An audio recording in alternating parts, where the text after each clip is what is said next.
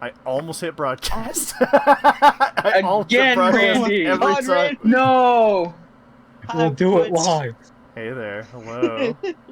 How long has it been since we played D&D last? Long time. Like 3 weeks? Yes. Many long. Many time. Many. Well, we are back. After the last time, I decided to make some adjustments. Everyone's Vitus Flask have been improved. We ruled that Sean's dual wielding will all happen on action, and if people are going to get really upset with me about it outside, it's my campaign. Your opinion does not matter. It's the rule of cool, baby! I run by the spirit of the rules and rule of cool. I don't run by rules written because... Well, I run by rules as written when it's convenient. Yeah. Screw you. Rules are to be used as guidelines.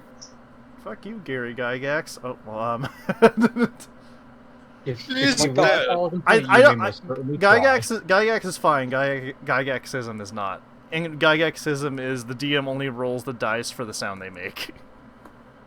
So, I'm like, I don't agree with that. Okay. Well, if everyone will remember from previously...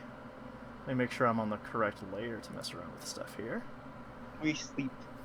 Everyone was Gonna asleep. for 3 weeks. I am going to set up the scene for you shortly. And to do that, When we ended off last time, I was out fishing by the river. Did I catch anything? You know what? You're right. Fuck, I totally forgot about that. How about you roll me a nature check? Ooh. Oh, that's looking pretty good. That is 20. Ooh. Roll me a d8. Let's go 8. 7. Okay. Add that many fresh fish to your inventory. Fresh.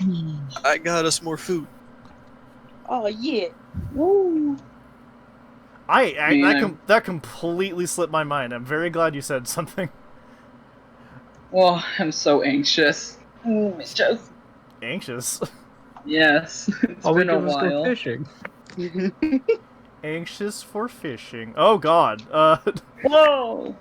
Where are I guess you? anxious This is how- isn't the right word. I guess excited. There we Trying go. to- That's more like it. Hey, Hello, there it it is. You can be anxious and excited at the same time. Yeah, so the difference here is that your bonfire is completely gone. Damn. You guys have burnt the ashes so much that it is essentially disintegrated. And to set up the scene some more here, you have decided against cutting more of the wood Ooh. due to the other effects that have happened from said wood. It is... Where are my notes? Here's my notes. I wrote 2 pages of notes, and I just thought to get them. Whoops. Where's Ooh. the token? It's the purple one. I made a new one. I know. You'll see it soon. Oh. Ooh. My bad. Be patient. Okay. Okay, Okey-dokey.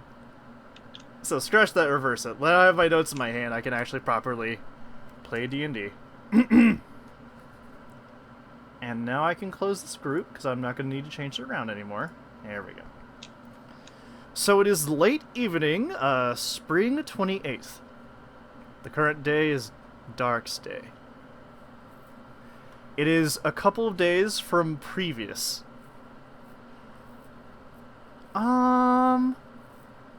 It's been a couple days since each of you have become a bit more acclimated with the things that you discovered in the building to the northwest. Rue is making progress on trying to break the rocks over there, using other rocks, but her strength has begun to wane, and she has become very tired.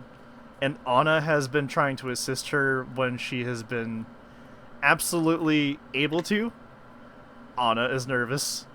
Rue is nervous. Ari wants nothing to do with Rue when she is anything other than complacent. So she has been keeping her distance. And it seems a lot of you are sitting in a nice sitting in a nice, I would say, semicircle, but it's very clearly a cross. Praise his powwow. holy land. Praise.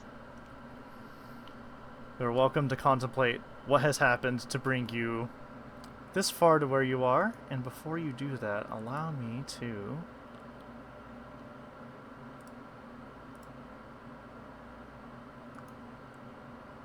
start some of that up. There we go. Hell yeah.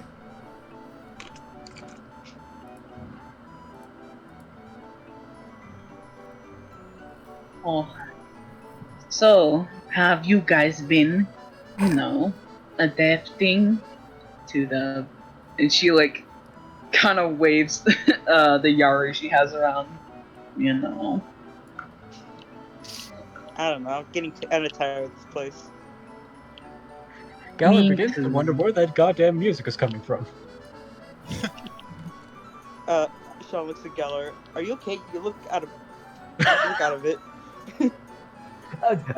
I'll just stargazing. Galler, if you break the fourth wall, I'm gonna break your spine. No. Jesus. Oh, Great God. start. Jesus. Celia's just laying on her back again, also, actually stargazing. She's kind of just amusing herself, is like, well, can't really use the wood around here. What are we going to do for shelter? Fear if this is going to be our base of operations, that's going to be the first thing we need to tackle here. As much as I like roughing it out in the open, I don't like rain that much. I don't know about y'all. Well, Sean we thinks still... so. I don't know, go for it.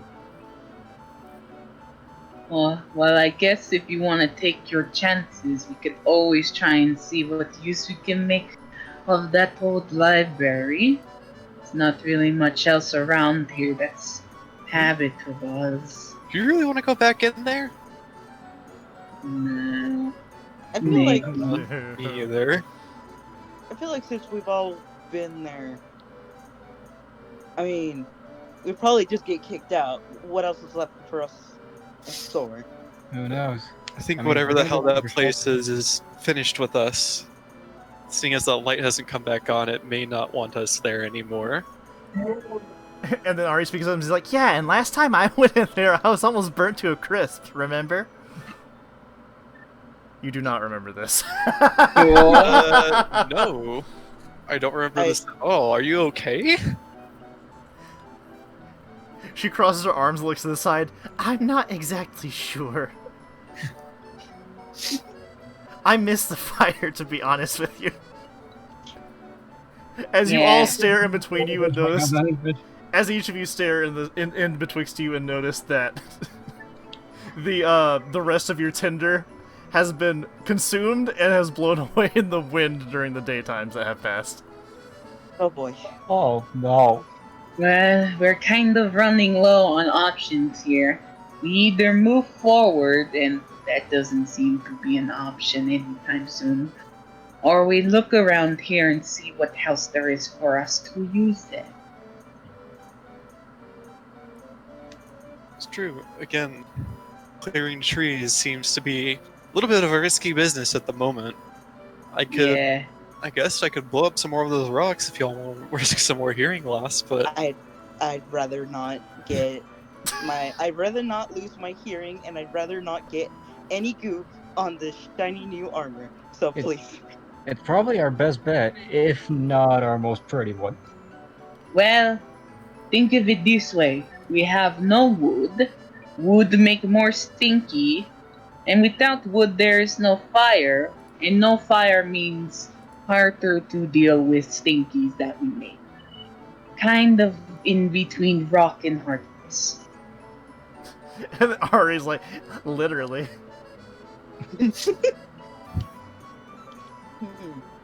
you know what? I do think I remember something, though.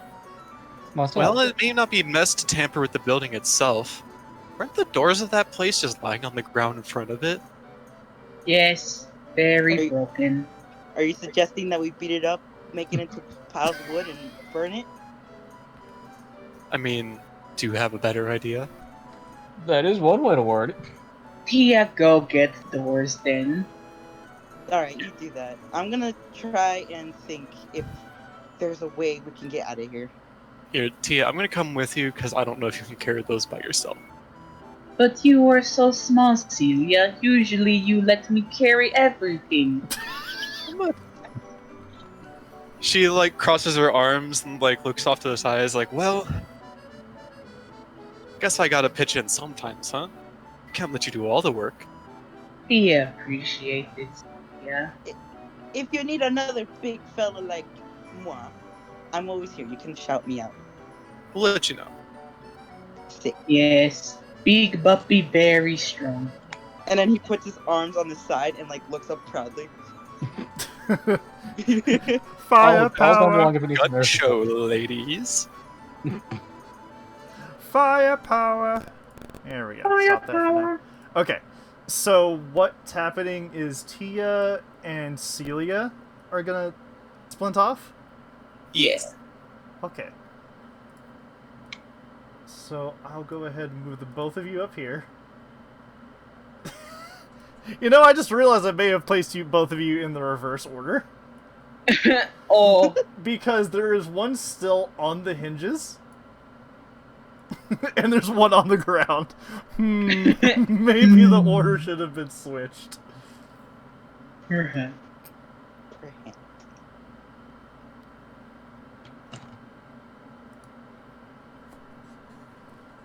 I wonder I what was these. figuring we were gonna like work together to lift one. I don't know how heavy these things are. The doors, I'm gonna say, are, they're kind of just a basic door. They're probably about 7 feet tall, and I'm looking at my own door to get a measurement. About 3 feet wide? Like, with a double door, you can fit many people pouring in and pouring out. Big door. Big doorway. If you had to like compare to like the logs we had to lug, would you say these are just as heavy or lighter? These are lighter because they're processed. Okay. I mean, Tia will go try and rip off hinge door. so I just have to check something really quickly.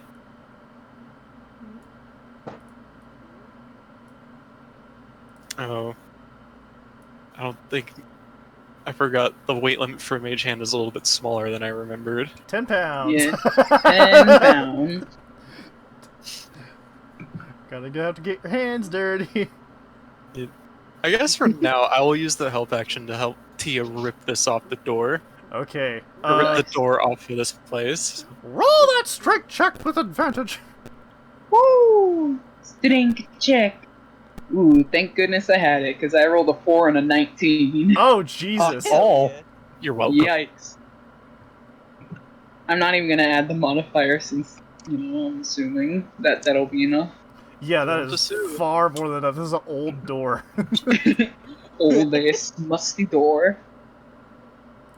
Alright, Tia's just gonna like grab it with her beak claws, and there's a small like moan of the creak of the door before it just like blasts off its last hinge. And she's like, there you go. When How's that? when Tia clutches the door with her one hand and pulls on it, the hinge that was holding it in place just harmlessly snaps. Like no effort was needed. Yeah. Just pump. It's like plucking a berry. I have an idea, Celia. What if we take this door, and then she points at the one on the floor, and that door, and we stack them like sandwich, and we carry 2 and 1 together? Oh, we should be able to. I like that idea. Okay, we stack them. We can stack doors and haul them back to camp. Ice cream door sandwich. Hell yeah. Tasty. Okay. The cream is the dust that's been left after eons. For eons. Okay, so both of the rest of you that are at camp, describe to me what it is that you were doing. Alright, Sean is going to look through his inventory to see if he could find anything of use. Describe further. The tent. Oh. Yeah. Okay. 2-person tent. I was gonna play it, but like, so Sean is looking through. He notices that he actually packed this tent. He thought he left it back where the river was, and you can see him just kind of like looking at it for a while and like sweating. Sweats and dog. Sweats and dog. Sweaty dog nose. Hey, Galler. Huh? I totally forgot I packed this up. And then he pulls out the tent. Oh wow. Where'd you find that? Remember when we fell from that river and we had a tent for a little bit? Oh yeah, what about it? And then he points at he points at the tent. He points at the floor. He points at you. Shelter. Shelter. Yeah, don't even worry about it. I had this little pouch here the whole time, and I couldn't get the damn zipper open. So we're both losers here. Oh my god. Let's just set it up before the girls come back and act like it was already there. Yeah. And Ari Like it chips in. never She's like, happened. I'll go get a hammer. And then she starts to. She begins to slowly walk, regrettably, in Rue's direction. Oh my god. Oh. No one will ever know. No one will ever ever know. And then what Rue is doing over here is she's trying to salvage these rocks, but for her other stone tools, they're simply too hard. And she has broken her stone pickaxe and her stone hatchet on it. And she's kind of just leaning on this rock like, Rue, break any rock. Why this rock exception?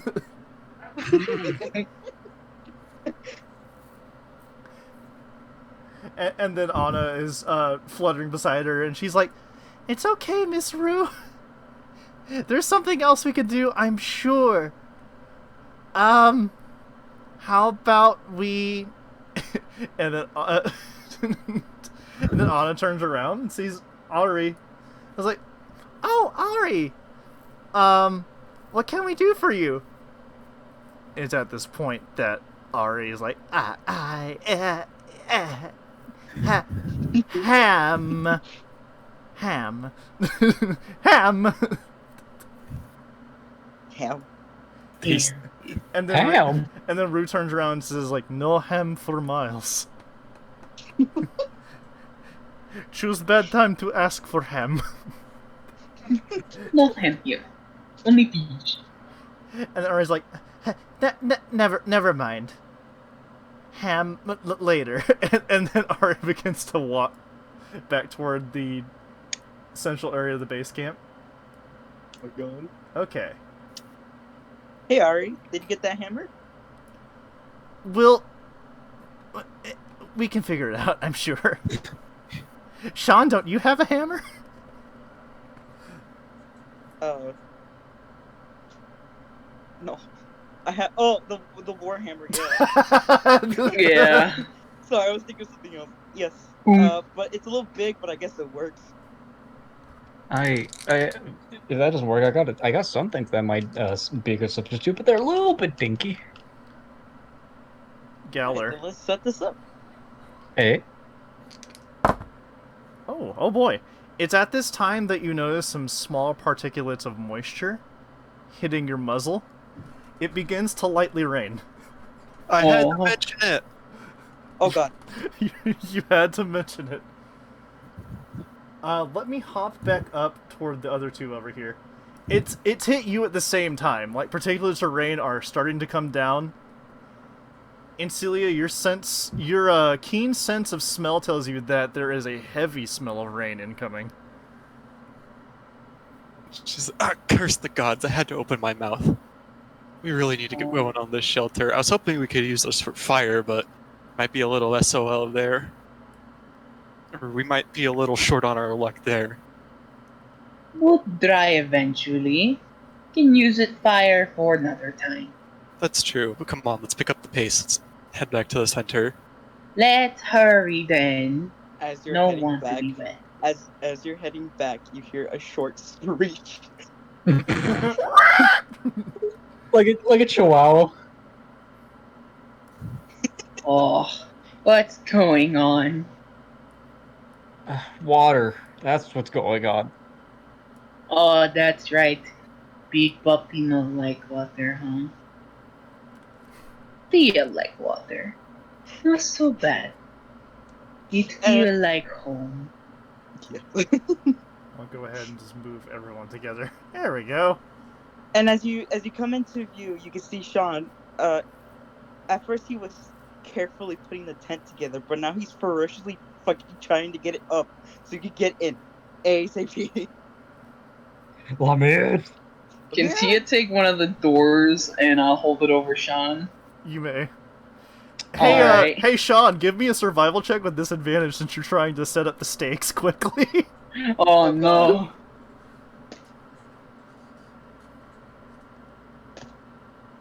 Damn it. 7. You swing the the hilt of your warhammer to hit a stake and you hit your thumb instead. Ow! Oh no. Ow. You take no damage, it's just a huge inconvenience. Just owie. This is so sad. And as Tia's like holding this door over you to try and protect you from the rain, she's like, "You need to be a little bit slower, puppy." And Grandma always used to tell me these things take time. They always say haste makes waste, but I don't know, maybe we do need to make a little haste here. Is that tent big enough for all of us?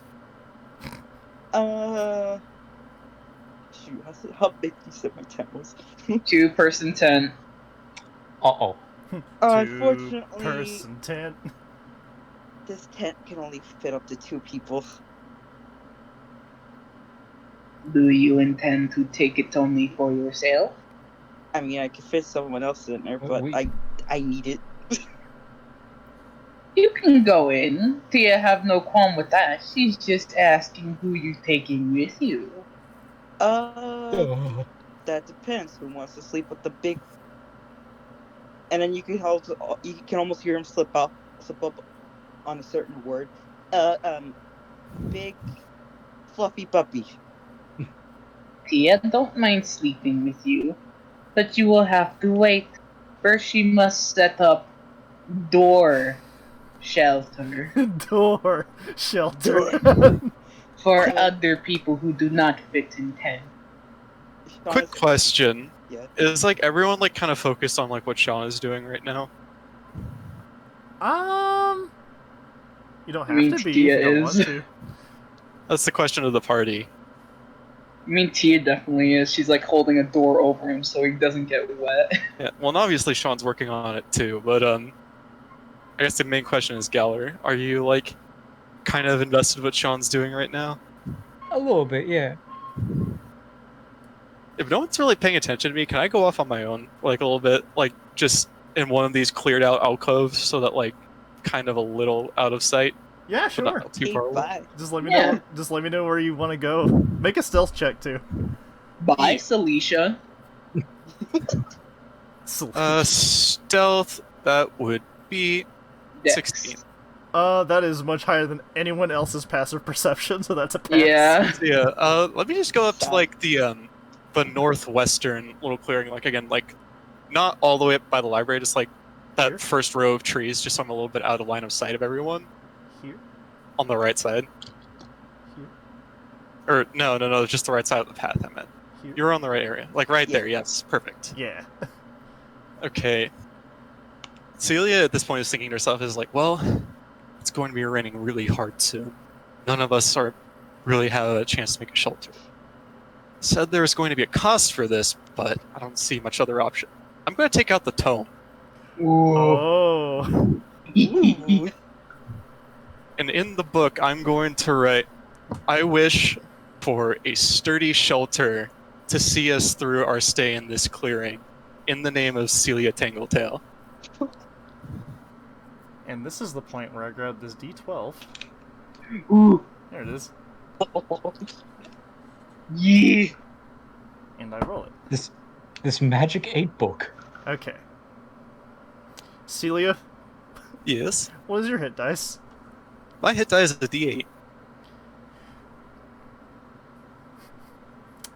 You take 19 points of magic damage. Oh God. And out of nowhere, I don't have an image prepared for this. Out of nowhere, on top of Sean's two-person tent, Oh. a small cottage falls from the sky Oh, and plants Whoa. itself firmly in the foundation in the center of the ground here. my Ooh. tank! Yeah, I'm gonna just roll- remove your two-person tent from your inventory. It's gone. Oh no, the 10. Quick thing, I'm just gonna do this for fun for myself.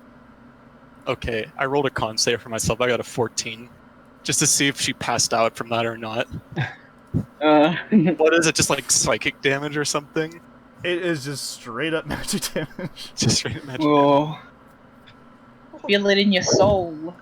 My tank! What the hell? Also, Yeah, you're- Celia, on your character sheet, I'd like you to make a note, a section that says "wishes granted" and put 1 beside it. Noted. This is not important whatsoever. I may not ask for it later. Tia just looks up at this like cottage and she's like, "Oh, that's an impressive tent, puppy. Where Yeah. you find them like that?" Tell you what I'll do real quick, just as a cheap thing. Let's see, where is the layer? Oh, I see. It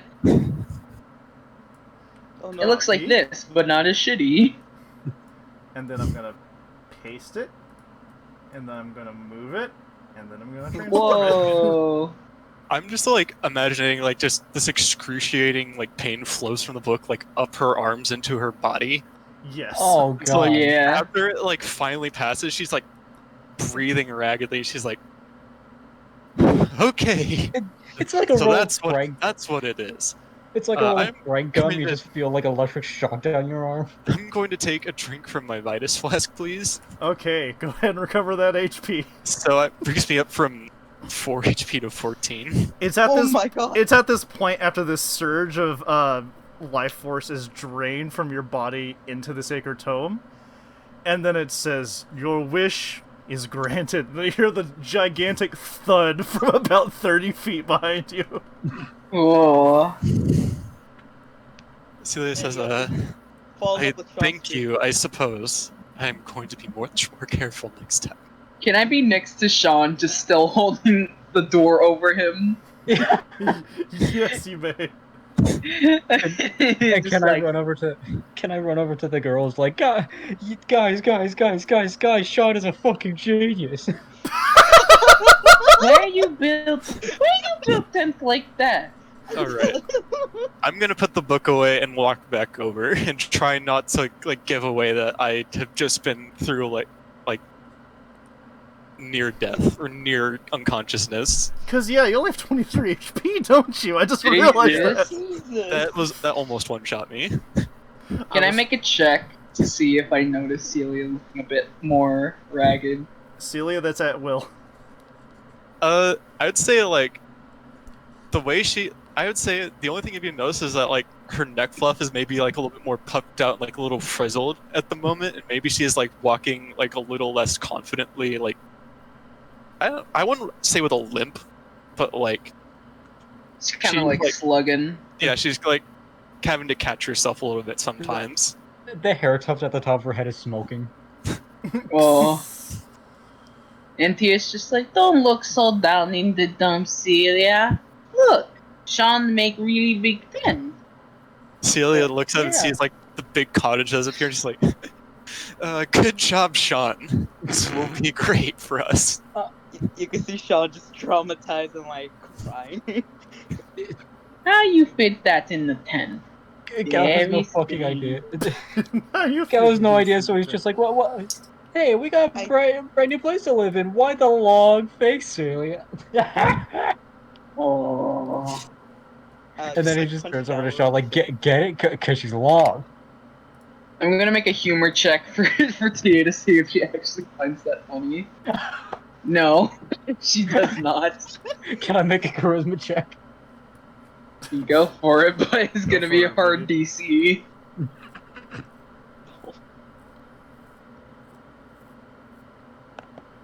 Rolling with disadvantage, and it's a 1. Did you see Tia, like, her nose scrunches up like, oh. Also, Just like a telltale game. Tail will remember that. it's Tia. it's at this time that the rain has significantly picked up. And a lot of you noticed in just before the blanket of rain has become too thick that 2 abnormously large rain blobs have just landed just beside you. They squelched my God. largely in anticipation at the gigantic vibration that had guided them out of the trees into the Oh clearing. no!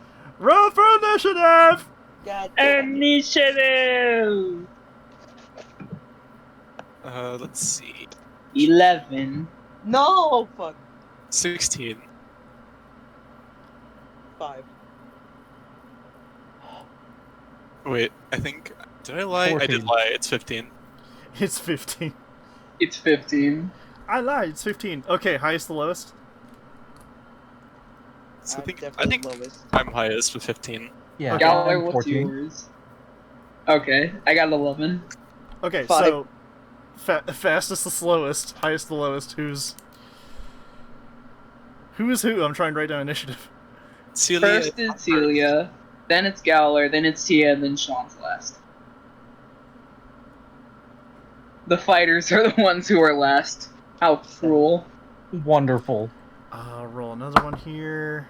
Oh, Jesus, Ari is dead last. Should roll a Oh natural no. one. Oh. Alright, no. Okay. 1, tile, 2. Alright, and the lot of you, since you heard this happen, Mhm. you don't have to deal with surprise. You can act on the first round. Oh, Hell yeah. fuck. Let's see. Okay. Alrighty, and we're at the top with Celia. Take it away. 20, 25, 30, 35, 40. Let's see. I would like to move to. Actually, let me recount this. 5, 10, 5.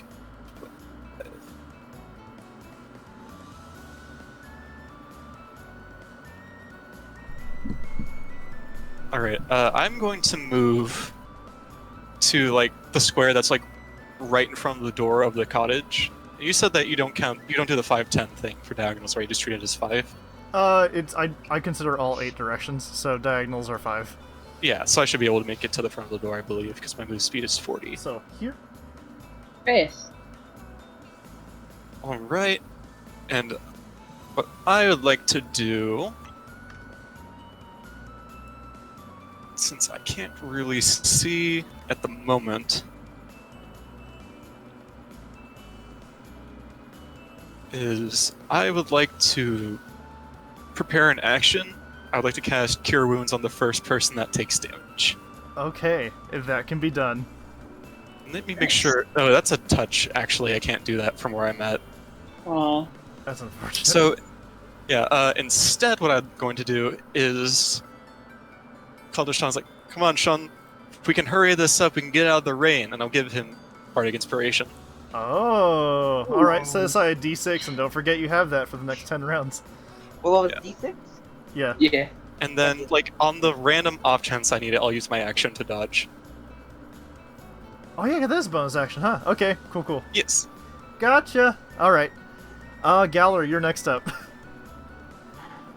The ebony pile that is to your side quivers anxiously as the raindrops hit it, and it is slowly increasing in size. Ooh. First things first, get in between the ebony pile and Tia.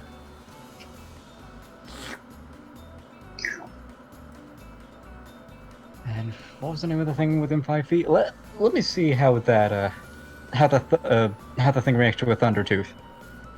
Give him a whack. Okay, and you're not flying? Not flying. Okay, Oh cool. wait. Oh, I can't fly. Let's give that a shot. Alrighty. Go ahead and make an attack roll then. Because you're wanting to Horrible. use sneak attack. 13. That is... Excuse me, sir. Where is that piece of paper that has all the stats on it? That's a big ol' hit. Go ahead and roll for damage. Is that D4 thunder damage additional, or...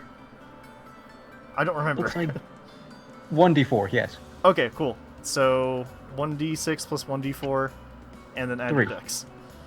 Then plus 2 more d6, And right? 2d6, because this qualifies for sneak attack. Remember, you have to call that out. Repeat those numbers again. 2d6, 1d4. 3d6, 1d4, add your dex mod.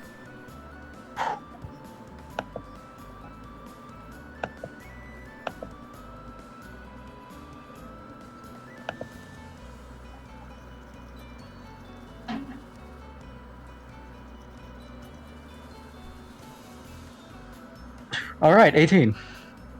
Jesus. B. Okay. And since your weapon is magical in nature, the acid splash effect does not hit you. Ooh. So what happens is you carve directly into the front of this ebony pile, and where you've bifurcated it, it splits up. Wrong one. It splits into 2 smaller drips. Oh no. Oh boy. And then occupy the spaces. And I have to write down the numbers for that because its HP is less since it's smaller. How much was that? 18? Yeah. Jesus, you can definitely tell that the each of the ebony drips' strength was not as topped up as it was before this attack. Ooh. Thank you, Rain. Thanks, Ryan. And All right. Anything else you want to do with your turn, sir? for my bonus action, I think I'd like to perform a dash. Okay. Where are you going? Northeast Ebony's room, next to Ari. Ah. So you're going northeast next to Ari? Okay. Mm-hmm. And as you're leaving the attack range of the first ebony drip, it uses Sweetopod as an opportunity attack against you. You're getting a natural 1. Ooh. Damn. Okay, you're good. You are Sure. You are good, sir.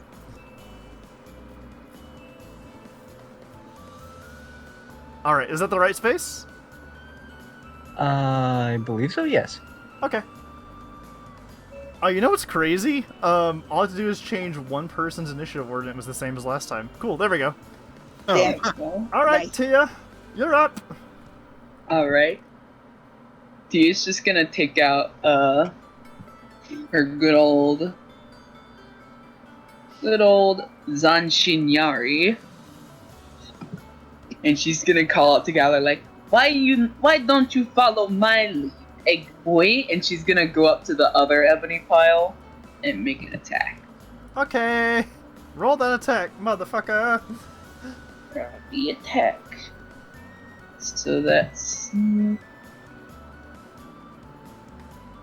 a 13. And that's a hit. Go ahead and roll your damage. Woo. Okay, what is the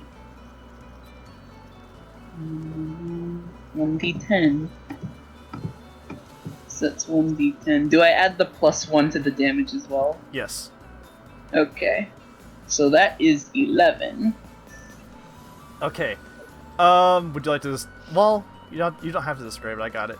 So you thrust your Yari into the front of the slime, and miraculously, its acid splash does not sploosh onto you due to the effects of the rain and your weapon being magical in nature. You also notice that the slime seems to move around the Yari as you pull it out. Ooh.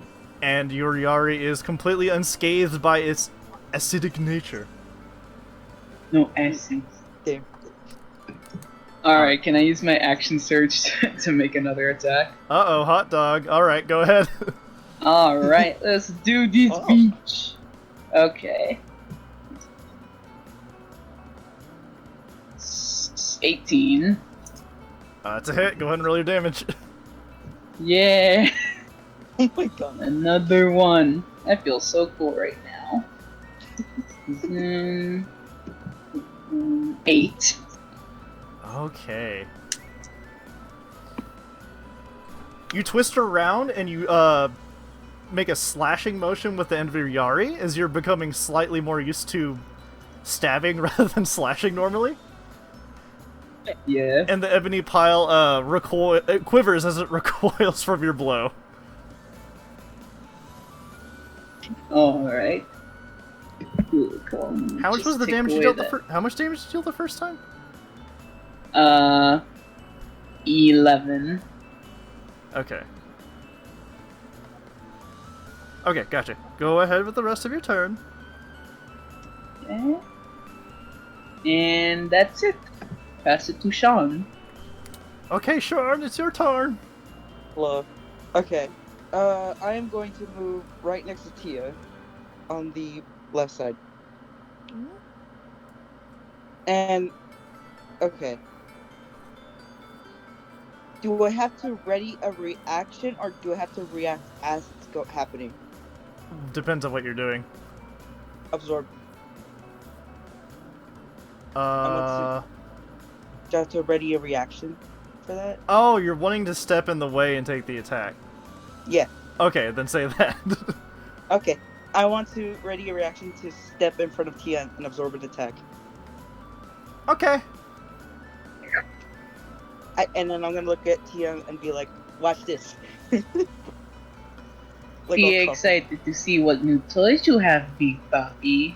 You see her like tail wag as she's like clearly more confident that these weapons aren't just at the hands of these drips now.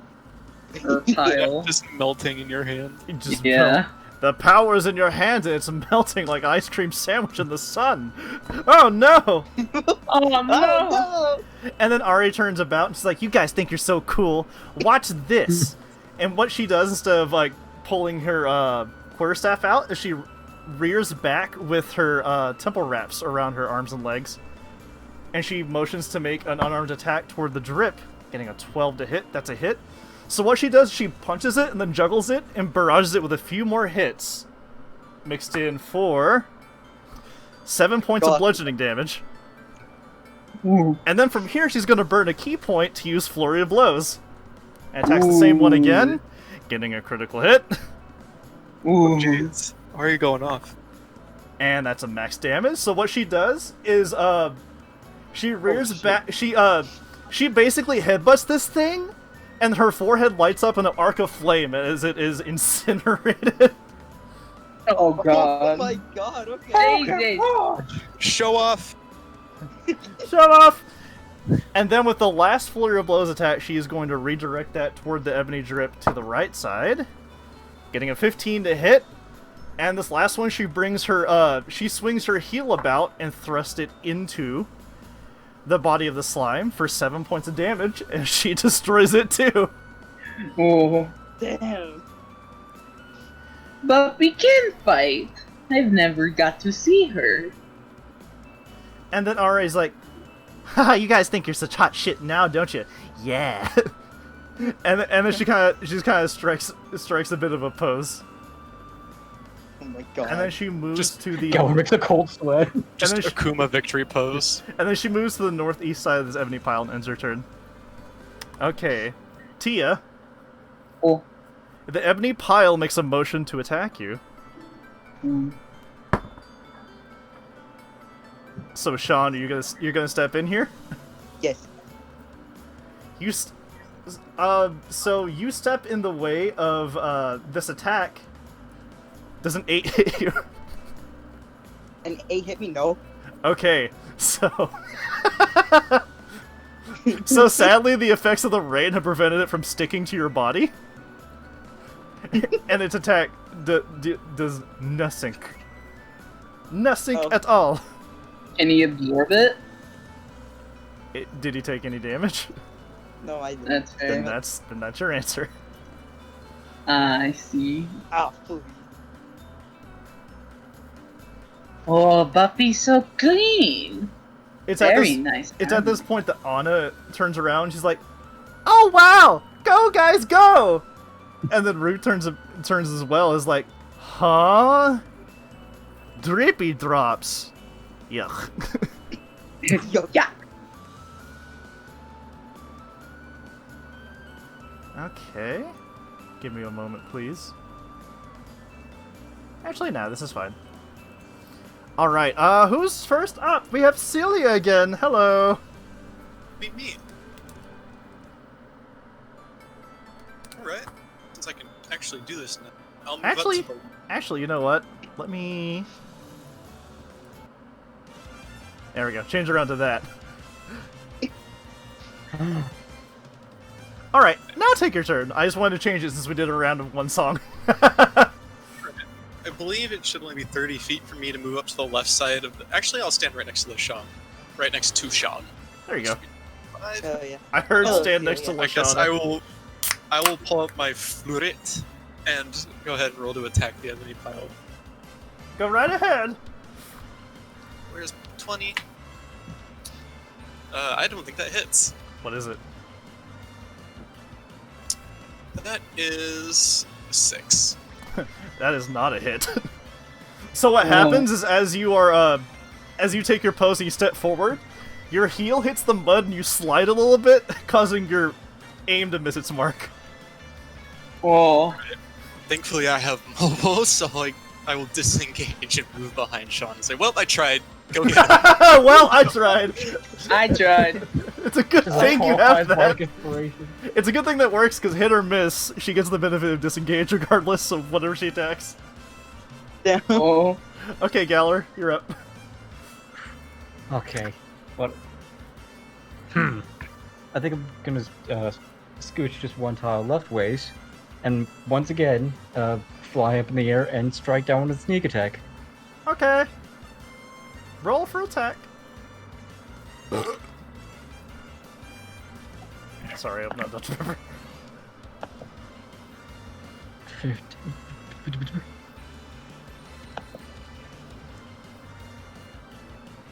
All right, 19. That was your attack roll? That was a 3d6 plus. You need to roll a d20 first, sir. You need to do a hit check first. Oh, you Yeah. are correct. My mistake. Keep that damage though. Just roll a d20. 16. Okay, that's a hit. What damage was that? 19. All right.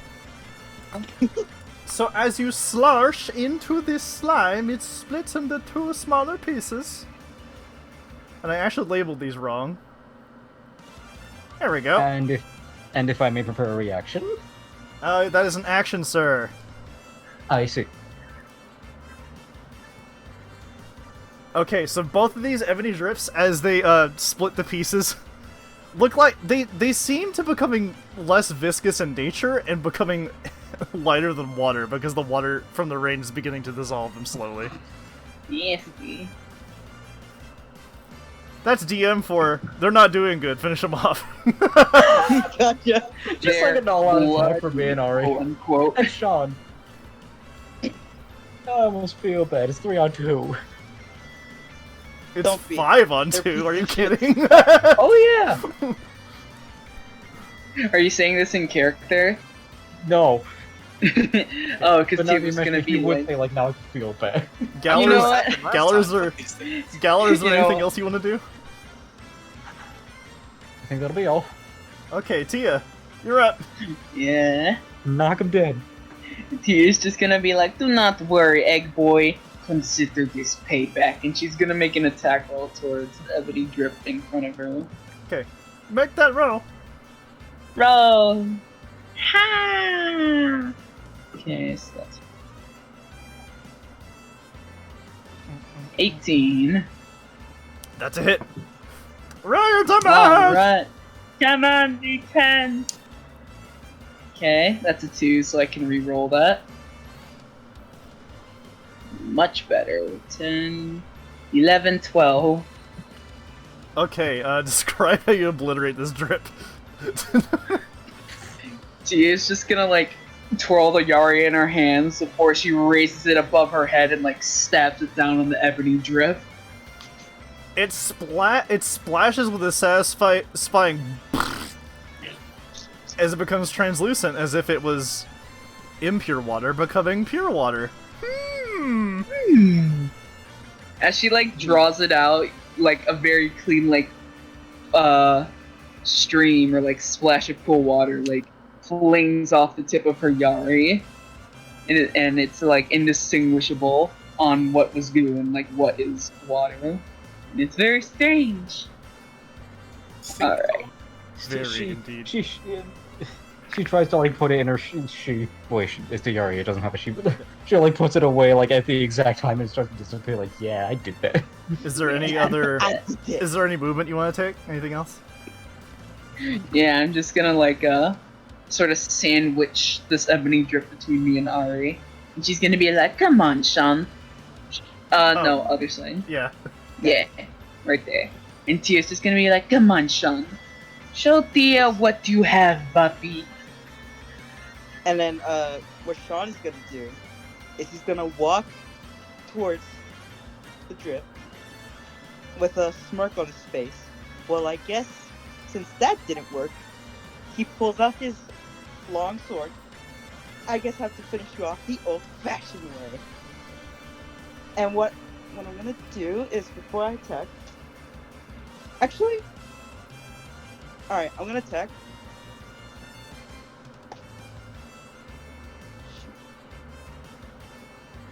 I am going to use the inspiration. Oh, to add to my roll. So it's 26. Fuck, does an 8 hit? Yes. Hey. That is its AC. Okay. And let's see, 1d8 plus 3.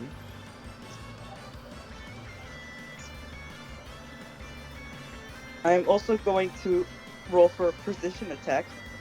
Or precision, yeah.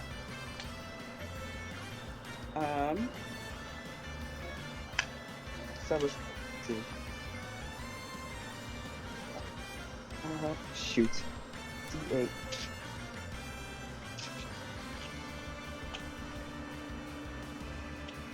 Okay. That is one of my dices. I'm gonna do 9 points of damage. Okay. Describe how you destroy this ebony drip. With a fierce and menacing look on his face, he takes his sword and with both hands he raises it up in the air and smashes it down full force, splitting it into 2. And then with a disgusting it splits into pieces and it splashes all over each of you around. However, the rain quickly washes it off, so you avoid the acid damage reaction.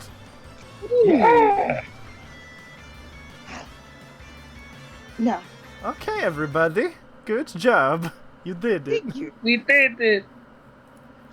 2 rounds. Not bad. There were no casualties this time. Ooh. Hell yeah. And as like Tia like lowers her Yari, she's gonna look at Sean like, "Wow, I'm surprised you managed to keep cool considering it's still raining." I know, and I really want to go back inside now, please. You go inside now. Yeah, let's just make our nothing. way inside. I need to check out what this place, our new shelter, looks like. And before you go in, Sean has already dashed inside. Shorn has already dorsed and soared. Whee! Okay. And Tia's just gonna like follow Celia quickly behind as she like wiggles off the excess dew from her Yari. The excess goop. Just like a confident strut. Okay. Ari follows closely behind you, just like, oh, I hope it's nice. So, what this shelter is like is it's a very small cottage and it struggles to fit 5 people inside. But it has, imagine like an RV, except it's not an RV. Oh damn. Okay.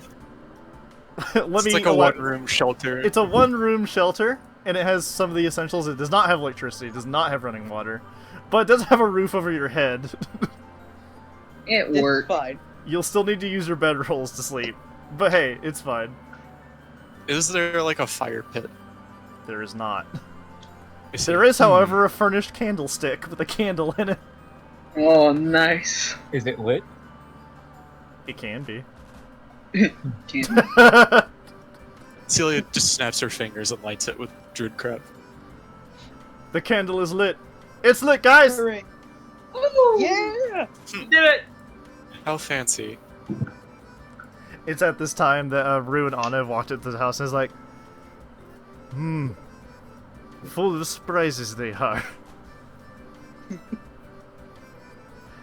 And then she kind of leans in and notices that if she gets in, she's going to cause it to become cramped. She's like, you crazy kids stay inside. Rue, keep watch under roof. And there's like a little bit of the roof right here, which will keep someone shelter. Ooh, Like a little side porch. Yeah. porch. But just picture, like, Rue- Anna does not skimp on the chance to get inside. She's kind of all up in your faces as she flies Oh inside the cottage. god. It's like, Oh boy. very tight squeeze, but it works. Hey, it's a roof on her head. What more can I ask for? It is. Fireplace. Fireplace. And then Sean looks at Tia. Okay, but if we had a fireplace in the rain, it But wouldn't it's work. not under rain. It's under roof. Please be careful about lighting a fire in here. A candle, I think, is already pushing it a little bit. The candle happens to be centered on a small table in the center of all of you, so it's close enough. .jpg. Close enough. It's Well, something. it works. Each of you gather around and struggle to dry your wet hides off with a little light of a candle in a rainstorm. I need to shake so badly, but I can't. I'll turn off the fire and get everybody wet. Speak Go out for on the yourself. awning with Rue and do it. Just be quick. Run between the raindrops. Alright, fine. Speak for yourself, and you can just see like Tia pruning her crest of feathers, like on her head and neck and on her tail. Well, I don't know about you, but it's been quite the exciting night. I'm going to go take a nap. Do Have that. fun. I'm going to set up my bedroll in, like, one of the corners, Aw, yeah. if I may. He gallops up his bedroll, but he forgets it's filled with fish. Yeah, it is. So you're Yeah, just but sleep- it's you're supposed just to be you're wet, s- too. You're, s- you're sleep It's soggy. you're sleeping with the fishes, I guess. Hey. In the bag? Don't Better you literally than figuratively, I always say. don't you like the fish that much? You know Is there what? any, We like- take it. Actually, is there any sort of, like, container or something in here, or is the only furnishings in here the table with the candle? The table with the candle. The cannibal? Gotcha. Oh no, that'd be terrible! Oh no! Oh, no, which one Surprise am I doing attack! here? Roll for initiative. Don't give me ideas. Oh no.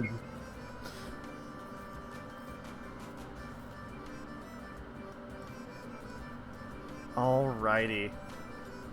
So with that, I will allow each of you to take a long rest with all the benefits associated. So if you used your Vitus, go ahead and refill it now. My dice. My dice. If you have class abilities that need resetting, do it now. Hell yeah. Welcome back, Action Surge. My old friend. My What? one bard die back. Welcome Surge back. You know what's funny? I used the the superiority dice and I only rolled a 1. I was trying to like go overboard, but it didn't work. Not so superior. Not so are you now, superior huh, today. dice? I was like, fuck, oh well. You win some, you lose some. Alright, it's all the same to me. Hooray! Okay. We did it, guys. Okay.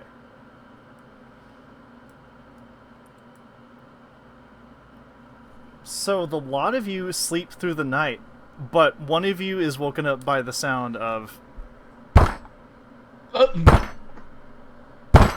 up against the side of the cottage. Oh. Uh. Oh. What is noise this early? And Tia's just gonna like very like muggy and like drowsy. She's gonna like get up. And can she go investigate this noise?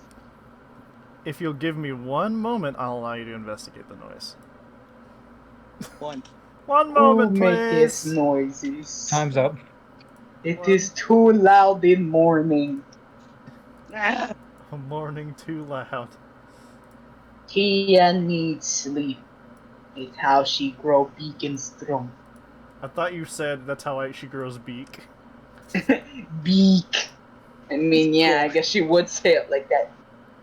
Tia's evolving into a bird right in front of our eyes.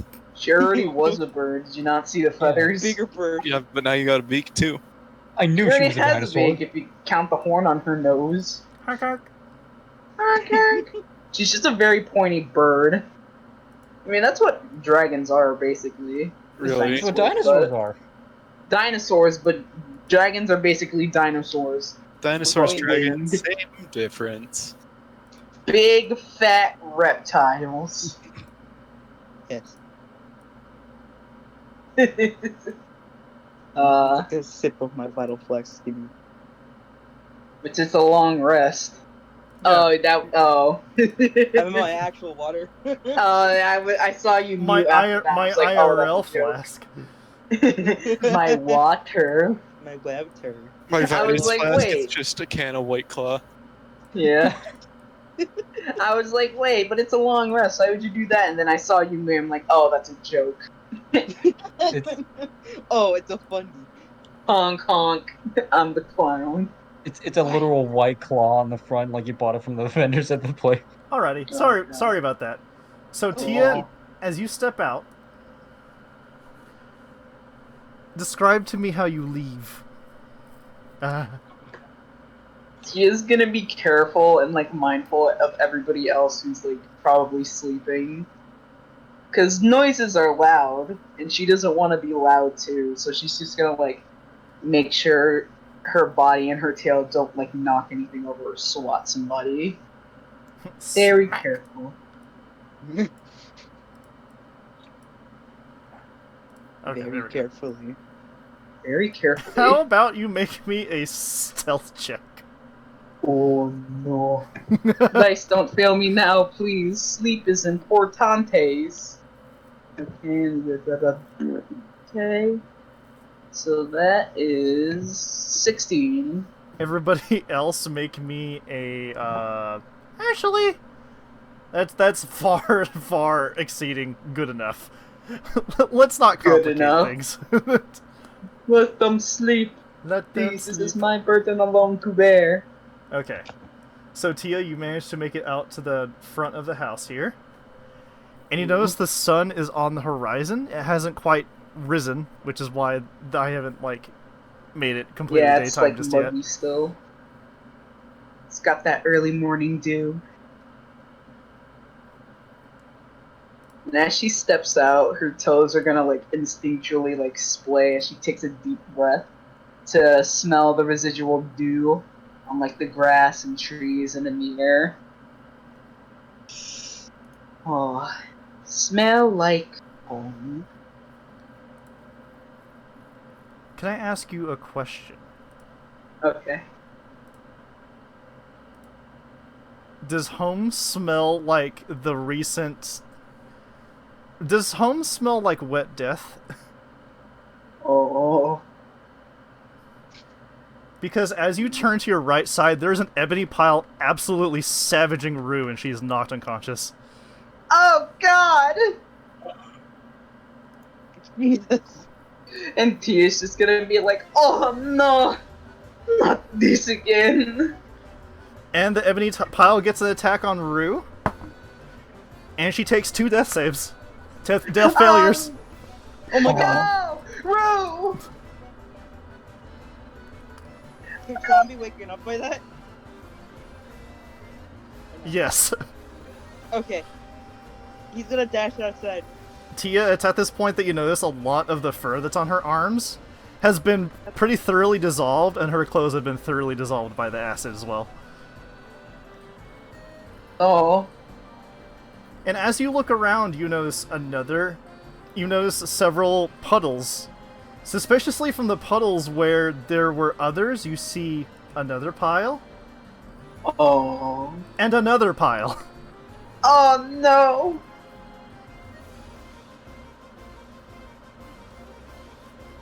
And then Tia, you hear a terrible slorch as directly to your side, there's yet another pile. Oh God. no! Roll for... Wait, actually, everyone wake up at Will first. Yeah, Everyone, wake please up. wake up. Yep. Yeah. I'd say I'd be sleeping pretty lightly, so as soon as like Tia starts exclaiming, Celia will be waking up. You just hear like distress. And also, Tia, Yeah. Tia, from this point, you can see the acid has been like dissolving the finish of the wood off the side of the cottage. Oh no! It seems Rue has been either holding her own for a while or being viciously attacked at opportunity for a long while. All right. Oh no! Oh lord. Tia's just gonna be like, I am so sick of it here, and she's gonna ready her Yari. Yari. Can I say that Sean's like right beside me at this moment, so I can interact with him? Yeah, sure. Sean, you're up, right? Alright. Yeah. So I'm gonna dash outside. What's going on? Get ready for another fight, Buppy. Looks like we have early morning company. Oh my god. What again? Where are they coming from? No matter where they come from, we need to get rid of them. And as Sean is looking around, he notices Rue down. What's wrong? Oh no! They got to her. We need to do something and do it fast. Or this could turn ugly really quick. Can I move towards Rue or is it not my turn yet? How about we roll all of y'all into the initiative first? That might help. Gotcha. All right. Yeah, I already rolled and I got a 19. Jesus. 16 plus 3. Oh, we're doing +3. Yeah, you add your Oh. dex to your initiative. Oh, my bad. I have -1. Fuck, okay. Negative 10. 1. Fuck. I got 11. Okay, and Galler? Oh, I said 6. Oh no. The one Okay. time Oh, he Arian. needs you for a sneak attack. Okay. So it's Wait, Tia, have I Celia, was still on my Sean. I was still on my D6. Wait, Yeah, Ariel Lucky rolled 17. Ariel rolled a 16, so Cool. Galler. And then from the hubbub, Anna wakes up too, and she's like, Miss Rue, no! But she rolls a 4 for initiative, so she is far low on the list. Oh no. Let's see, get me some DC dice. Thankfully, all the slimes rolled terribly. Oh, I did not God. roll. I did not roll over a 5 with 4 dice. Oh, wow. Damn.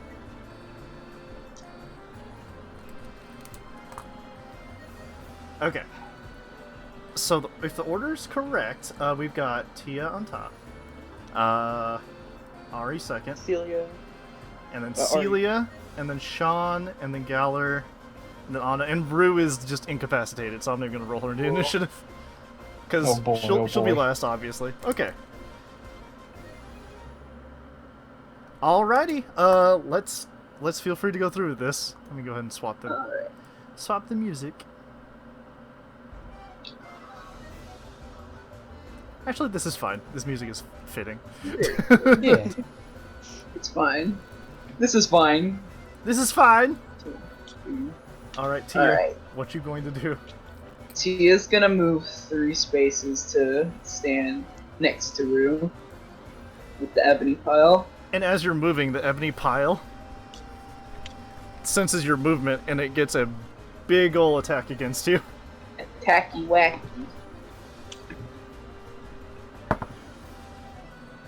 Getting a 23 to hit. Jesus. Alright. And it deals you 6 acid damage, but since you're resistant, you only take 3 acid damage. Tree. Okay, you're good to go. Tia feels like the acid on her scales and she like winces, but she still like charges on. Also, I want to be in front of the ebony pile. Okay. Next to her. Yeah, thank you. And she is going to make an attack roll with her Yari. Okay. Okay.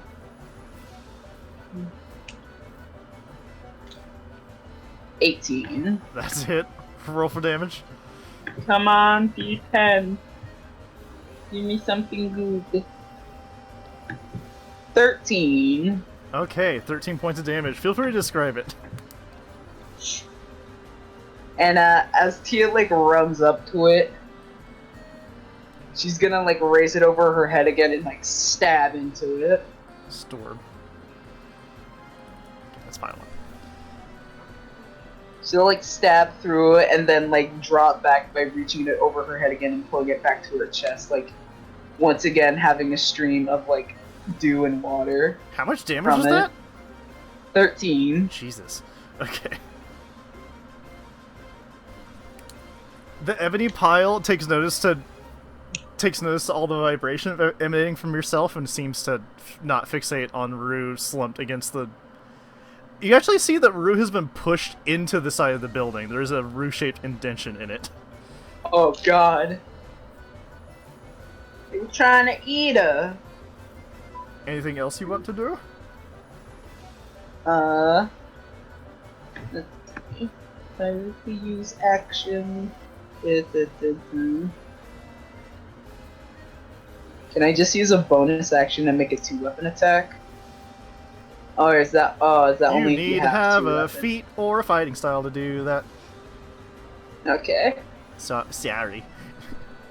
Just wanted to ask because I read the thing. And Because it's you're like holding weapons. you're holding the Yari with two hands, correct? Yeah, that's the thing. I was like, can I do this with one or do I need to have two? You need to have That's a hand what I- open to do that. Okay. Sadly. And I'm just going to end my turn. Okay. It's Ari's turn. I return. Can I interact with Ari? Yeah, sure. Ari, we're in Yes. really big trouble right now. Especially Miss Rue. Can you do me a favor? Sure. Anything. And he pulls out a tiny healer kit. Can you please give this to her? And he throws it at you. I will right away. And then she grabs it, and in her haste, she moves out of the ebony pile's range, taking a critical hit. Shit. All these damn criticals, it's just like the first time. And oh Jesus. Okay, so 1d6 plus. Fuck. Ari takes 22 points of acid damage, and she's bowled completely over. Jesus Christ! No!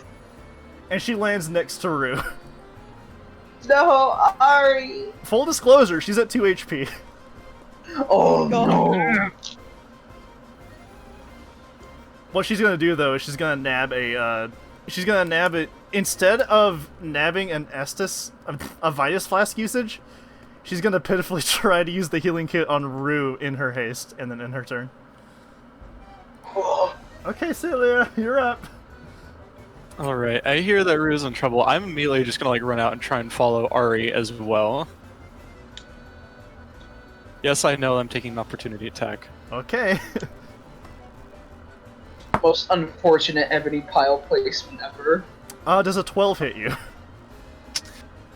As the ebony pile tries to attack me, I'm going to say, "Fuck you, get out of my way," and I'm going to use cutting words. Actually, does that work on these things? I'm not actually. That really has an hearing, yes? Yeah, I must be able to hear you. No, it does not. So yes, a 12 does hit. Okay.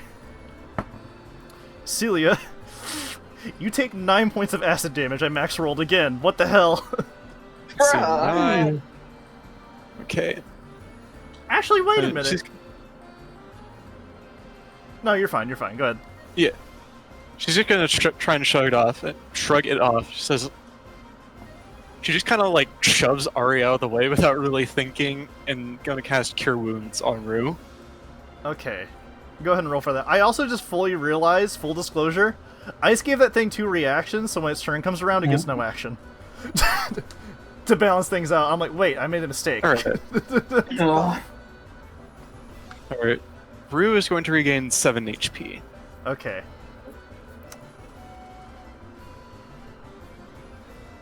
Alrighty.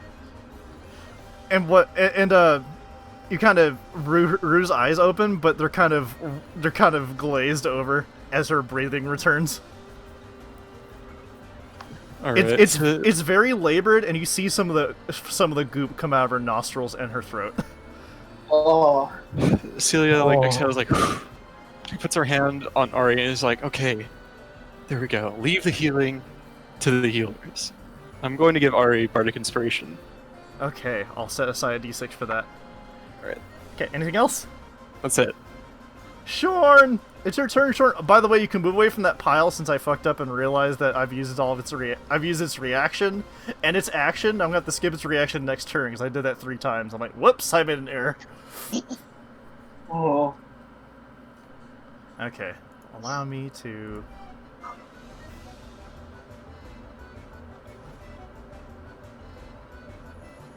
Nah, I like this. Okay.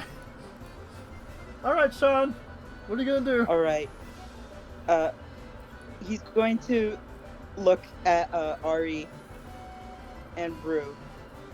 And then look back at the ebony pile with rage filled in his eyes. His pupils has actually turned a little bit of a reddish color. Oh. You're lucky I don't have rage. Anyway. So what he's gonna do is he's going to draw his long sword and he's going to try to attack it.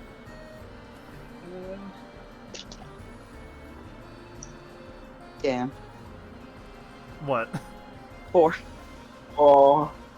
Okay, so that's a big old whiff on your first swing. You want to swing again? With another weapon? Yes. Okay. Yes. You know what? No. Actually, can I use my bonus action to ready a absorb reaction? No. Fuck. Okay. Reactions use reactions. Okay.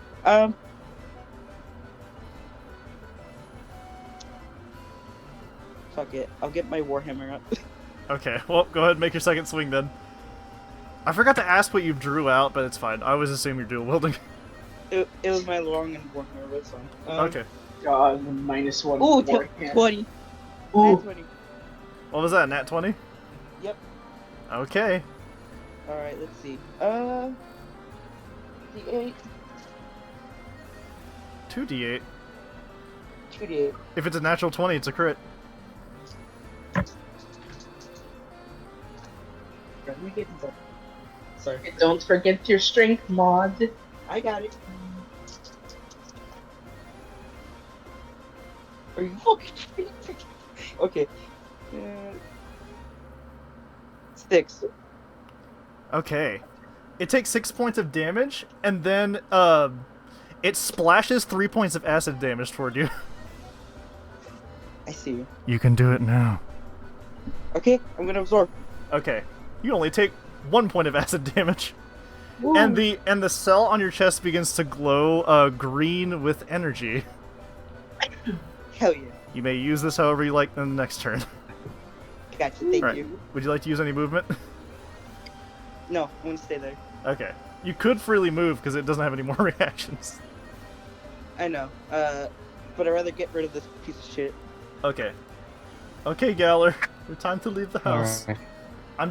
I'm writing your perspective. Also, this thing is safe to move around. I just made the mistake the first 2 turns. I was like, whoops. Actually, about that, is it possible to stay in the house? You can, but your range of shooty shoot will be severely limited, and you'll only be able to shoot straight out.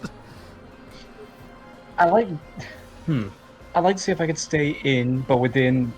But You'll so also that I can, prevent Anna from straight line leaving. You'll from the also door. prevent Anna from leaving. Because it's a Ooh, very small okay. cottage. Come on, Galler. Alright. We could do this. Yeah. Okay. What I'd like to do instead then is get out of the house, fly up to the roof, and land down there. Okay. Up here. Yeah. Ooh, you gonna be a sniper? You know it. Let's put this quiver to good use.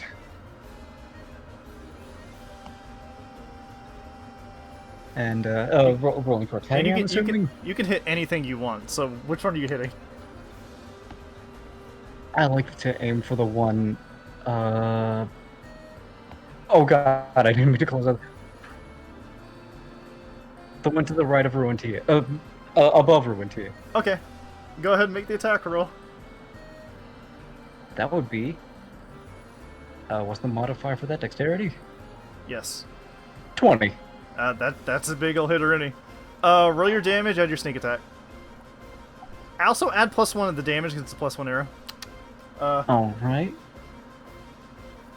1d6 plus 7.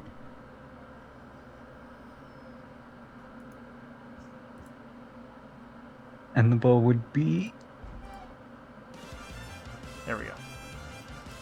Yeah, I was gonna get a little tired. Mm-hmm. Thankfully, they're all 2 minutes long, so I can tell when it's looped like 3 times. I'm like, time to change it. Bap, bap, bap, bap. Also, there isn't an impending crisis currently, so. 12. Okay, 12 points of damage. Describe how you shoot the ebony pile. This is the one that was just shot. So, how much damage is that? 13? Yeah. Okay, Oh yeah, I forgot to add the one. Thank you. 14. Just really tightly grabbing onto the bow and just saying under his breath, "Get away from him, you bitch!" And then you release the shot, and it squelches directly into the ebony pile. And you can see through it the arrow is unharmed by its acid since it's magical in nature. However, when you hit it with the arrow, it splashes acid on Tia, and she takes 3 points of acid damage, except it's 1 because you're resistant to acid. Bruh. Big bro. Okay, so it's at this time that it is Anna's turn, and the first thing she does is she's like, "Is everyone okay?" And then she just flies right back into the cottage, and she slams the door shut.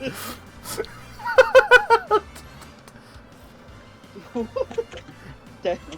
You can hear muffled shivering inside the house where you are, Galler. Right, and now it's haunted. Alright. And now it is time for the slimes.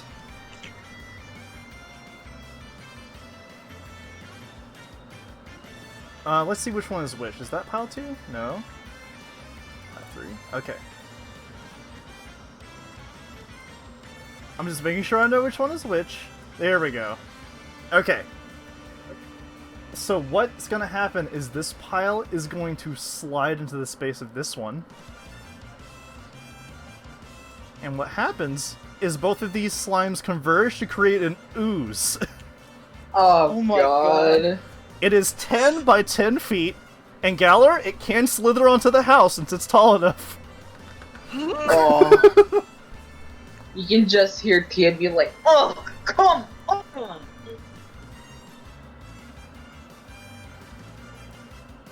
And it's at this time that the other slimes are also making their way around. Oh, god. Okay. And, Sean, it's leaving your range of... It's leaving your, Wait, actually, wait! You used a reaction, didn't you? Yeah, I did. Okay. Celia, it's about to leave your range of opportunity. I didn't have my rapier out, but I even be able to make an opportunity attack against it. I'll let you. This is this is a bit of a crisis. Sure thing. Does 15 hit? Yes. Alright, that is... Alright, that is going to be 4 damage. Okay. Oh yeah, duh, I have to add the HP of the slimes that converged. Okay, cool. Okay. As you stab your fleuret into the surface of the slime and rip some of it asunder, it ignores your presence and then immediately attacks Ari. No. Oh my god, no.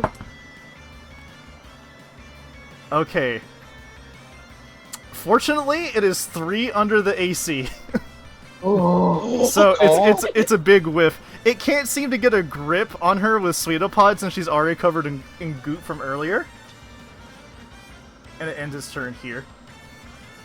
Okay, the Ebony Ooze. Let's see here. What do you have, Mr. Sir? Alright. Tia, Oh. what you see before you is a 10-foot ooze begin to... Whoop, that's your space. Oh. It begins to lurch forward and it envelops your ankles. Give me a Oh, strength no. save. Strength save. Okay. Oh, I'm no. proficient in Actually, that. wait a minute. Let me check this. It's a dex save, my bad. Damn it. Bro. Can't do this. They just keep getting worse and worse. Okay, so we do 4. That's plus 3. So 8. Okay. So what's gonna happen is it has moved into your space and it has completely engulfed you. At the beginning of your turn, you may burn your action to try and escape it. But at the beginning at the beginning of each of your turns, you're going to take 3d8 acid damage. Jesus Christ! Oh. Fuck. All right, and we're back at the top with Tia. Extraordinary. All right. Guess I'm gonna try to escape. But first, let's figure out how much damage you take. 4 plus 6 plus 8 divided by 2 is 9 acid damage. Jesus. Okay, Nine. now you may take your turn.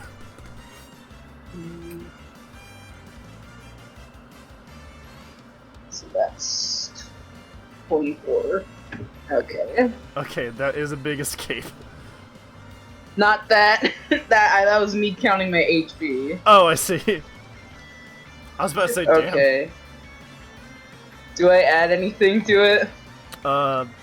It's a strength check, so. Okay, so I add my strength. Well, it's an athletics check technically, so you can add athletics to it if you are proficient in that. Sadly not. 18. That is good enough. Which direction would you like to escape to? Because your old space is currently occupied. Oh god. Oh. Can I escape to the right? Yeah. So after your claws rip out the edge of the ebony ooze, you can feel that the ooze has made its way, like, kind of into your nostrils and down your back. You feel violated. Oh. Oh no. She is just like shivering and her Your feathers action- are all damp. Your action is spent, but your bonus action is not. Oh. Okay.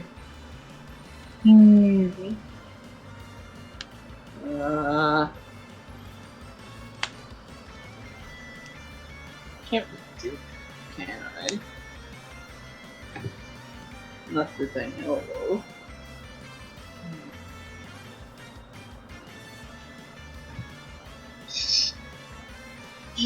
I'm just gonna pass the turn. Is gonna pass? Okay. Pass. Yeah. It's Ari's turn. And, Man, she is not doing well. That is a blast, dude. Man, like, as DM, normally I know what the hell I'm going to do, but, like, in this situation, I'm like, what do I do? Ari at this point looks up and sees the sheer girth of the ebony ooze. And I'm gonna make a wisdom save. Natural 1. Ari turns over and enters the fetal position as she ends her turn in fright. Oh my god. No. Completely congealed by the ooze from the last thing. Alright, Celia, you're up. I was gonna waste a lot of time on that, so I'm like, yeah, just make a decision, Randy.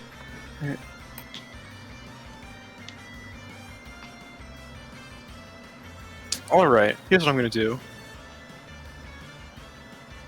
I am going to pull out the book and use my action to see if I can gain some insight on this situation, figure out what we can do. Make it with disadvantage because the ebony pile beside you senses movement, and it will try to knock it out of your hands.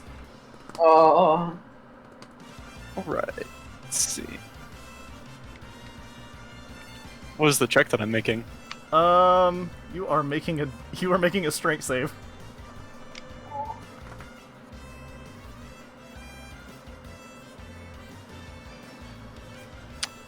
That's a whole 1. Okay. Oh no. The sacred tome leaves your hands and is engulfed by the ebony pile. Thankfully, it's a magical item, so it's unharmed in the engulfing. It's like, well, I'll take that back later. Sean, I'm gonna need some help over here. And I'm going to give Sean a bardic inspiration. Oh shit. I'll allow you to take an action still. Still taking action. Yeah. Alright, in the meantime, I see that Arya has been pretty roughed up, so I'm going to cast Cure Wounds on her as well. Okay. She is going to also regain 7 HP. Her flesh is mended, but her mind is not. For some reason, I feel like the thing I drew earlier was foreshadowing. Oh no! Oh, fuck. What a shame. Alright, but yeah, that is going to be it for me. Okay. Alrighty. Okay, Sean, what up? Let's get rid of the bigger problem. I'm going to move 25 feet, and that is 2 down. And 3 right. You should be able to just maneuver around it, because it used its reaction to try and steal a book, right? I still have like one more town move, right? So. Yeah, it already uses its reaction, so. You don't Yeah, have I to can't avoid attack it. you. Oh, whatever. Just go up 1. Okay. So go up 1. Oh, up 1? Okay. Yes. Okay. And what I am going to do is I am going to direct my laser to Ebony Boost. Alrighty. What kind of check is that? Also describe it. That is... Shit. I have it on my notes, hold on. You looking for your DC? What check is that? Is it Dex? Is a Yes. constant. Oh, it's a dex save? Yeah, it's Dex. Because Dex, yeah. it's 8 plus proficiency plus con is the DC. That's Yeah. 14. 14. Yeah, I thought I gave you the number for that, huh? I wrote it down, I just got confused. Sorry. Okay. And don't worry, I'm just preparing something. I'm making wise the time that I have. Alright. Exactly why we're worrying. Yeah. Worried!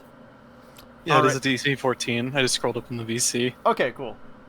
So, what stats does this fucking thing have? Let's see. Oh boy, well, I have good news for you. The likelihood of me passing this is like slim to 0. Whoa. 18 minus 3. Are you kidding? Did I pass it? Are you kidding me? What was that about Slim to Oh Zero? my god. Oh! How I passed it! Randy, it'll be fine. Also, Randy Oh rolls my 2 God. nat 20s and also passes the deck save. What the fuck? I wish I would have just thumbed the dice over it until like it didn't happen. I was like, I'm not going to, but go ahead and roll the damage on it. Because it take 2d6, right? it's a 2d6. 2d6.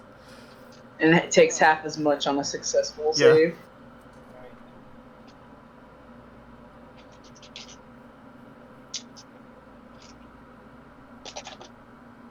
Four. Does it have any modifiers? No. Okay, No. so 4. Okay. You notice as you you describe shooting the laser. I don't want to take that moment away from you. All right.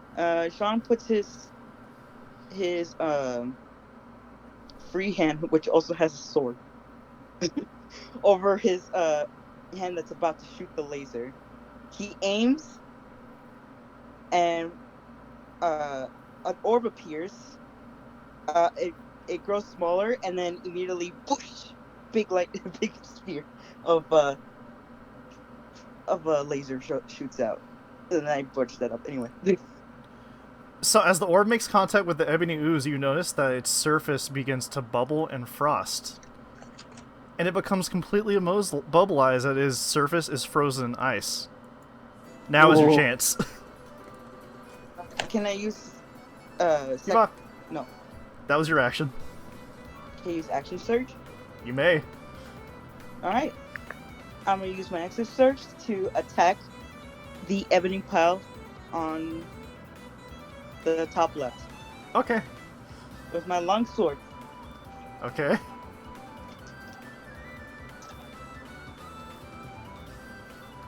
And I'm also gonna use the inspiration. Okay, go ahead.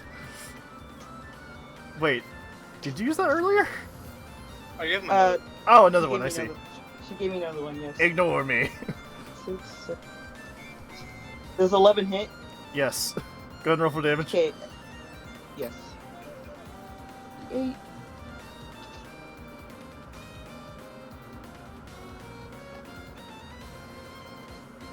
$10. Alright, does that longsword have any negative modifiers on it? No, my warhammer does. Okay, because your longsword is now a longsword -1 since it's being eaten by the acid as you thrust it into the ebony pile. Oh! It's no longer Yes. raining. I know. But Okay, I but it need takes to- 10 points of damage. Okay. Da-da-da-da-da-da.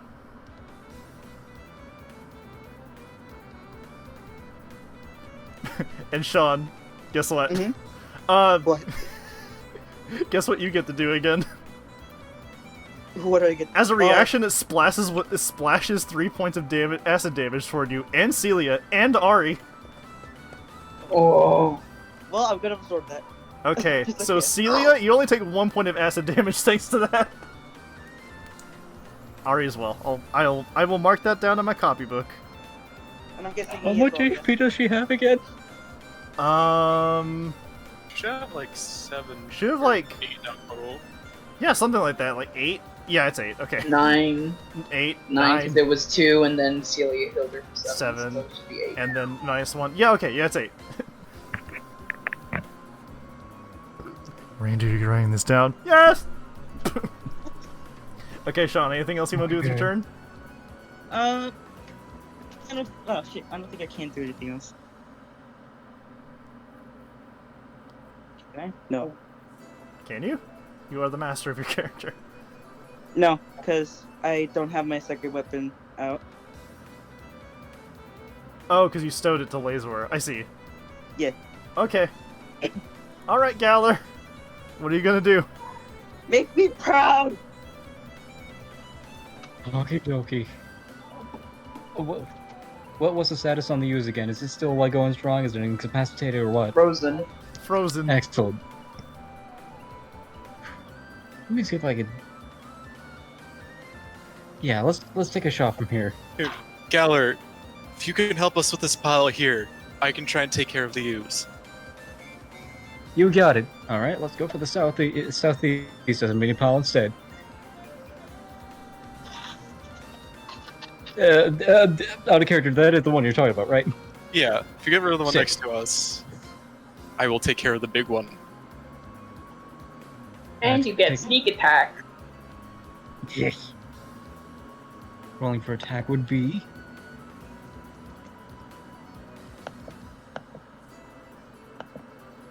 14. Whoops, that's the wrong layer. Haha. So that's your attack roll. That's a hit. Go ahead and roll for damage. Add sneak attack to that, please. All right. +1.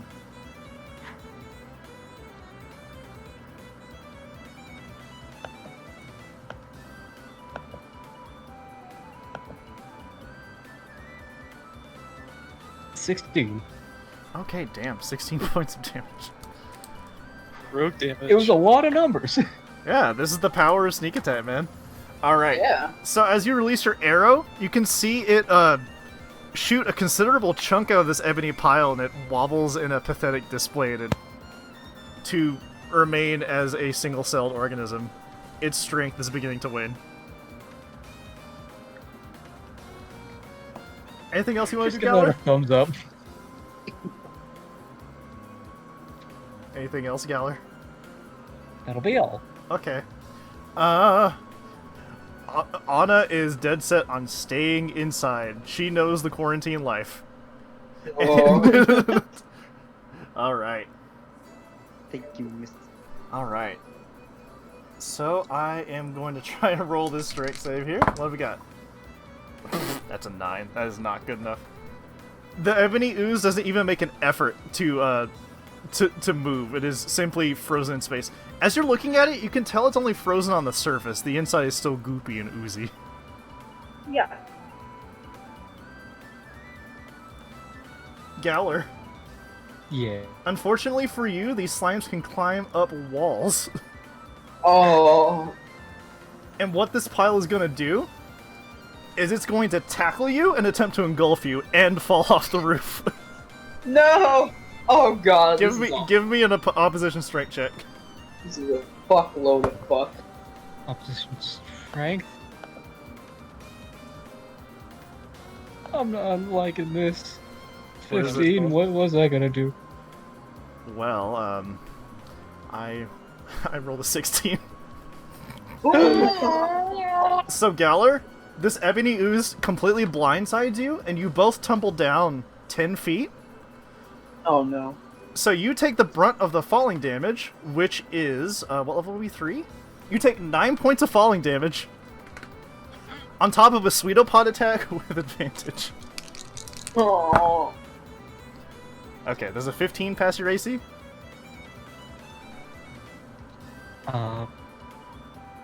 Yes, it does. Okay. By 1. You take 6 points of additional, acid damage. 9. So that's 15 total. Yep. And Yikes. Celia, both of these splat down directly adjacent to you. Move Jeez. Galler down. Bloop. Oh. There we go.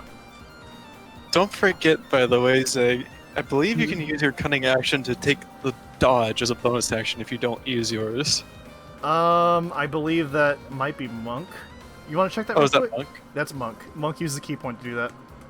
That would be extremely broken without a resource deplete. Oh. That's true. Yeah. So that cunning action was hide, dash, or Hide, something dash, else. disengage. Hide, dash, disengage. That's what it was. Yeah, I get them mixed up too. Okay, Galler, well, shit. You used your action on... Well, this isn't your turn. Okay. And the other pile over here's turn. Let's see here. It's going to move directly in front of the ebony ooze. Do I get to make an opportunity attack here? Oh, yeah, go right ahead. Oh yeah, I already used mine. Fuck. Yeah. Let's Yeah, see. You already used That your is reaction. a 14. I believe that hits. That's a hit. Go right ahead and roll damage. And since you have a magical weapon, it won't sploosh. It already uses its reaction anyway. Yeah, Oh. that's whole 4 damage. Okay, I'll take it. Feel free to describe how you do that, by the way. I see the ebony pile making its way towards the ooze. Is like, oh no, you don't, and basically just kind of skewers it through it with her rapier. She You take another hefty chunk out of it as you kind of skewer it on the end of your fleuret. Okay, and the ebony pile is going to end it's not going to end its turn right here. It instead is going to attempt to grapple Sean. Oh, Oh, God. no. Ah, shit. Here we go Alright, again. give me an opposed strength check, Sammy. Or Sean. Jesus. Fuck, one dice. Let's see. E20.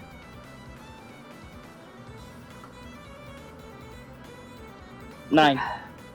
Okay. Unfortunately, Sean, you were pushed back. You were pushed back prone and engulfed. If you fire your laser, it will probably be at disadvantage. Oh. Or Shit. they'll get advantage on the save, rather.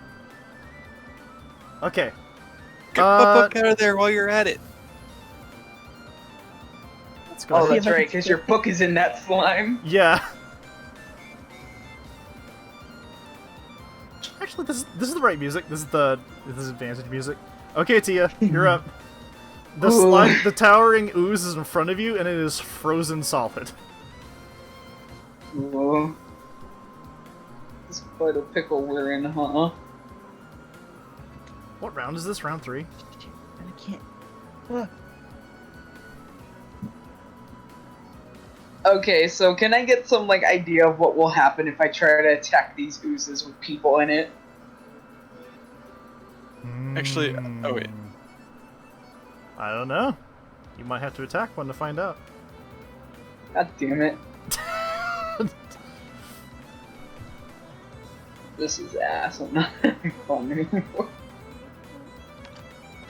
Well, the ooze is frozen, so I might as well take the chance to just get the fuck away, and I'm gonna go to that Sean ebony pile. Okay. You are there. And I'm gonna use my fighting spirit, one of my uses. So that means I get some temp HP. So that's 5 out of 5. And I get advantages on all attacks this turn. Oh boy!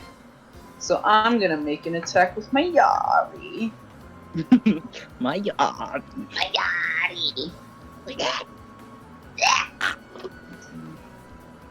And that's a 20. Save me. Okay. Go ahead and roll for damage. Let's go, damage. Fuck it up. And that's an 8. Okay. Good thing I know how to math correctly still. Barely. Ah! When my pen's not running out of ink! Oh. Okay, Tia, as you attack this slime, it kind of clings to your Yari a little bit. It clings to your Yari just enough to slide it off of wrong pile. Off of Sean. Alright. Sean, you're still prone, so you have to spend half your movement to stand up before thank you. before your turn starts. And I'm gonna take a step forward to the pile again. And I'm gonna be like, I'm not done with you yet, and I'm gonna use my axe and switch to attack again. One more. Oh yeah, it was Sean that used his. Okay, yeah, go right ahead. I get confused sometimes. There's so many fighters. Dude, that's too much. 21. 21. That's it. Hold 21? You stupid. That's a hit. Go ahead and roll your damage. You stupid. Okay. Ooh, and then I get 13. 13 pokey damage. 13, Jesus. Describe how you decimate the rest of this ebony pile. Alright. From the recoil of it, like, pulling off of Sean, she's gonna, like, lunge forward with her, Yari above her head and, like, stab down into it. Just, like, skewer it. Like opening a disgusting blister, you can see the pus right out of the center of it. And out of this pussy bit, the sacred tome slides out in your direction, Celia, unscathed. Freely add it to your Gotcha. inventory again. Thank you. Oh. And Okay. As an interaction. Thank you, Tia. Don't worry, I know the feeling. She like shudders, remembering being enveloped by the ooze. By the way, thanks for freezing over that thing. I wasn't very keen on being invited inside anymore. You know what's Well, I'm you glad- know what's really upsetting? Oh, That was free information you would have gotten if the strength check hadn't failed on the book. oh, oh. I'm like, oh yeah, that is like in my flavor text right here that I would have read that. I'm like, oh shit. I was gonna say like, well, I'm glad that you weren't in the ooze before I froze it, but and then he gives a thumbs up. Right. Yay! And then Tia's gonna move 1, 2 right next to Celia to the Gowler flavored ooze pile. And you just hear him looking at it like. All right, Celia, you're up. I have a Reminder, question. reminder: if you're engulfed by something, you can use a strength check to pull them out, or pull the thing off if you'd like. But what's your question? Since the Ebony Ooze is frozen, would it be a disadvantage on its save if I were to cast Shatter? I was hoping someone would think of that. Yes, it would be. Hell yeah, Come on, Celia. you got it. You got it, girl. Right. Let's see. Oh god, and it takes up 10 spaces too. Well, the effective range of Shatter is a 10-foot radius sphere, not diameter, which means it's pretty dang big. So, It big. I don't know if this risks an opportunity attack, but I am going to step up in front of Sean. Let's see. Insight dice. I'm gonna say it's pretty satisfied with the meal it's found itself, so it's not concerned with you right now. Oh. Why do you have to word it like that? That's what single-celled organisms do, my dude. Alrighty, there you go. They So, hump. Celia is going to be like, "It's time for us to leave. It's time for you to leave us alone. I'm gonna break you to pieces." I'm going to And cast then, Shatter on it. I'm gonna put it like up more to the top right so that the welcome back. Hello. I'm gonna put it like more up in the top right so that the effective range doesn't hit the cabin. Gotcha. So it must make a con save. Disadvantage. What's the DC? DC is 14. Well, Lordy Lou, I rolled a 13. Oh god. That is a narrow failure. Why are my dice rolling so hot today? Stop it! I want to fail. That is a good question. I want Local to fail, DM tries to kill please. party. Local DM wants to fail, but dice say no. So the wind rips up as like this loud sound like bursts out of the area to the north and takes 13 points, or not 13, 17 points of damage. I'm going to say it has vulnerability to this check. So how much was that? 13? 17. 17. 17, so that is 32 points of damage. Oh.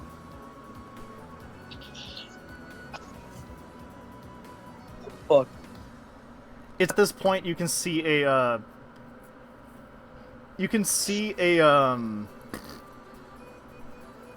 my brain can't. It's this point you can My s- brain you can- can't see. It's at this point you can see a fissure form into the center of the ooze. As its oozy center is not very well compromised, but is beginning to thaw. Oh. And Galler, Mm-hmm. we haven't forgotten about you. It's gonna make a sweet pot against you with advantage since it's grappled you. Wait. It was just my turn. Doesn't some... Oh, wait. wait. Yeah, Oh, yeah. I'm dumb. Sean, it's your turn. Hello. You know what happened? We didn't forget about you. You know what happened? I was describing what happened to the ooze, and I thought, oh, it's the ooze's turn's over. Time to go to the next one. Okay, Sean, go ahead. Sorry about that. Anyway. All right. I'm going to step right of Celia. And then I'm gonna, as an interaction, that was pretty big damage. Actually, was it? Yes. Yes. That Yes. was by Considering far it's the the most. highest Sorry, number like- we've seen That so is the far. highest yes. damage we've literally Yeah, seen at all so sorry, far. 'cause I have like a text message and I was trying to like get rid of that. Sorry. Anyway, why don't we try it again? And then Sean's going to use his laser again at the ebony ooze. Okay. Oh, I have to make a save. Yes, you do. Since it's already frozen, I get to make it with advantage. Aren't Let's they see. prone? Huh? Okay, did you want to stand up? Oh yeah. It's fine. You are already standing, and even with that I still advantage, I still failed it. Oh Hell my yeah. god. I rolled a 9 and a 5. All right. 21? You stupid. You so stupid. Alright. 2d6 baby. 6 again. 6 again. Okay. And the parts of the ebony ooze that have like fallen into two pieces that were like on the way to thawing have frozen yet again fully. Hell yeah. Oh, thank fuck. Okay, Sean, anything else you want to do? Excuse me. Let's see.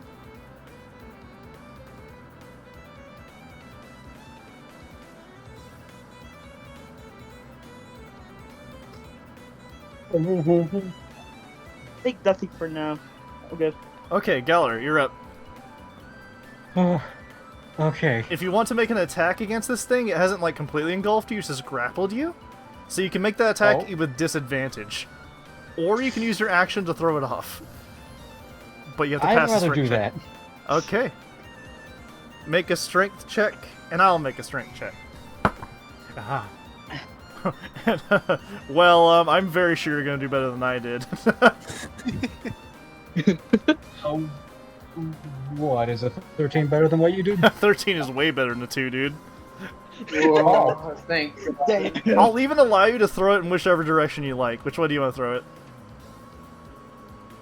Westward.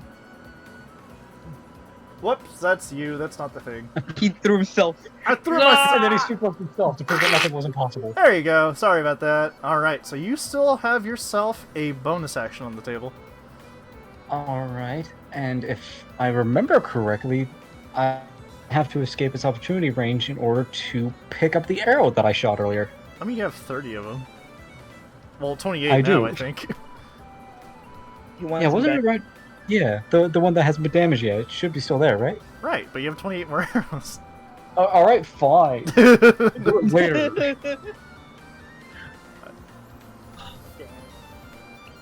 Pick it up after. Pick it up after. I'll do it fucking later. I'll do it fucking later. I'll do it fucking later. Let me put on my Alright, pants first. yeah, right now I'm just gonna take one of the...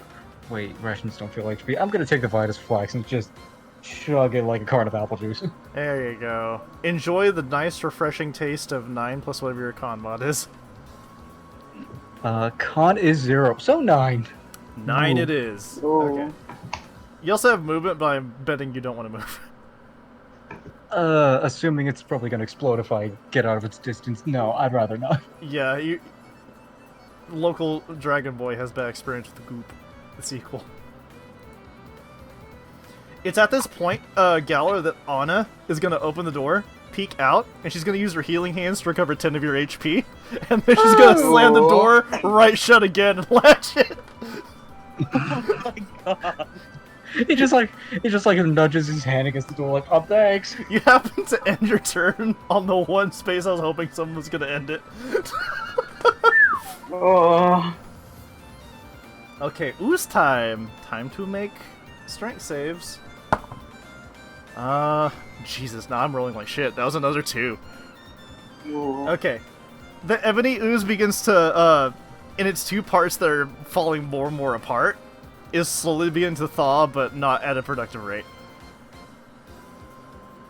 And the ebony pile here, let's see, who has been moving in the last round? That's what I'm thinking. Tia, you've moved. Oops, don't move Tia, silly head. Silly head. There we go. Alright, Tia, and since this thing is dumb and doesn't know you're resistant to acid, it's going to make an attack against you. Where's the stat block? Oh, an 8 doesn't land, does it? Nope. Okay. And that's it for its turn. We're at the top of Tia again. We're back with Tia again. Tia's just gonna look back at Celia like, you got that thing, right? Celia? Celia? What's up? Sorry. Tia's looking back at you like, you have that thing, right? And she like motions over to the big fat frozen ooze. Celia nods, is like, it's not gonna be much left of it when we're done here. That's what I like to hear. And then she's gonna turn back and make an attack towards the pile. Alright, make that attack. Babe!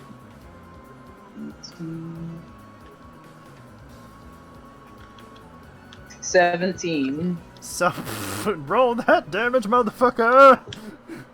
Roll the damage. Roll it. Celia, how dare you be a non-combat character? You've dealt the most burst damage by far. Bruh. I have to have one trick up my sleeve. Yeah. Alright. Tia got 8. 8 damage. Describe how you decimate this ebony pile as well. Tia's just like gonna be like really real. She's gonna like do a twirl to reel down and just like stab it, like skewer through it, and like what's it called? Just like throw her Yari back into her arms and slash upwards as she pulls it out. It's like splitting open. It's raining goop. Hallelujah. It's raining goop. All fook. Thankfully, no one takes acid damage since that was a dispatching shot. Okay, good job. Bye. You're taking Plus my Yari's magical. Oh boy. Yeah. So that doesn't provoke that since it's magical. The only person that could provoke that now is Sean, since he doesn't have a magic weapon yet. Whoops. Yep. That's something yep. I literally realized part way into this. I'm like, wait a minute. Thank you, sir. I literally You have can't magic do shit armor, without though. risking my other weapons, so But you laser. I'm kidding. yeah. Also, But the Dragonborn should be when I- jealous. when I could've The Dragonborn should be jealous. You can laser as long as you get attached with something first. They can only do it once per day. Yeah, count your fucking blessings, loser. Alright, Tia, you want to take any movement? Unbelievable. Alright. Tia's gonna move. 1, 2, 3, 4, 5. Like, to the northeast of Sean. Just one. Like this? Yes. Okay. Is that it for your turn? Yeah. Ari, at this point, is kind of rolled back out of her fetal position and noticed that the ebony ooze is a giant a frozen mass. And what she's gonna do is in her, what she's gonna do, she's gonna stand up.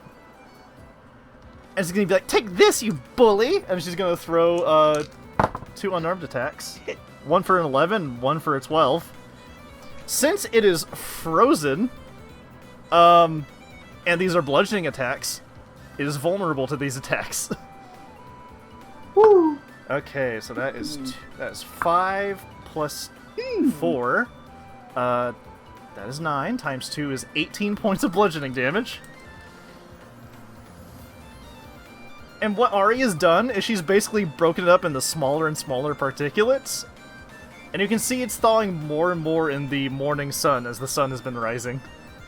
Oh. And Celia, now is your chance. Let me just do some math here. Okay. Have at it! Alright, Celia is You going got him. to close her eyes and exhale a bit. She holds her loop. She's like, alright. Once more with feeling. With a big strum, she's going to cast Shatter once more. Does a 3 pass her? No. I didn't even attempt to roll the dice. I just picked it up and dropped it straight down from 2 feet, and it tumbled over, and I saw a 3. I'm like, yep, that's the one I'm going with. Because yeah. I'm like, the other number cannot be lower than that. All right. How about you just max out that damage for me? How much would that be? I'm curious. Oh, maxed out, that'd be 24. Times 2 is 48. Holy shit. Oh. All right, feel free to describe in elaborate fashion how you decimate this glacier of an ebony ooze. Alright, as this loud, cacophonous noise once again echoes throughout the clearing, you see fissures run through the outer shell of the encased ice. The ice itself essentially shatters into a fine powder, and like the sort of like glittery dust is like floating through the air, while the center, which has sustained a pretty massive damage from the spell itself, basically just like flattens into a puddle. This is just like is no longer held up by the encasement. And as the morning sunbeams strike it, it looks like a disgusting glitter. Nasty. Yuck. Yeah, Gross. it's snowing. Congratulations, I did not expect you to end it that fast. That was 3 rounds. That was fast. That was really Oh. fast. Well, I had to use Holy almost shit. all my spell slots for that. So. It felt like eternity. Like, Jesus Damn, Christ! Celia. Compare that to last session. Yeah. Yeah. Sure. Oh. See, they're just gonna like sit down and like put her arms behind her and just like. And you feel a big paw on your shoulder, tap you a couple times, and Sean gives you a big thumbs up. That was amazing. I didn't think I had that in me. I didn't think so either. Well, I've been proven wrong. Hey, Yes, Celia really is something, isn't she? And you can see Tia smiling, but her fingers are sort of like feeling against the handle of the Yari. she's like, well, don't get used to it. But we'll see what happens in the future. It's at this point that Anna unlatches the door and looks on. And she's like, "Are they gone?" Yes, They it's are. safe to come out. And It like goes- suddenly, like Celia, like caught up in like the euphoria of her like taking out the big bad, she like snaps back to reality. Is like, Ruthie, or she doesn't know her as that. She's like, Rue, is she okay? She like scrambles over to her on her like on like all fours. I'm going to follow. Gowler starts begrudgingly looking around the grass for his leftover arrows. Oh my god. And Sean and Celia, as you are kind of hanging over her, you notice that since the mother slime that caused this is gone, the goop has become harmless water. And after a large heave of air from her esophagus, she just breathes out a bunch of still water. And then she puts up a big thumbs up. She's like, "Long cat and Buppy do. Very well."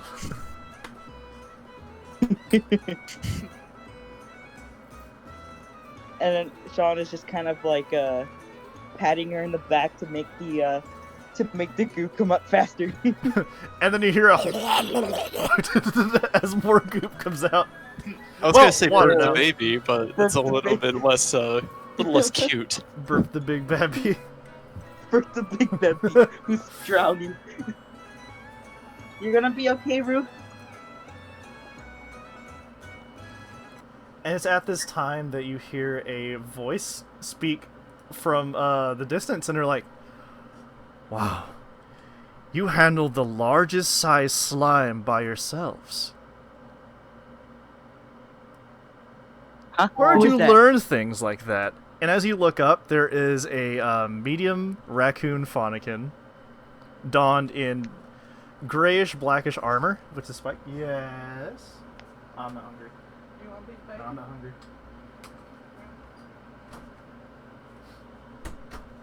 Knock first, please. Anyway.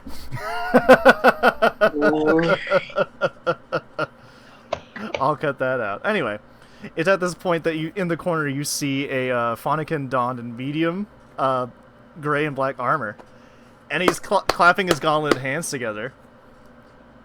And accompanying him is a metallic blue Oh, dragonborn, and the tallest, lankiest yellow Toril that you've ever seen.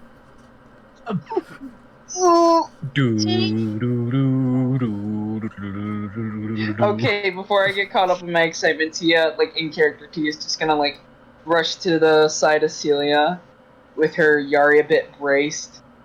Because she doesn't know these people, she has to protect Celia. She used all her strength on Ooze. And she's just me like, who wants to know? And she like squints at them. It's at this point that the blue dragonborn steps forward and she says, "Calm yourself, dearie, it's okay. You're safe now. We've just opened the passage to Stone's Throw after the season. As you look up, all of the stones are gone." They're gone! Wait a minute. And then Tia's just like, what? And then she's like pointing between her and Sean at the rocks, like, Wait a minute. Wait a Celia, minute. go ahead. How? And then, can I observe to see if they're holding any like weapons and stuff, or something that they could have used to break the rocks? I'll give you a 19 on that one.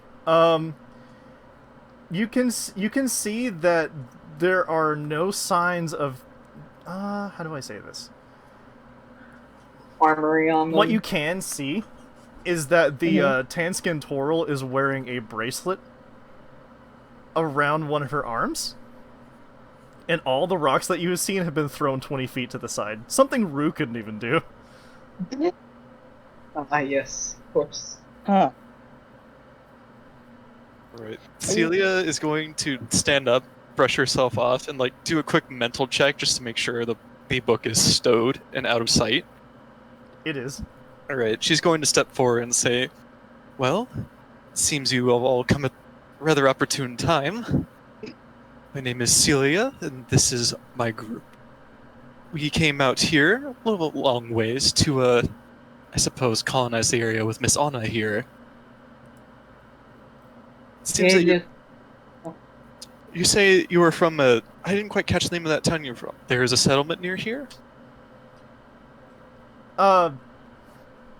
And then, the small Toril speaks up and she's like, "Yeah, we live in a place called Stone's Throw. It's just through here. We can explain everything once things are better settled." And then she kind of points one of her fingers toward Rue. It's like, "Your friend doesn't look like she's doing too hot." Well, thankfully she's stable, but she definitely got the worst of it. I will never forget that sight.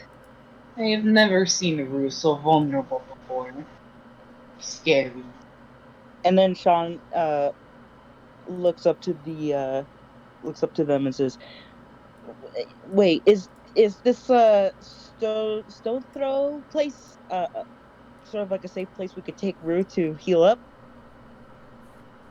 It would probably be, and then the raccoon steps forward and he's like, "It'd probably be better to show you. Here, come along. I don't wanna Let's take leave her behind. actually, go ahead. What were you gonna say?" No, he just kind of looks at Rue's like, "I don't want to leave her behind, so I'm gonna stay here."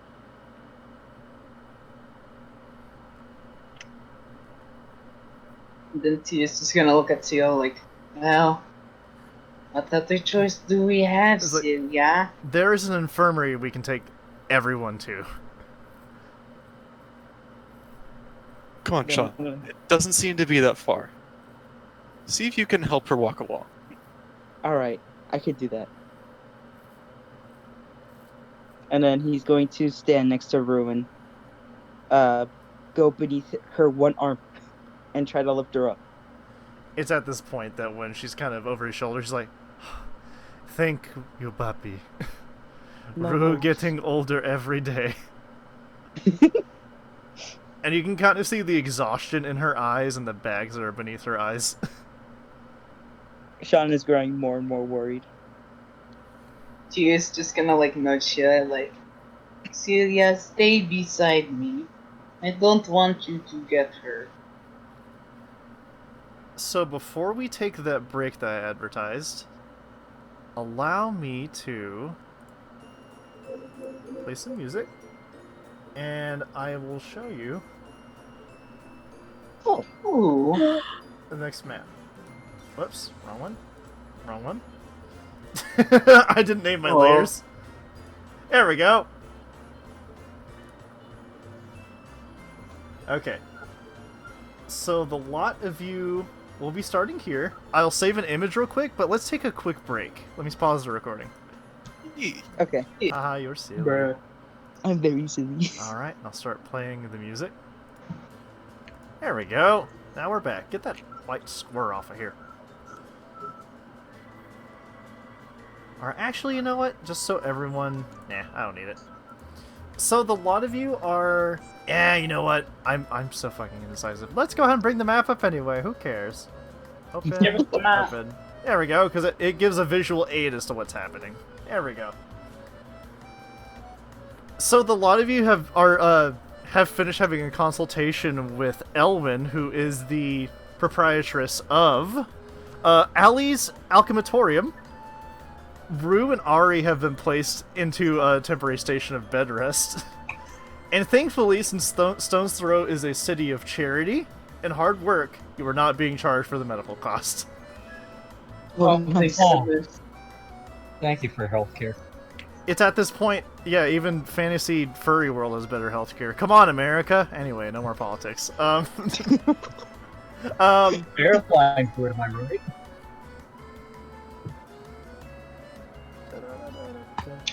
There we go.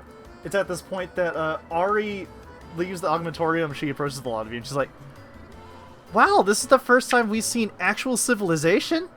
It seems like there might be several opportunities to be had if we stay here for a little bit. It's a lot safer than our acid cottage." Tell me about it.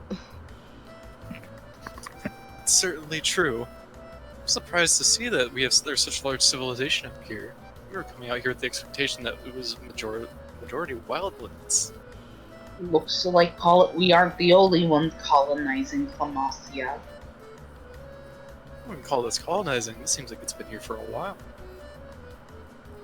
Well, they did mention that they had blocked it up to keep something out, so maybe the slimes are what were kept out by blocking the entrance. And here I thought Makes sense. And here I thought those rocks were to make sure something never came out. Well, if they were clearing out the rocks, then certainly, hopefully that means that we don't really have to worry about those, at least for a while. Well, Right? we all have many questions, and I think the natives here might be happy to explain if we just approach them. Thanks. He checked to see if there are any toys around. Goodness. And Anna shakes her head and she's like, "Well, I'm gonna tend to the wounded a little bit here, and I'm gonna stay here because my forte is healing. So if the lot of you want to explore, feel free. Just make sure you eat and sleep, okay? All right. We'll take care of ourselves. We'll come up with a plan once we have some more information. But for now, I think we've earned a bit of a rest." We certainly have. And then Sean goes up to Anna and like holds her hands. Just make sure that they're both okay. It's at this point that Anna is like, "Oh, they're fine," and you can see her quickly like glance over her shoulder and bite her fingernails to double check. Oh no. It just makes Sean sweat. You're going to I be trust you, okay. Big Roo said Okay. she's been through worse. Yeah, but not. Well, I'm just gonna take her word. AFK for 1 second. Be right back. Okay. Okay. Anyway, the lot of you take your time. I'm going to remain here, and I'm going to wait for the proprietress to come back. there might be a chance that I might be able to earn some coin while we're here, because I don't know about a lot of you, but money makes the world go round. And we don't have a lot of it. As a matter of fact, here, put mine with the rest of yours. Before the session, we've already had one of our players take all the cash. Which player is that? It is me. So Tia, Anna hands you 75 gold pieces. Oh shit. Dang, Yeah. so it's up to Math. 165 then. Yeah, add that to the total. So we had a discussion between sessions, and we allowed them to pull their money together to just make it easier to track. And if someone needs to spend money, they can get it from Tia first. Yeah. Okay. So let me provide you with the kind of introductory sweep over this place. Oh. All right. So the introductory information I can give you is like, this is the secluded town of Stone's Throw. It seems to be another underground town, but it absolutely is not. When you look toward the top of the steep hill, it actually seems like this town was carved from the inside of a sheer hill. There are windows carved in the top where the sunbeams dance down inside. It glistens off the surface of the river. And from the edge of the river here, you can see several more fish than were on the outside, and seemingly healthy, undiseased fish that have been exposed to the outer elements of the ooze. In the air, you can smell several things. The smell of roasted potatoes, butter, and garlic fills the air. There's the smell of crisp apples. And can you hear the hustle and or bustle of the several torals that run the free market and the farm. Matter of fact, you can see several torals everywhere. Except these are not children. These are actually young adults, and oddly enough, every single toral here has a similar appearance. Torals are creatures that look not unlike smaller elves, but as you know, they have longer arms and they're a bit on the lanky side. They have pointed ears, and most of the torals that you'll see, their head is connected to the primordial mushroom that they have grown from. When torals reach a certain age, the primordial mushroom separates, and that kind of is the symbol of their independence. So if you see a toral take off their hat, it means they're a responsible adult. Oh my Nice. god. Also, many torals have a somewhat childlike appearance. So their age may be deceiving, but their demeanor will give away whether they are of age or not. Gotcha. Oh.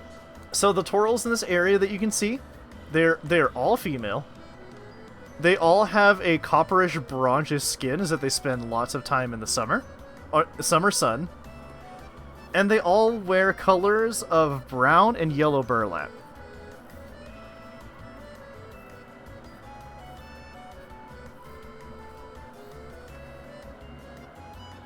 Something else you'll notice too is all the buildings here, they're actually carved out from the proprietary stone that came from the settlement of Stone's Throw.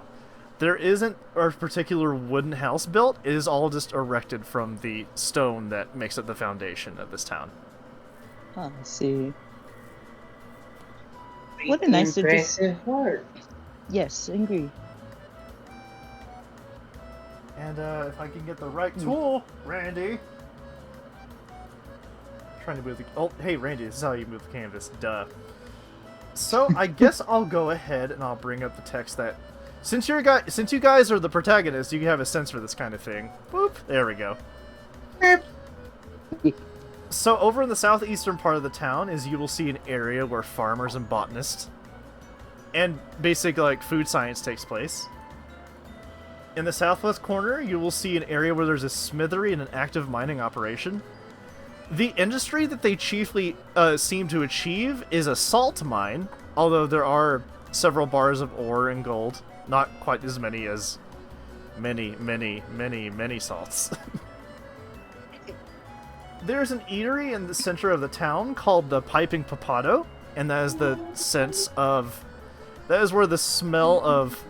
Spoilers, Papado is like fantasy potato. Potato.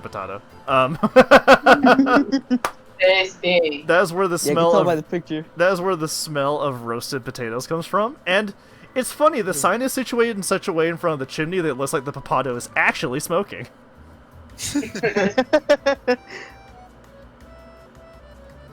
If you go into the eastern and northeastern part of town, you'll see that there is a fishing and fish rearing area, and directly north of it is an area to train able-bodied adults to fight and hunt.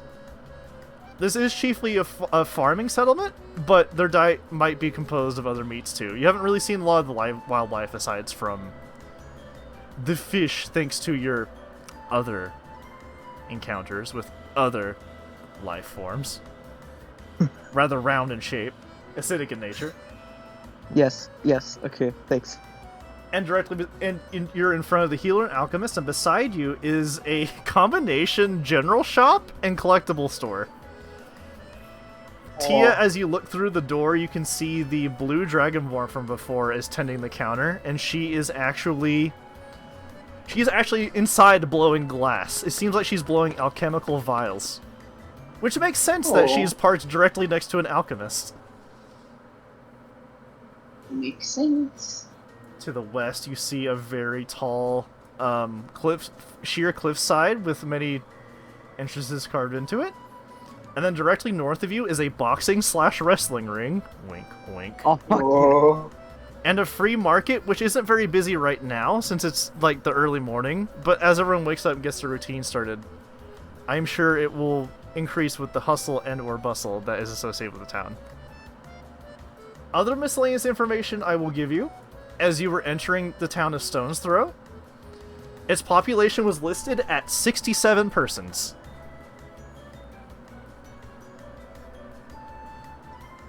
Mm-hmm. And the slogan for Stone's Throw was a stone's throw away from comfort. Nice. How quaint. How quaint. Alright, well, Alright. that's enough exposition. I will allow you guys to interact as you like, and I will explain the routine system shortly when you're ready for it. I actually had a question. Who was it that told us that they were, like, you know, clearing out the boulders and such? Was it the Dragonborn lady? Puko. It was Puko. Puko had a bracelet It was the on. Toril. It Okay. was the Tan Toril. Sorry for the wait. What did I miss? Don't Just- worry about it. I I'm would not gonna actually worry like. about it. I would actually like to go, like, I guess, speak with Puko and ask, like, if we have to worry about those slimes coming back then, Hmm. or are we going to be? Oh, that. No, I'm not going to ask that. That's gonna be something you have to ask her, not me. Yeah, no. I had another question, but that would be metagame stuff that doesn't need to be asked. It will come up. If But it's not I would like if to- it's not answered, you can ask me later. I mean, Yeah. how bad do you think it is? I think I could answer it. I mean, if I can't answer Oh, I it, was I'll- just gonna ask, is like, are we abandoning that clearing and going to be like finding housing within this city? Tell me I don't have to look at the Tories. I will let you answer that question, madam. How's that for an Had a answer? feeling. Had a feeling. That is going to be a party discussion later. Mhm. But for now, I would like to go talk to Puko and ask about the slimes. Okay. So I will move you in that direction. Has anyone else decided on something? Yeah. You There goes also Celia. you can split up. You also can go together. You can do anything you want. Yeah, I guess before I start heading off is like, well, I'm going to ask around about what they know about, well, I suppose the area where we were staying. They were clearing out the area, and it seems that they aren't too worried about those slimes anymore. Mm-hmm.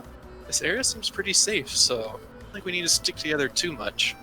Yeah. We should, I'd say we should meet back up here in, say, maybe a few hours, just to make sure our friends here are up and at 'em.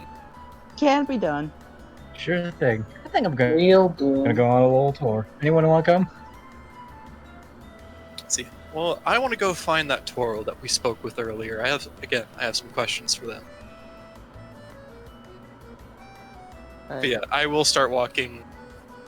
I guess I will start asking around as to their whereabouts, to her whereabouts. And I'm Alright. assuming I'll be pointed in the direction of the farm. Okay, so I guess at this point I'll kind of just put you in this general area for now, if that's okay. What was that, Galler? I didn't hear you over Celia talking. It's okay. I changed my. I think I might go follow Celia actually. All right, have fun. Want to come with, Sean? I didn't even put you in a precise location. You guys can split the party if you want. It is full disclosure. It is safe here. After the shit I put you through this time, it is safe here. Thank you. Frick. All right. We spent too long in boot camp. Now it's time to go to Disneyland. Comfortland. Tia, Ah, where do you want to check out first? I was hoping to see if I could find anything that could, I don't know, fix things or possibly sell more weapons. Because you know. And then he pulls out his hammer and he kind of like waves it around. Oh yeah, you're negative. Aw. You're minus. What was it? -2 hand axe, -2 Yeah. warhammer, and now -1 longsword. Yes. I'm not sure. Can I like sniff the air and see if I can smell the hustle and bustle of like mine and metalwork going on? I'll let you take a 19 on that because you absolutely can. You can sell through the clouds of roasted potatoes. You can smell and hear the clanging work in the mines and the metalworks of the Southwest. Aww. Well, I hear some mental working down there if you want to go check it out. I have other things in mind. I'm sure you Alright. don't need me to babysit you, Buffy. You'll be fine on your own. Don't make me laugh. All right, you go take care and do what your business, and I'm gonna go check out that mine. Hopefully you can get your thingy fixed. Hopefully, yes, or maybe possibly a new babies. Babies. No puppies. Good luck with that, Buffy. I'll just be going elsewhere. And she's just gonna like inch towards like the Sunshine Jewelers. And as Sean is walking away, he does a finger gun towards you. Oh, and Tia's gonna like Snap, snap, snap, blush snap, a bit, like, oh. I like how Hey. you supersede the meta knowledge, like you just are over the words. There we go. Tia pointed. It smelled like metal over there. Yeah, Get, I use get my those sniffer to English guide words me. off of me. So here's what I I'm have gonna a do. sniffer too. I'm gonna prioritize interactions based on the proximity, and since the Sundry was by far and away the closest to where you initially began. Alrighty. And what these are is I'm gonna keep them pretty short. I'm gonna keep them like 3 minutes so everyone gets a turn. Yeah. Alright, Tia, so when you approach this building, you can see that the sign does not have a fancy title. It's just simply called Jewels and Spools. General store and collector's shop. Oh, I like collecting things. And then she remembers the glass blowing that Dragonborn was doing, like, oh, I also like blowing glass too. And she's gonna like push herself in, like, politely to check it out. As you push through the swinging door, you hear a small crystal bell jingle. As the Dragonborn from earlier turns toward you, she's like, "Oh, it's you, dear. Hello." As you get a better look at her, she's dressed in some moderate Far Eastern gear, and she actually has a great katana at her waist. You didn't notice this before; it was on the other side. Oh. Can I take a look around and see, like, the general layout of what's for sale here? These bits and bobs. So for the most part, it's a lot of small things. Like there's a large sundry table, and there's including like baguettes, loaves of bread, and across the walls there are several collector's cases, and they're mostly filled with artifacts and weapons. Like there's a samurai's helmet. There is a completely roughed up suit of Hachiryu armor, which seems like it's for display because that would not protect you from a blow at this rate. And there's several smaller things like fine glassware, earrings, rings of that assortment. Tia's just gonna like blink in amazement as like a wave of nostalgia seemingly like washes over her, and she's gonna approach Sheru. You know, this place brings back a whole lot of memories for Tia. Tia, I don't think we've introduced ourselves. My name is Seru. Cerulean.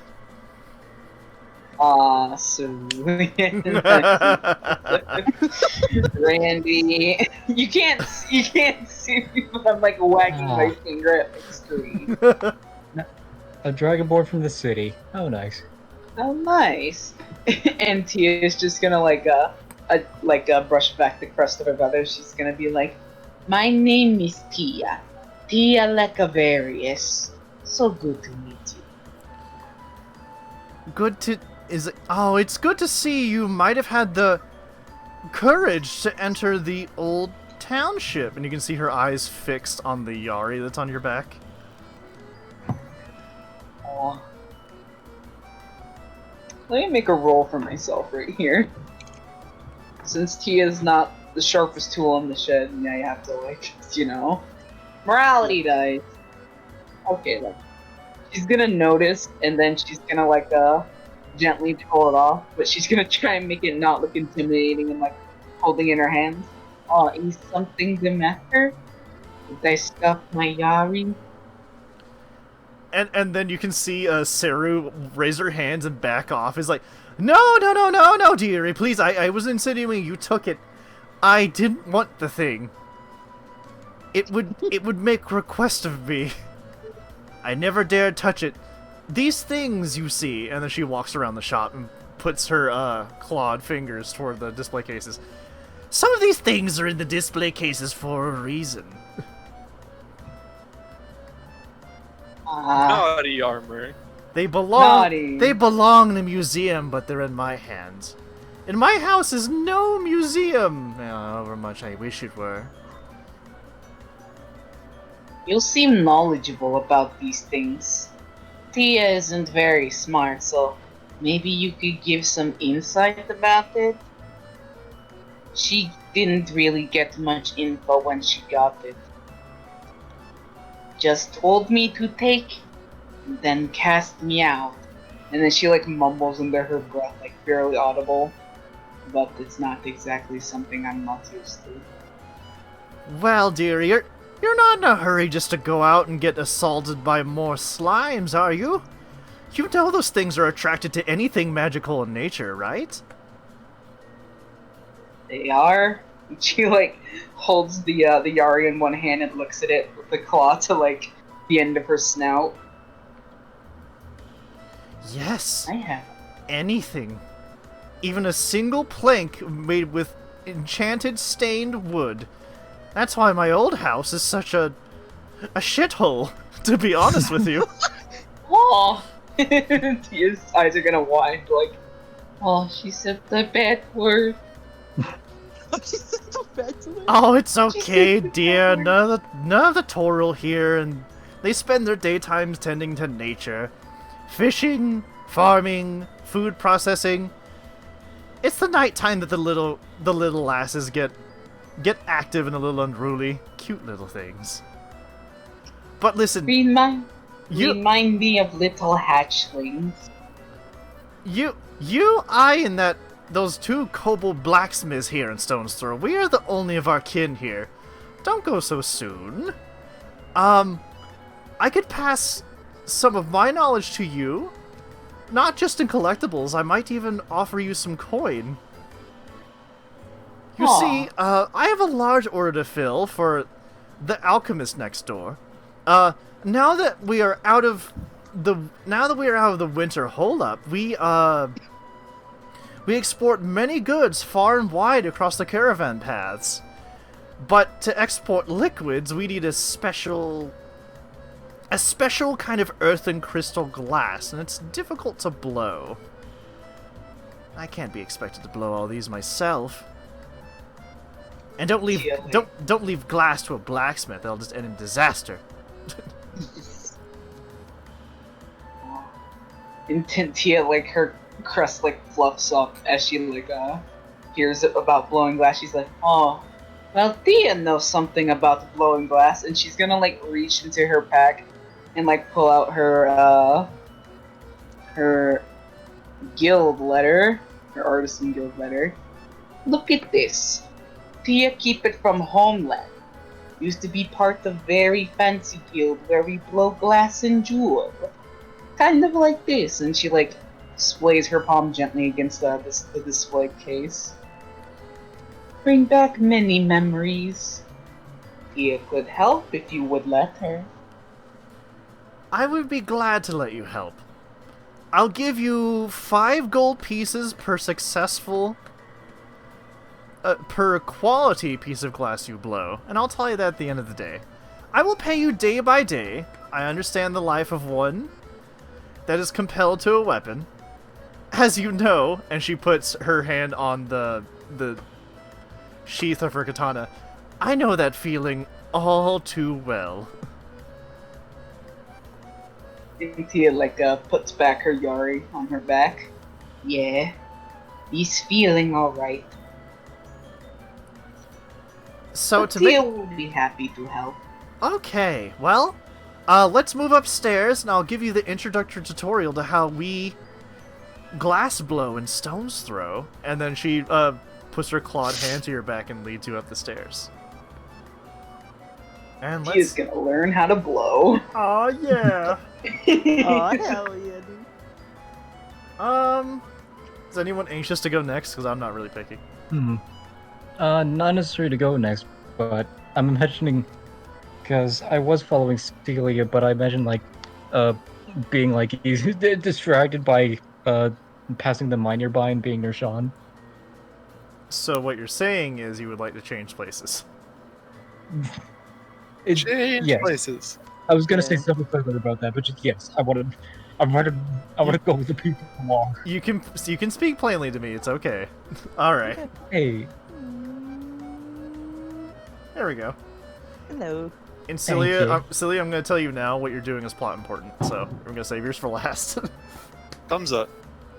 Hell yeah. Okay. So hello, Galler, feel Galler. free to interact with Sean since you're trying to hurriedly catch up when you realize what ventures you were going to miss out on. oh god. Can I get your description on just what the place is like here? Yeah, sure. So, this place here is pretty much an impromptu metalworks. You don't hear any metal going off currently. It seems like they take their day shifts to go into the mine and extract ores and salt. Mostly salt. That pile there is a pile of impure salt. Ooh. And there are several burlap sacks of it. And as you know, salt can be used as a very large preservative, especially for organic goods like meats, leathers, etc. Wink. Wink. I didn't get to use what I was going to use it for, but don't have to worry about that now. Perhaps in future it'll be discovered. I'll probably just tell you straight up later anyway. We shall see. So, Sean, is at this time that you have both your longsword -1, your warhammer -1 or 2, I don't remember. You have those 2. out, and you're kind of looking at them, and you're seeing the acid damage that has caused chips to form in it. Uh-huh. But Galler, this forgery is carved from the very walls, and there's some rudimentary wood to hold it up. It's a bit disheveled, but you can tell it has a heart. Very Ooh. very locally operated. It's not like It's well worn. well worn. Yes. It's very lived.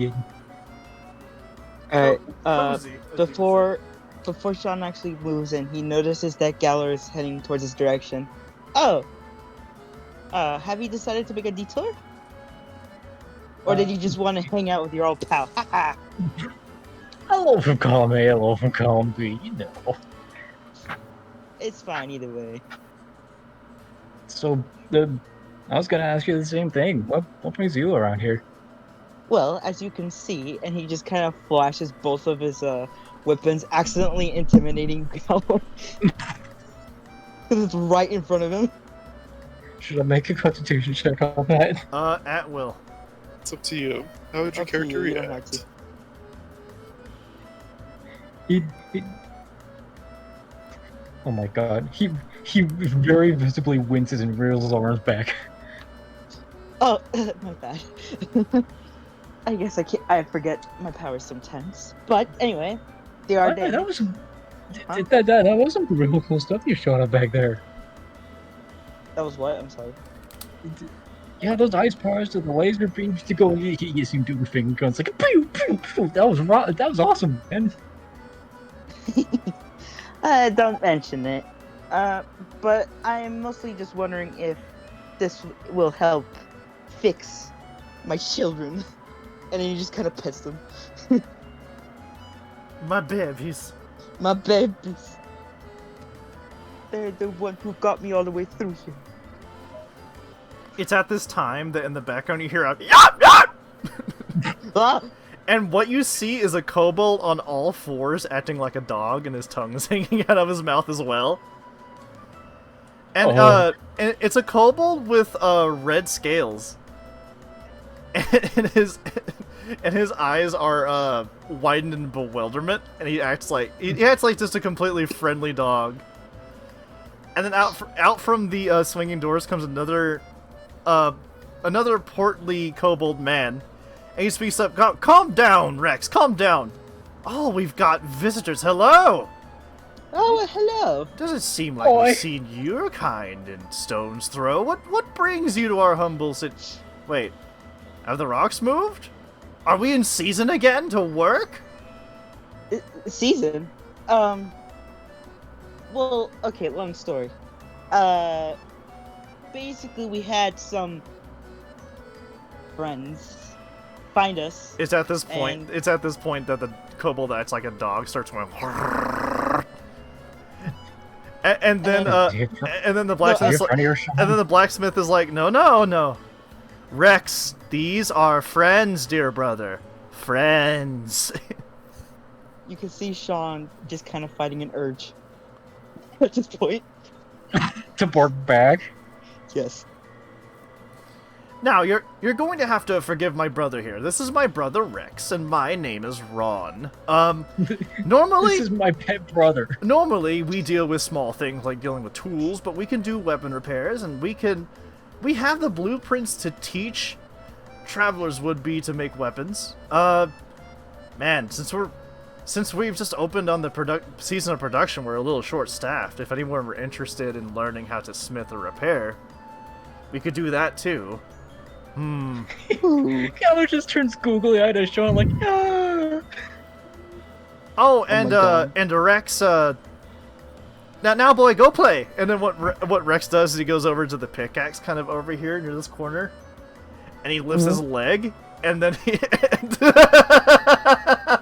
and then Rex kind of puts armor both of you and leans back. Now listen here. There was a day where we were mining here, and my fine brother Rex found a leather collar in the mines, and he put it on, and Rex has not been the same since. Long story short, identify your items before putting them on. Oh. And that was the day our workforce efficiency decreased by 50%.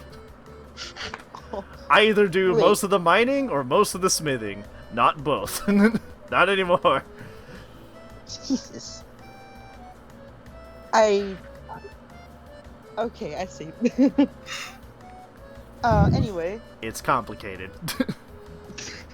Yeah, I could tell. He's complicated. Anyway, you said something about repairing weapons, did you? I did. And he just kind of perks up. You have Well- the coin. What can I fix them? Coins.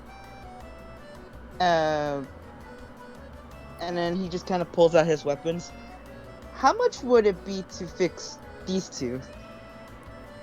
They were attacked by outsiders. I see you were in what our kind likes to call the Gootful Woods, huh?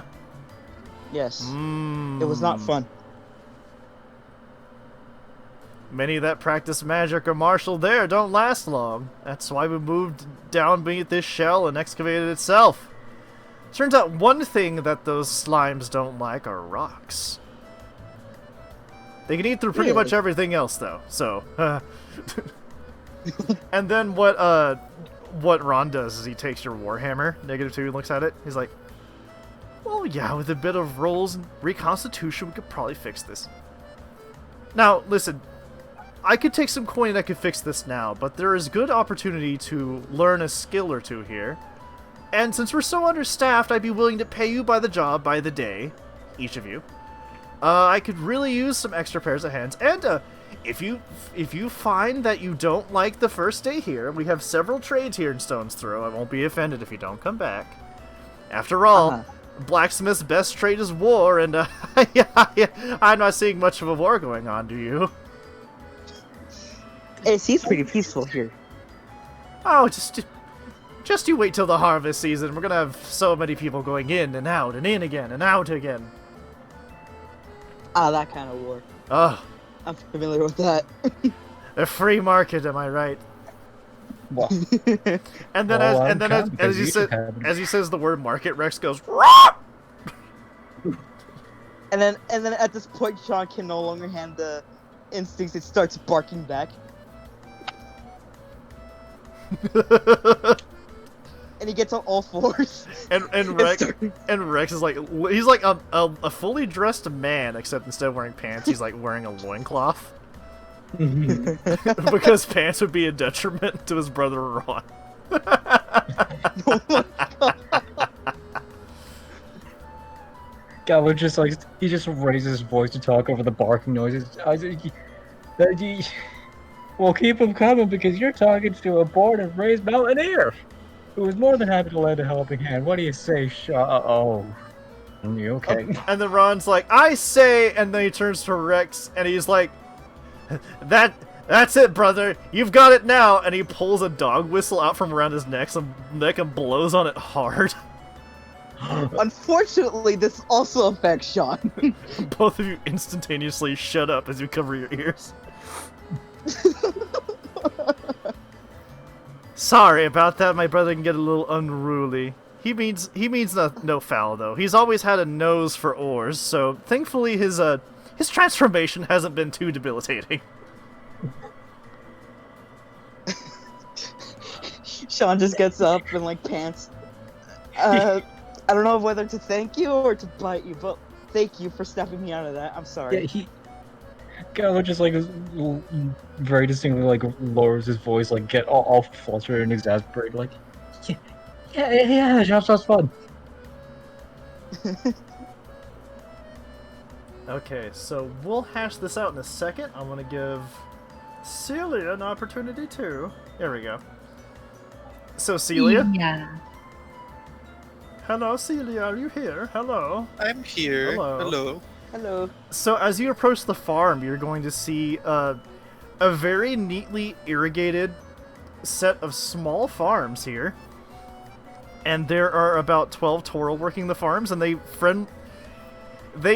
wave to you and chirp to each other as they're working. There are needy fields of, in this order, papados, wheat, garlic, carrots, flax, and pumpkins. There's also a rope-operated lift system, which, assuming they use that to get crops from the processing plant up and down. Right. And you can see Puko tending to the flax herself. Okay, It's at this point that you see her remove the wide-brimmed mushroom hat she's wearing and wipe her forehead, as you can see her green and red antenna poke out from her scalp. Celia just kind of mutters at herself while she's still at this, like, what odd creatures. Is there any way for me to get across like the irrigation, or is it just pretty shallow? Or It's shallow. It's just enough to quench the land. You can walk through it. yeah, so I'd like to walk over her. Just accost her and say, "Well, hello. I think we met earlier out back out in the woods. I believe I didn't quite catch your name, actually." Oh, hello! And then, okay, I didn't describe Puga very well. So, what she is she's about 4'10", so she's a medium creature. She has a brownish copper skin that glows in the sunlight. She has blonde hair with green eyes.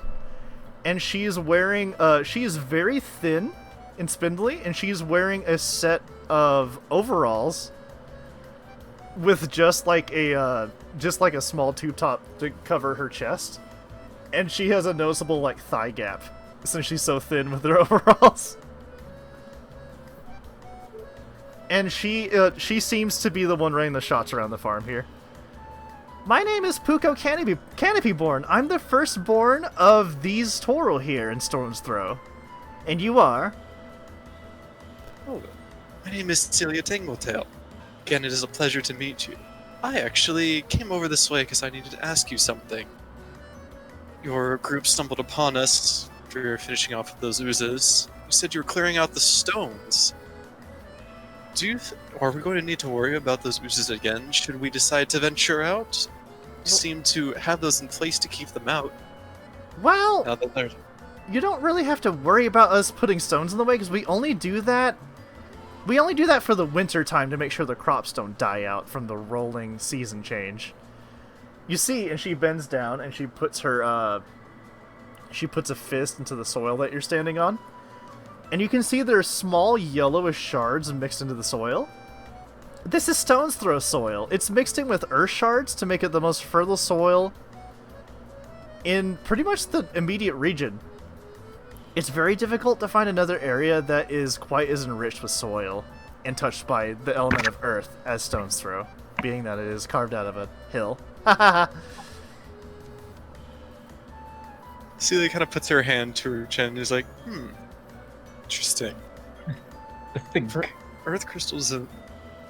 It's like, earth clusters in the dirt here, huh? I feel like Rue would be very interested. Well, not clusters, shards. Do you know how the crystals work? Perchance. Actually, don't. Well, I'm fairly...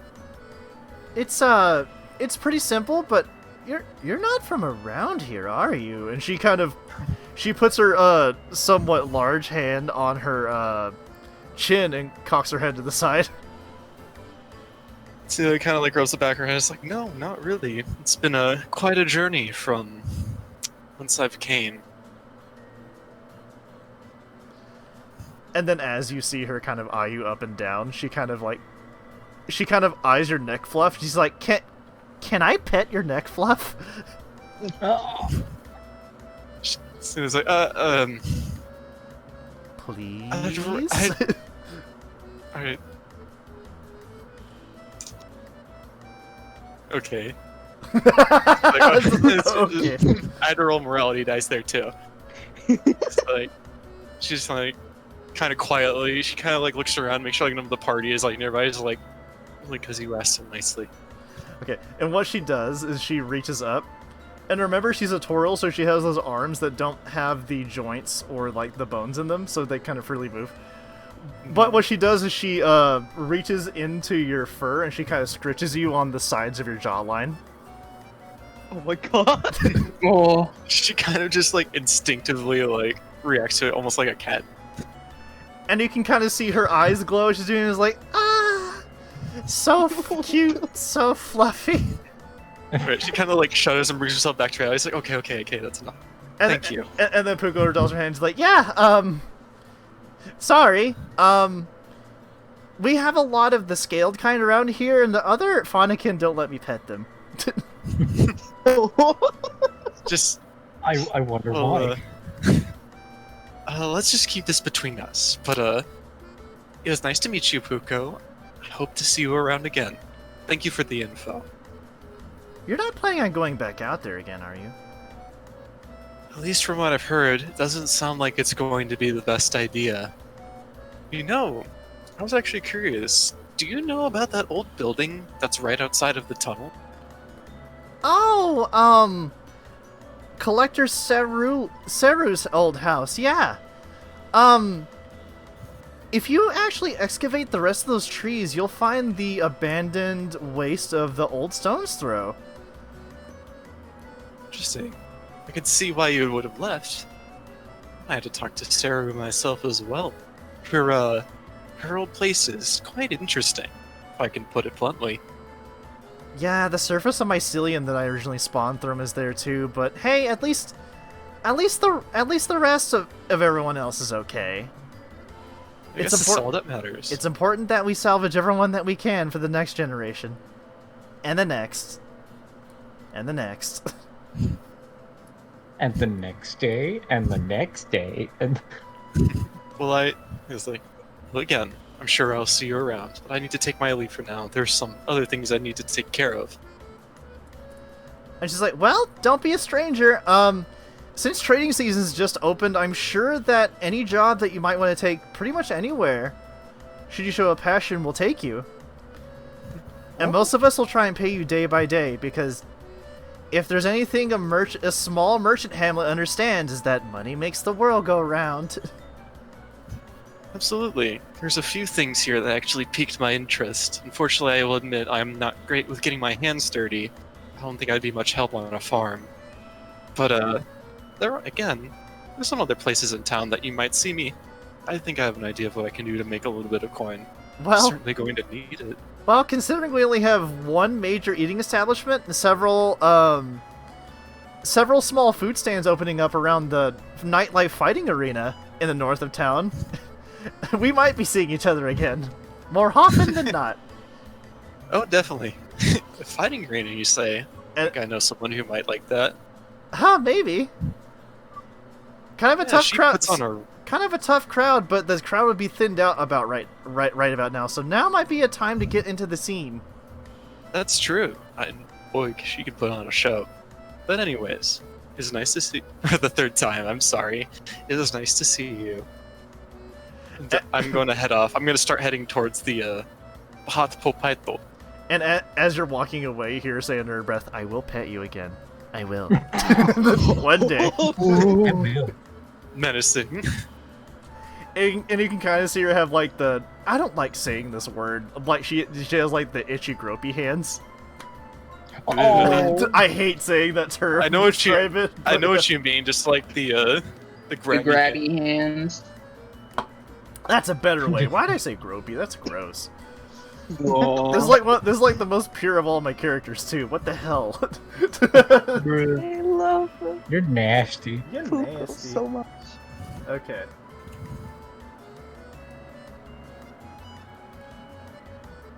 Alrighty.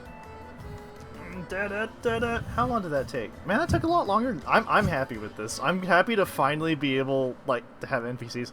Oh no, not the hands! No! We don't have Not a football the mode here, hand. unfortunately. Actually, I suppose this one would work. Da-da-da-da-da-da. That is not what I was hoping it to do. Oh well. So Never mind. I'm actually, since Tia, since you've kind of established what you're going to be doing already for today, I'm going to cut back to the boys over here. Hello. So it's at this point that Ron has taken you into his workshop, and he seats the both of you down. He's like, well, what are the both of y'all interested in here? Are you interested in excavating ore or working ore? You can choose both. There are two of us. I think for now. Also, Sean. Yeah. For the purpose of your animal handling ability, if you interact with Rex, you can understand what he's saying. Oh, Baby. Because I just realized your background ties into this, so I'm like, you know what? I have unintentionally created an opportunity that only you can take advantage of. Well, Celia might be able to. Celia can take advantage of it too if you have the certain spell. If you didn't get rid of it, but Gotcha. Did I still keep it? I did. so that will. So yeah, potentially. That'll be a choice on your part. I just wanted to let you know before we continue this interaction. Yeah. Samples. Okay, thank you for letting me know that. Anyway, Because I just realized it.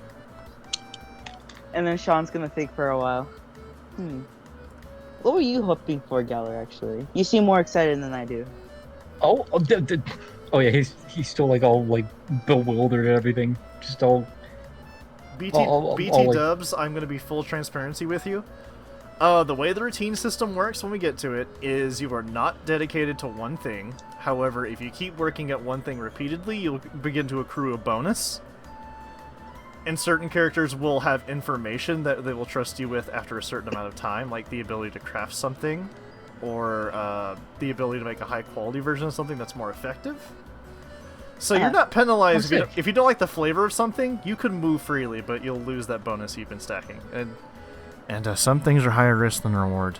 So I see. Ooh. so I'm not trying to balance or imbalance anything. Like, all these choices are just purely based on flavor and all that. So pick what you like best. Pick what you like best. Explore elsewhere if you feel like it. Don't feel limited, please. Yeah. And if you want to interchange mining and smithing, that works too. Just don't feel restricted. Can I do both repeatedly, or Can't do them both. With an Can't do them both on the same day, no. But you can do them. Okay. So basically switch shifts. Anyway, go on. Yeah. Well, I already spent like, I probably spent more time mining than I had breathing, so I think it might be nice to broaden my horizons a little bit, see where all this metal goes. And then Ron's like, good. Let's see here. You didn't happen to bring your own pickaxe with you, did you?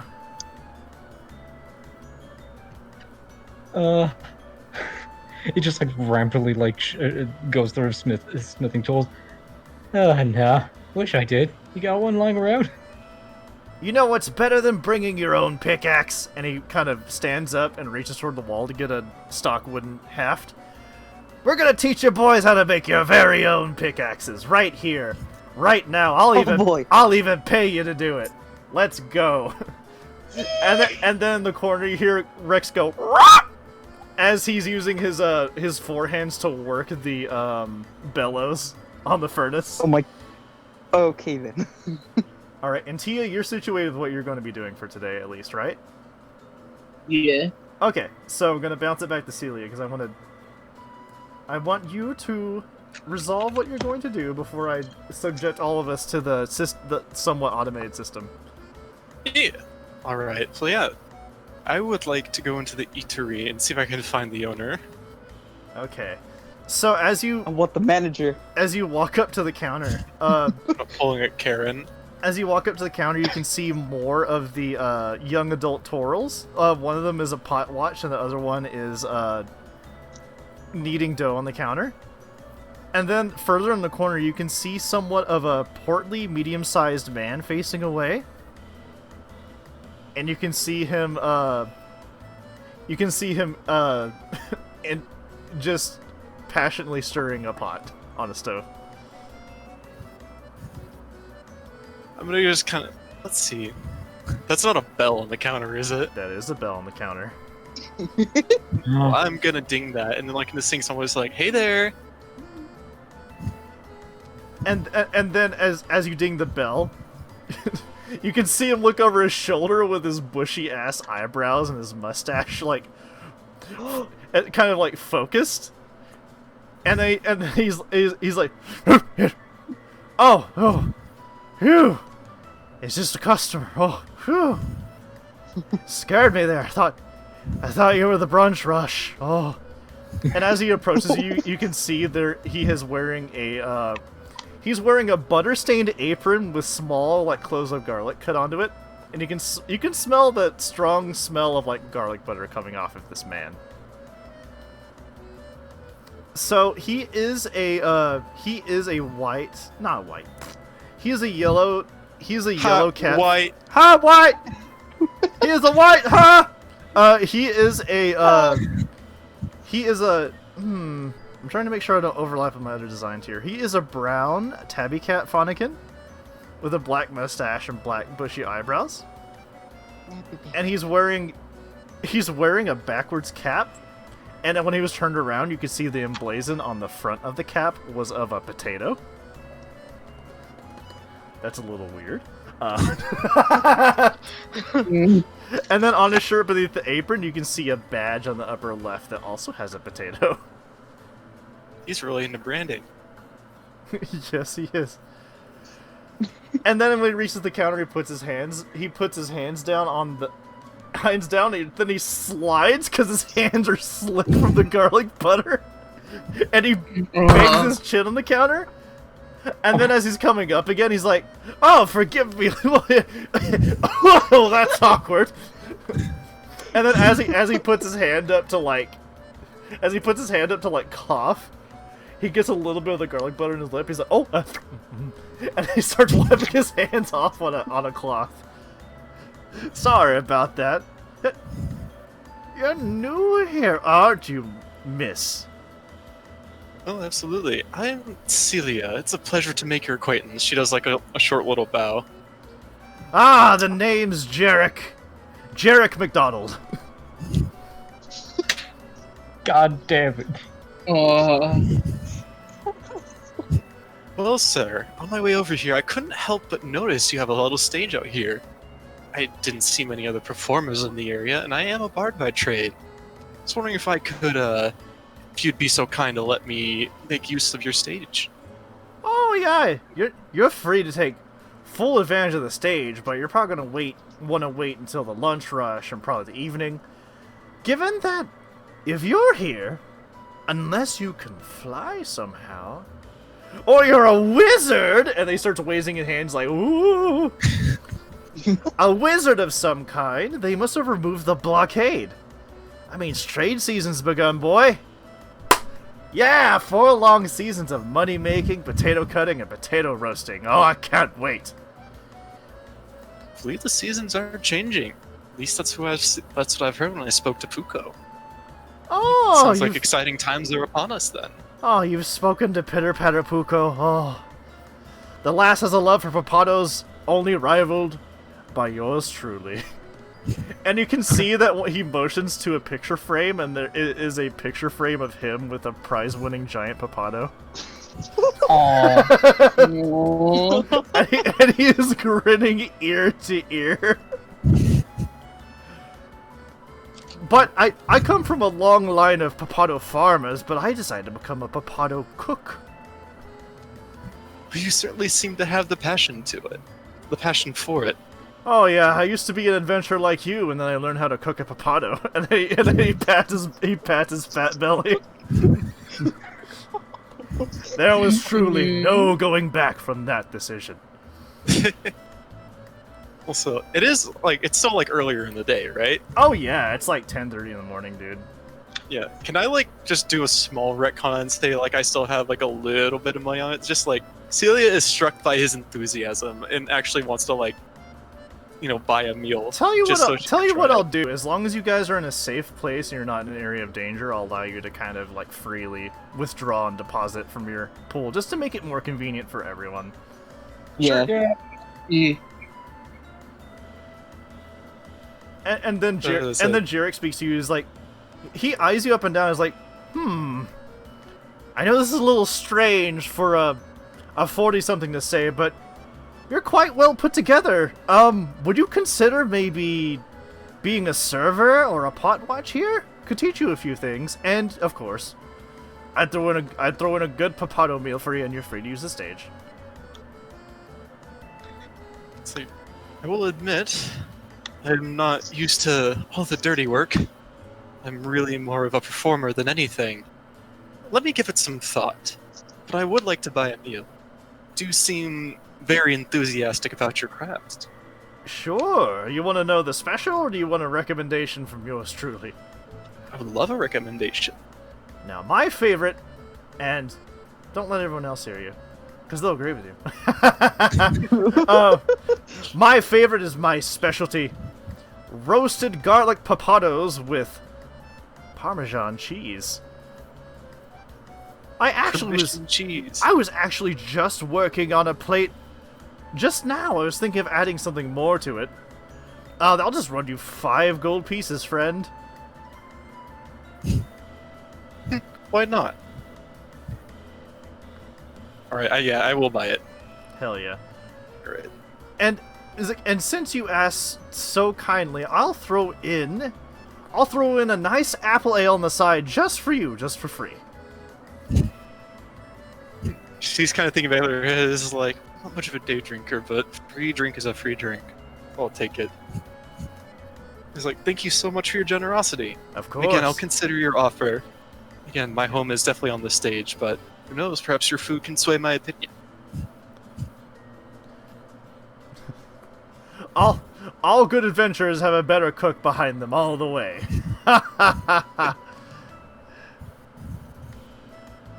Anyway, don't be a stranger. Enjoy your meal. I'll handle the dishes afterward. Just leave it on the table.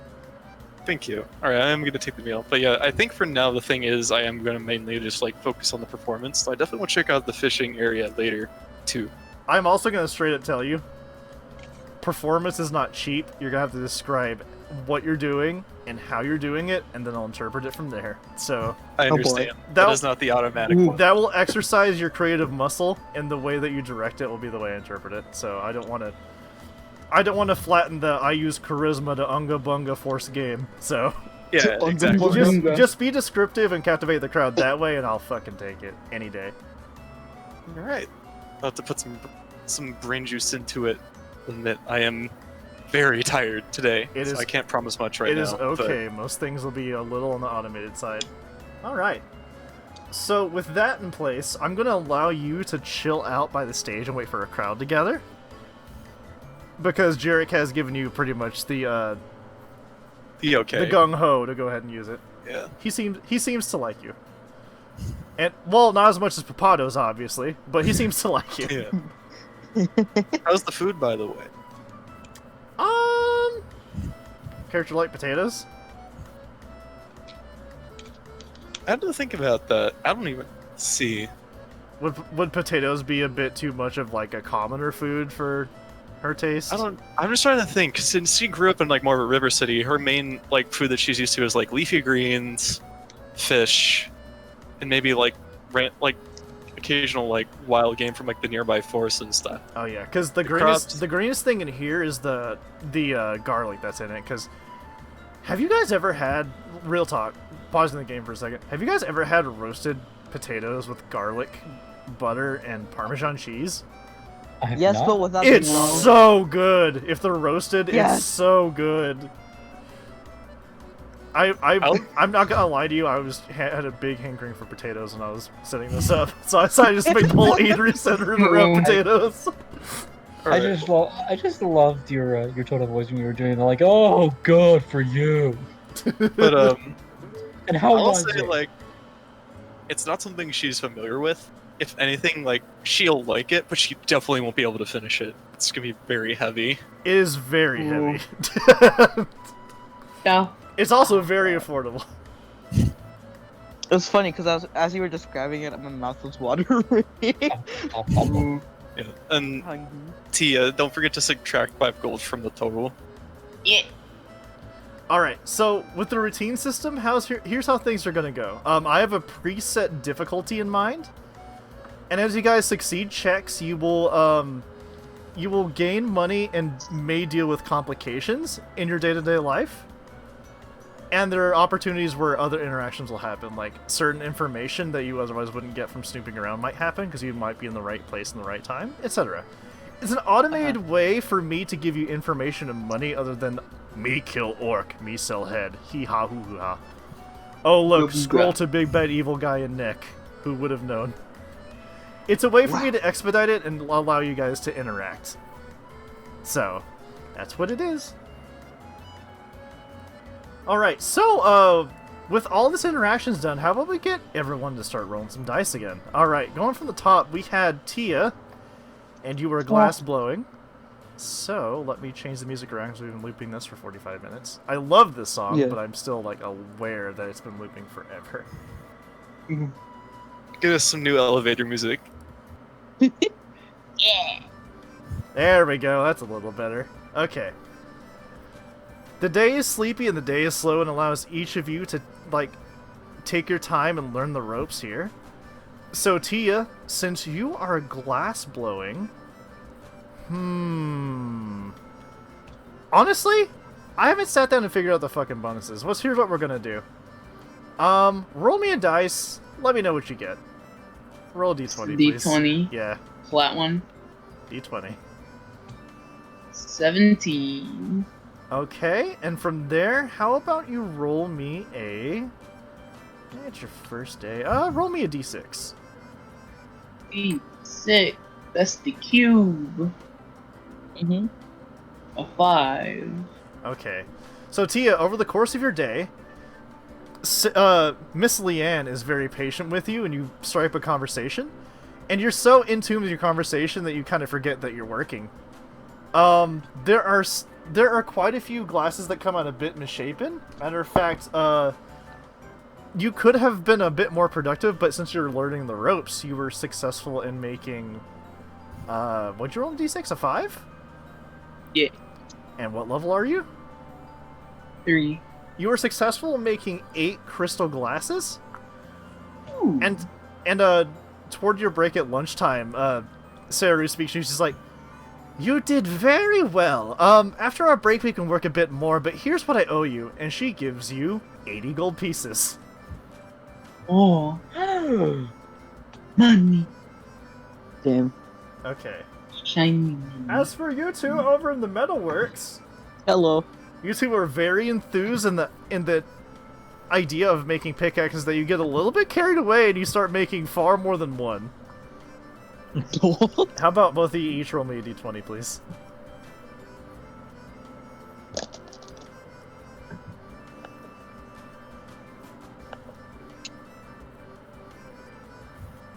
Oh. No modifiers, right? No modifiers. This is what you rolled. 11. So what was I rolled that? a 4. 11. And 4. Uh-oh. To be fair, I kind of rolled it in a weird angle, so that's my fault. I'll take it. It's okay. And then the both of you go ahead and roll me a d4.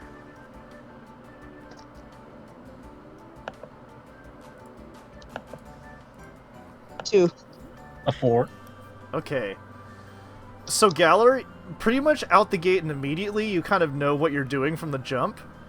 And Sean is severely struggling at first, but he kind of copies your homework and makes it different enough that he's able to manufacture a iron pickaxe for himself and an extra. It's a little misshapen, but they'll find a way to use it for just breaking stone rather than extracting ore.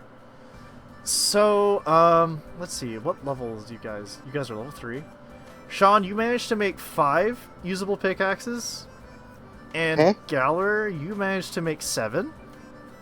So together that's 12. Altogether, the both of you managed to scrounge up 140 gold pieces. Damn, dude. So Tia, be sure you add that to the total, please. How much was it? 140. 140. Jesus.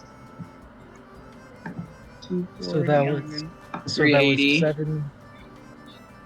Just iron pickaxes? Yeah. Well, you don't keep them, silly head. Oh. Actually, you may keep 1. Gotcha. Each of you may keep No, 1. no.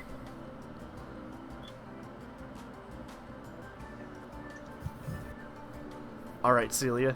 It's at this point that, let's see. Why do I not name my layers? I'm so dumb. Okay, I found the right layer miraculously. Hooray, I found it by accident. Okay. So, Celia, at this point, it is well beyond lunchtime, and you see a lot of bronze-skinned Torals showing up, and they place their orders. Oddly enough, the lot of what they're ordering is very potato and pumpkin-based. Many of them have pumpkin stew, and a lot of them have potato dishes. And directly across from you, sitting at the leading table, is the farmhand lead, Puko. Jarek has Right. also provided you with a small jug of apple ale to water your whistle whenever you like. I'm also going to tell you it's a very light alcoholic drink. It's only like alcoholic property is the fermented fruit in it. It's kind of Yeah, it's can- not super strong. you can give it to kids, but like you probably shouldn't give it to kids too much. Yeah. All right. Let me After Sealy- actually resolve some stuff here real quick for you. Let's see. Let's roll this and this. And to let me actually go ahead and do this too.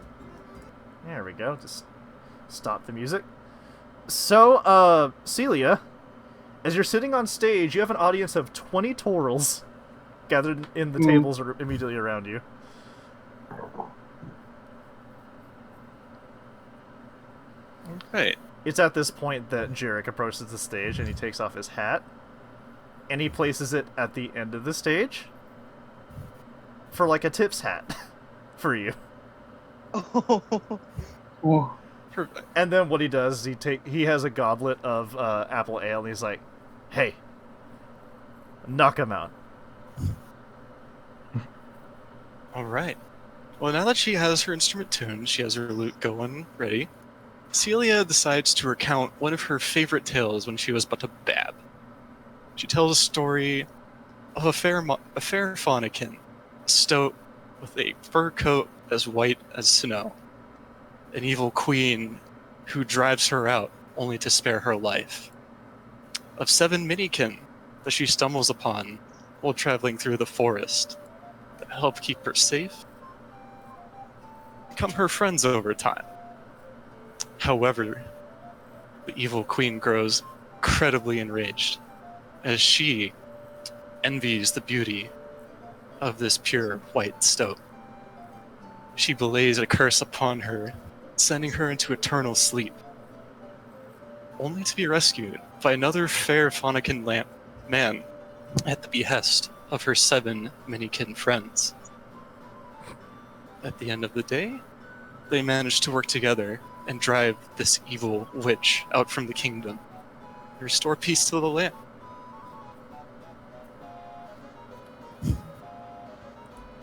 I have another question for you. Yes. The ending of the story. What tone would you say the ending of the story is? Is it just kind of left as a cliffhanger for another performance? Or No, this is like a self-contained tale. Oh, okay. It's just a folk tale that she heard while she was growing up. I see. She's particularly partial to. Hey, every other player, help me roll d20s, please. Oh. Roll 1 each, no modifiers. Without modifiers? No modifiers. Meow. Man, I need a different dice. 6. 18. 20. Oh, Jesus, I also rolled a 12. 12 or 20? Okay. It's at this time that a very large majority of the Torals are very pleased with you, and they're clapping their hands. And then after the show is over, you can see the lot of them. How many were there? 20? Uh-oh. Okay. Yeah. You know what? Money is money. Screw it. It's gonna go away at some point. The majority of them walk up to the hat, and they place 4 gold pieces in it. 4 times 19. 420. Hey. So, right out the gate, that's 76 gold pieces in tips. And then Puko approaches the stage. And she's like, "Miss Tangletail, I didn't know you were a minstrel." Well, telling tales is my trade. It's what I was raised and studied to do. I just enjoy canting the tales I've heard growing up. Anyways, it's interesting to keep track of all the stories that go around in these different lands. Here, take this. Take this and be sure that your story sees its end. And what she does is she reaches in her front overalls pocket, and she places another 76 gold pieces into the hat. Ooh. Jeez. Oh, holy shit. And then she tips her wide-brimmed mushroom hat. And then she walks around to have a conversation with Jurek. Papato this, Papato that. You know, work-related things. And like, Celia is like kind of almost stunned. Is like, I don't think I've ever made this much money from a performance before. Oh, good crits. Good God. Put some more put some more music up. I'd like to thank the Academy. So, guess what, the lot of y'all? That was first shift. If you guys want to work, the second part of the day, you may, or you can also break from what you're doing and interact. The choice is yours. I think I'm gonna break from what I'm doing right now. Same here. Okay. Also, Mel, did you get the 152 gold pieces? Yep, It's we've a come lot. up to 532 gold. We make it bank. I don't expect all of those to go that well, but you'll see. Also, full disclosure, I have not prepared a shopping list for you. I will prepare one for you, and you'll make all your shopping choices between the sessions, so I can expedite what you're going to buy next time. Got you. Just gonna tell you that now, because I'm like, that is a much better way to handle shopping other than getting it on Yeah. camera. Allows you all to make Yeah. informed choices, too. It allows me to, like, make informed, creative choices, too. Okay. So how are things going? Is, Sean, are you gonna be breaking or staying? I'm gonna be breaking. Okay. Right. I had like a quick brain fart. Bye. Bye. Dang. Bye, bitch! I'm gonna break as well. I want to go check in on our friends in the infirmary. Okay. Galler, what about you? Actually, I'm Hang on. taking a break too. I'm also taking a piss. I'm gonna go take a piss. Time to take a piss. Randy, Yo, what up? before I break, as I'm like walking through, can I interact with Rex? Yeah, sure, go ahead. All right. So I'm gonna go up to him. Is he gonna bark at me? Nothing more than Or- So Sean's gonna I'm gonna use animal handling to see what he's trying to say. I want to ask him some questions. So from the barks, you can interpret, friend, friend. Oh, This makes Sean tail wag. And then he And returns since like we've discussed this background thing, and I'm like, dog, shit, that's right, I almost forgot about that. So you don't need animal handling checks until like the emotional state becomes bad. I will tell you when you need one. Okay. And I can communicate back with him, right? And he'll understand. Yes. So so I kind of like give him little whimpers, little African wild dog noises, and basically tell him, "You're a good boy, Rex, but please make sure to keep it down. You don't want to get whistled again." I don't want to get whistled again. And then he gives him a pet in the head. And then Rex goes "Rah!" again, and it's like, friend. Take care, Rex. Okay, I'm gonna go lay down. Okay. So Tia, what about you? I'm gonna work another shift. Okay. Roll me a d20. D20 Mentis. 17. What again. have you roll before, a d6? Yeah. Roll me a d8 this time. The Atis Matis. And that's a 6. Okay. And you're level 3. So, Yeah.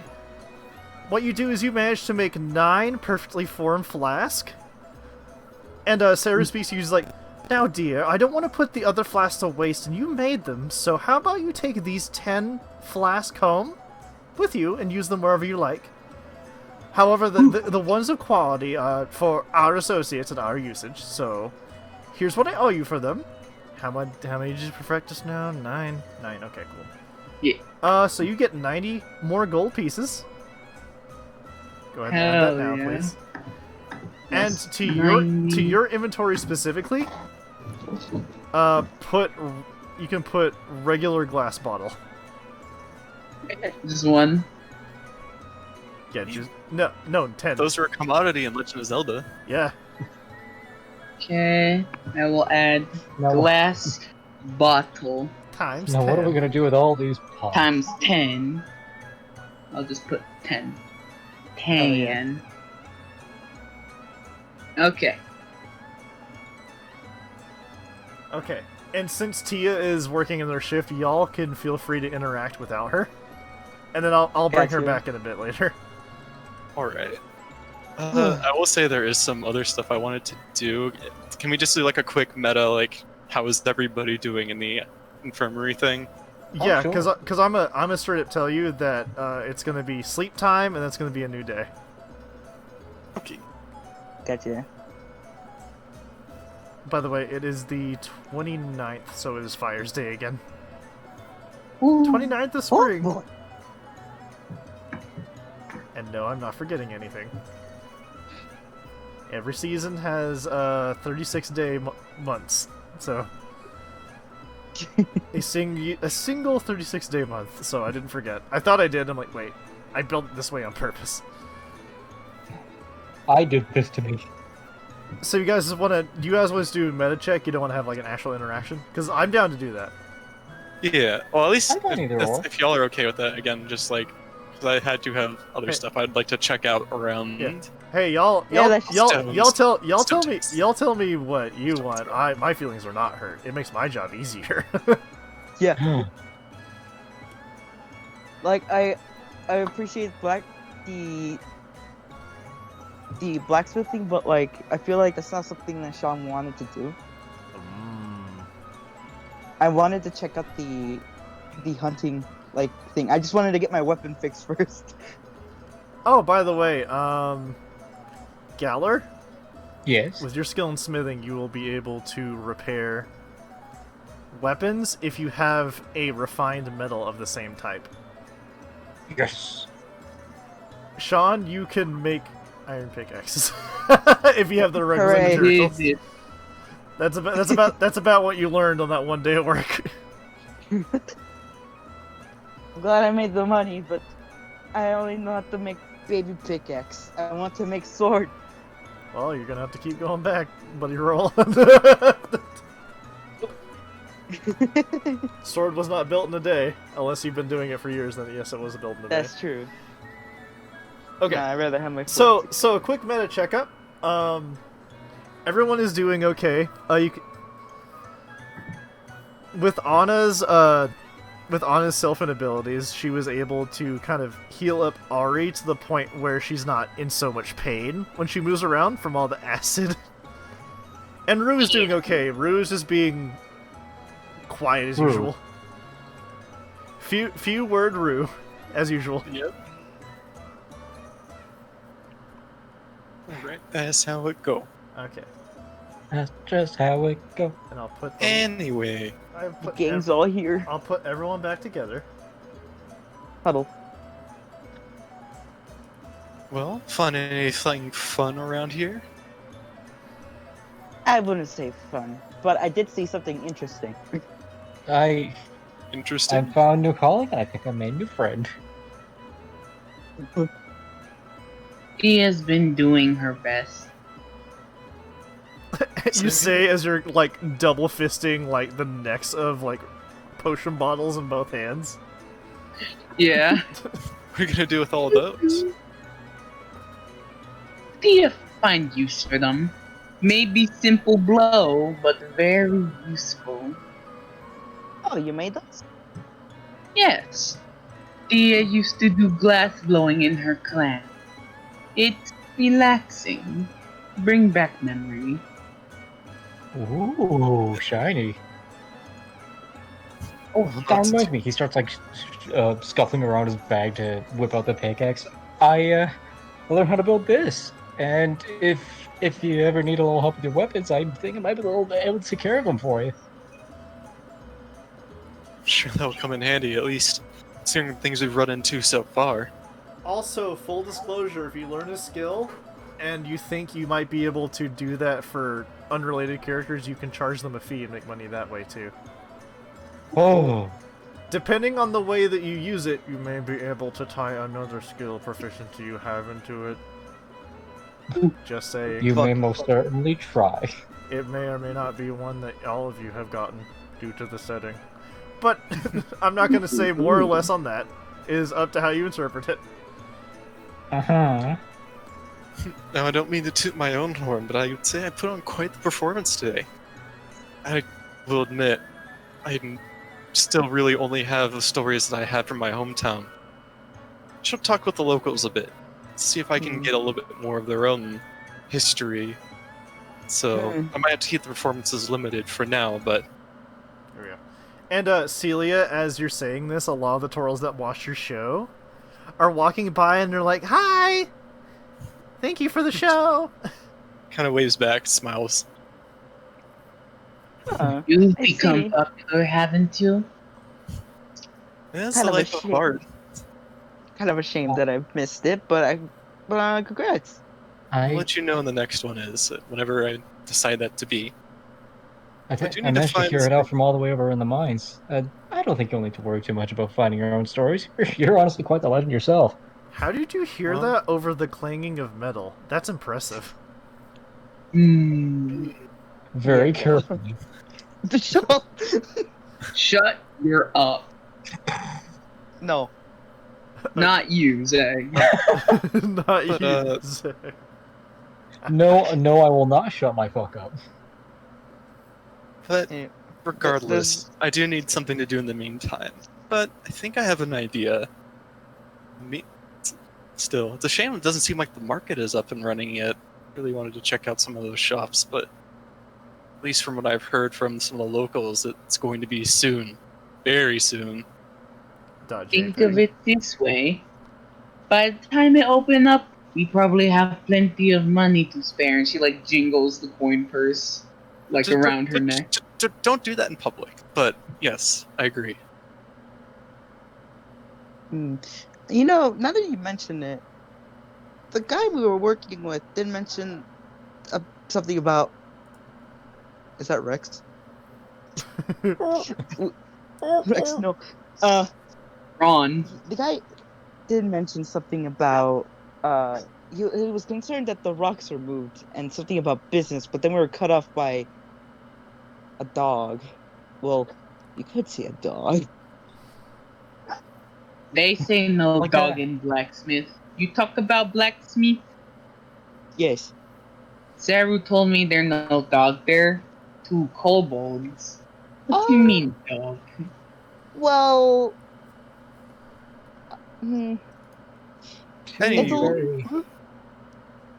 It's a- I think you should see for yourself if you really want to see. But there is a dog, and I will warn you, it is not a pleasant sight.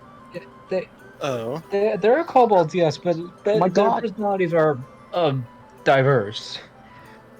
Anyway, from what I've gathered, removal of the boulders from the entrance signals the start of the new season. They do it to keep the crops safe from the outside weather. So, it's probably gonna be a lot more hustle and bustle in here soon enough. Anyways, I have another thing here that I wanted to go check out, so I'll be seeing y'all later tonight. And I would like to go over to the fishery, Aha. if I can be so predictable. Oh, you may. You may, Nikki. Don't investigate that too much, please. I was looking away from the screen, so it's okay. No, like me saying you may, Nikki, just to spout a random like anecdote for no reason.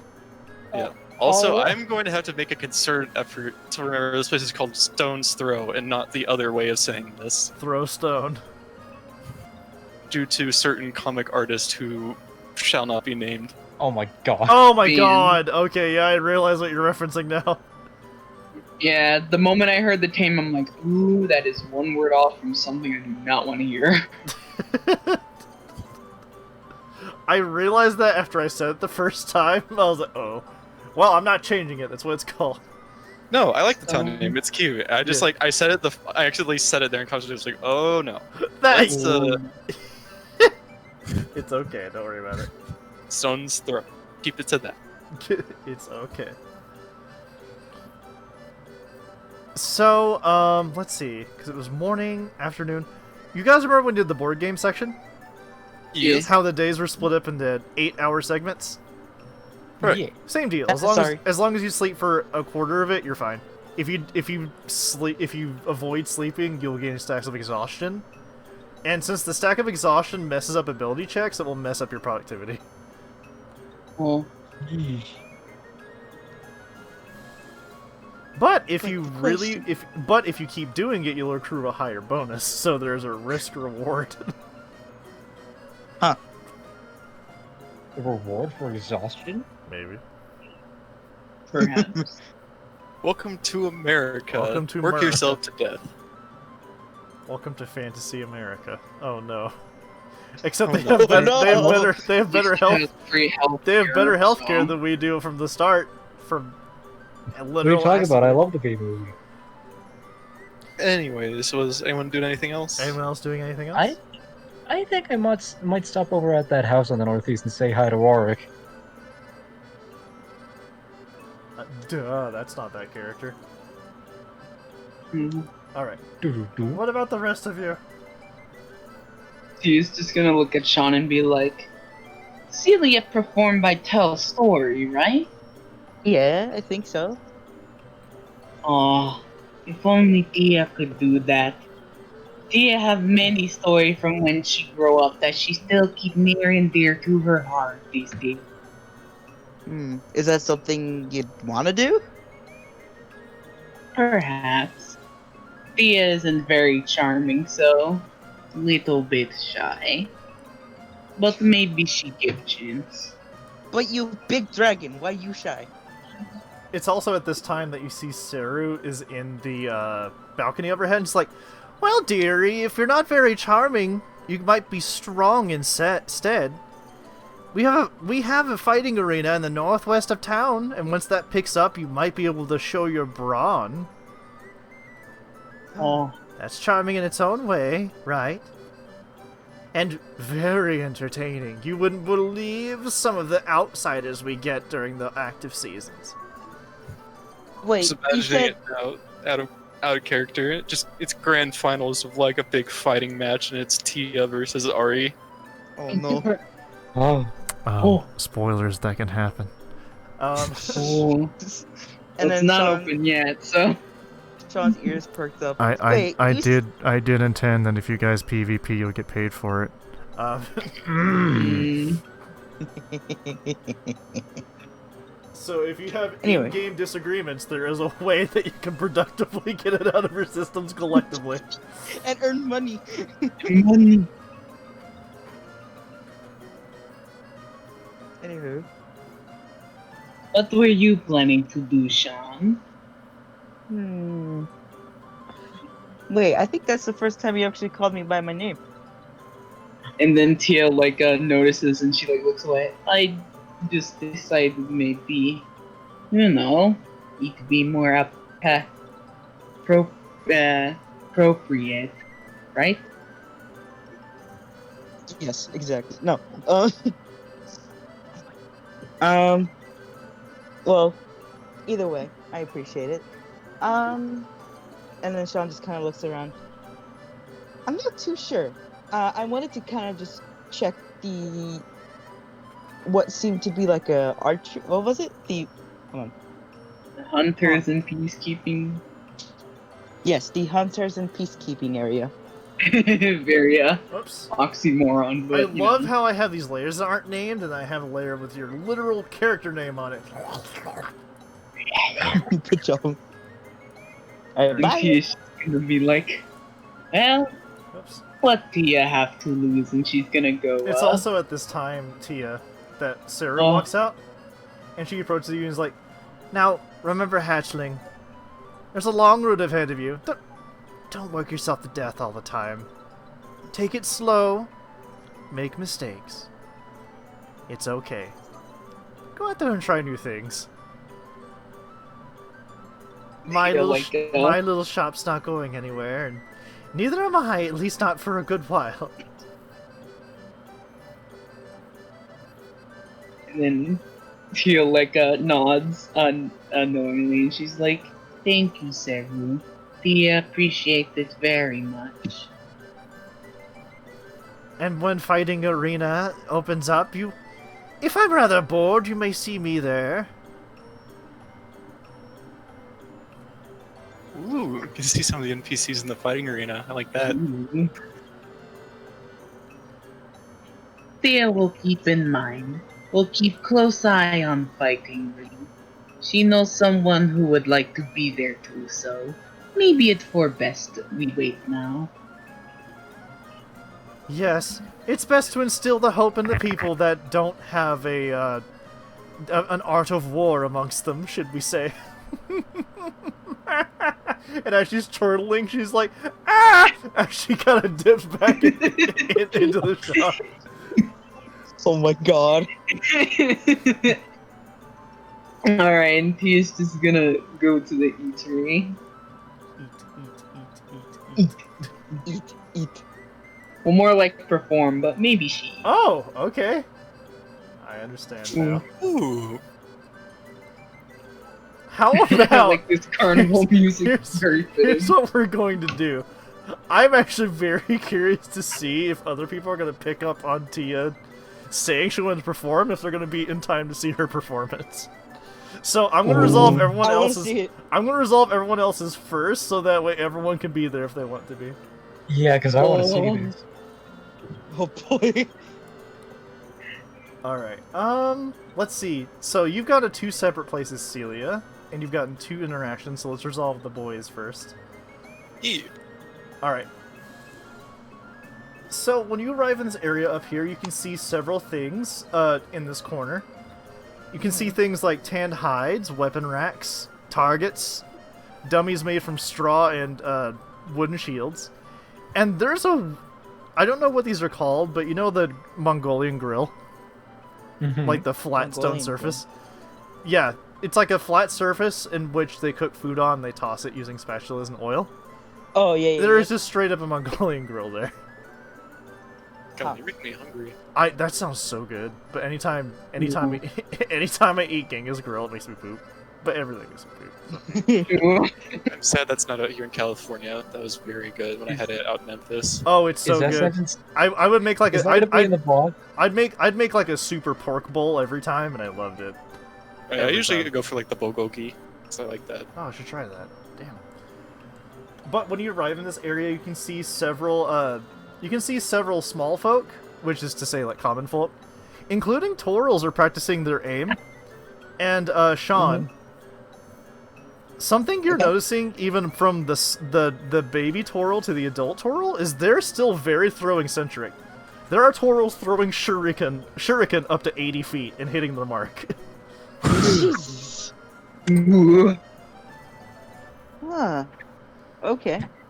And again, they're like more of the farmhands that you've seen earlier. They're just kind of doing it out of recreation more than a desire to kill and maim and hunt. Well, I don't know. We haven't met everyone yet. I may have NPCs I still have to make.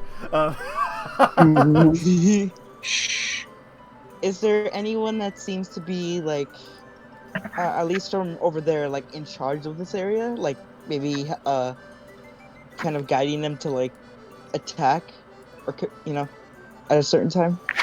It'd be at this point that Rorik would approach you from the rear and is like, "Oh, it's you again. Hello. Oh, hey. Oh, Hey, impressive work on those ebony piles out there. How did you survive that? That's what I want to know. I've seen them digest entire beings whole." Well, actually, the first time we encountered them, we actually were about to get our behinds beaten by them, but luckily now I have this armor that I got from a abandoned. eBay. Shut up. And then I'm role-playing here. Rorik cocks his head and he's like, "Whatever is an eBay?" oh. But someone forgot to say Galler, out of Galler, I'm character. going to ask you to turn it down to 8 because your fourth wall breaking is slowing the game down a little bit. Yeah. Oh, my bad, my So bad. please I keep was- it. Please keep it like. Please keep it when absolutely necessary. Of course, of course. I guess just getting back into character. We figured out that they actually seems to be really weak to water. So last time we fought them was out in the middle of the rain, which was a help enough. But actually, this guy over here managed to completely whoop the big one over with a. I don't know if you noticed, but we got the thing trapped up in ice, and then it just shattered to pieces. You won't believe it. Basically, So yes. Basically, sorry. Go on. there are two things that these acidic brutes hate. One is cold. Two is salt. Salt. They never come in here because we have a veritable salt mine, and they are soluble from salt. Think of them as ugly, stupid, slugs. Yes. Is that so? We just went to put a wall over the mine with the fellows over there. I was wondering why we had so much salt. Now, I used to be a butcher in these parts. That's why my station has my old grill and the other accoutrements here. But I discovered one day when I was cooking that I dealt with one of them, and I simply flung my entire bag of preserving agent onto them, salt, and it just completely dissolved. So, a practice we have here is to tip our arrows with salt and fill our sheaths with salt and a little bit of an adhesive. So, while our blades may get corroded, it will have a significantly higher effect. Now, used to Stone's Throw used to simply be the salt mine, but hey, it's much safer to hide inside of an upside-down mug than it is to be on the open and exposed, right? That is Of course. true, and we learned that the hard way. Yeah. I mean, now if push comes to shove, we actually stand a chance now being able to give them a full-on assault. Well, as long as you're not camping out in the open, at least around these parts, you should be okay. This is the general part where those terrible things congregate. I don't know what it is that brings them here, but they are very attracted to magic and mages in particular. If it reeks of magic, you will find it laying about. And you can see his jaw like almost disconnects as he makes the sound of to imitate it. You can actually see the armor he's wearing is very acid washed and very acid damaged. And on his back, you didn't notice it before, he has a great sword sheathed in a very acid burnt holster. Ooh. So, just guessing here, but I'm guessing you have this like sort of a like training area to defend off any of one of those glob monster things, slugs, correct? Well, yeah. Or is it? Yeah, in a somewhat? fashion. It's more... Looking at you, I'd say you wouldn't need a lot more practice. You'd be more suited for something like hunting wild game, you know, like venison, game birds, and all that. And if going out and destroying small forest fauna is not your thing, fishing is probably a better alternative. Just across the bridge over there, if you're not afraid of a little splooshy sploosh. And then Sean was looking at the at the area and noticing how much like water is there. No, I think hunting little birdies and stuff is a-okay with me. That's kind of my cup of tea. Something that you could do, though, is if you are skilled in the martial arts of any form, you could probably take up an afternoon with one of the small folk and allow them to mess with it, show them forth, and they'll probably pay you for your time. One of us? No, but I think I may or may not know someone who is. Well, I don't know. If you like to make wagers and punch people in the face, that's what the ring and the free market's for when that opens. This is more for passing on a craft to the younger generation and people that generally seem defenseless. Unfortunately, because of the attraction of the ebony oozes and slimes, we don't have much of a magistrate's guild or a society here. And they moved on to the next area, and we missed them dearly, but hey. With the influence of the Earth Crystal here and Stone's Throw, we're all magicked up and doing quite well for ourselves, honestly. Earth crystal, you say? Yeah. It's said that the Earth Protocrystal lies somewhere beyond Stone's Throw, and we have vowed to never interfere with it because we fear that our very way of life may be capsized by it. The Earth shards permeate our dirt. It attracts many wild game. It protects us. The very shell of our town is a steep hill, you see. Well, I see. No wonder this place thrives so well. Yeah. You know, when a building falls over, just hollow out another wall and just move it, right? It's Couldn't have awfully... said it better myself. It makes house building more of an art. Who needs carpenters anyway when the trees around you ooze black? Ugh. But, I don't think I caught your name.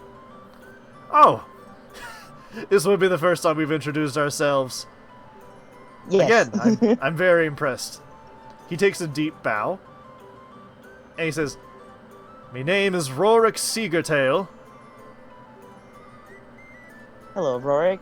I am Sean. I don't really have a last name, but I am Sean. You don't have a last name, huh? If you were to pick a last name, what would you call yourself?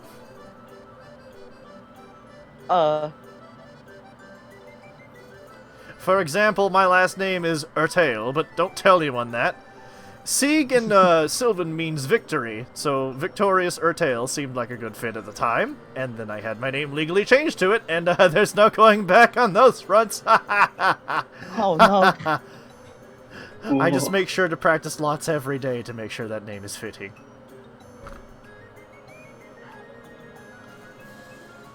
I say it comes with quite a ring.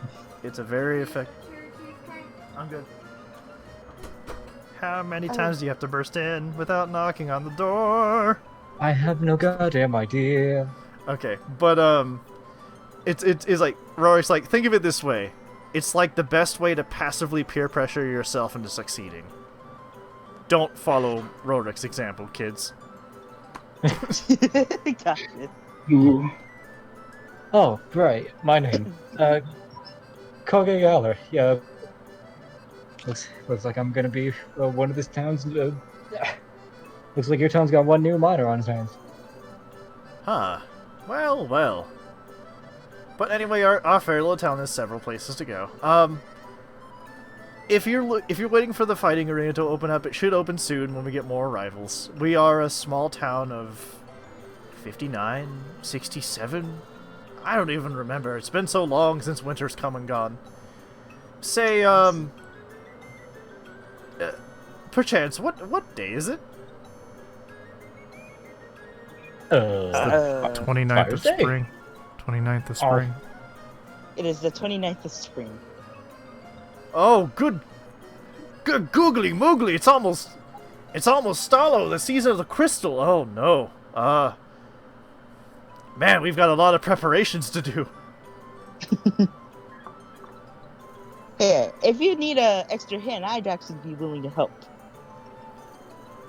Well, This given that a lot of the farmhand Toro are coming of age, a lot of them have become quite interested in combat. They may seem small, but they are awfully strong and awfully feisty as they get older. Do not ever... Oh, don't worry. Oh, where? Do not ever underestimate the small Fae. You make them angry and they'll chase you till you're dead. I see. Yes, I've experienced maybe possibly angering one of them before, but I won't let my guard down. I can still feel the glow under my scales. I mean, yeah, we'll keep an eye out.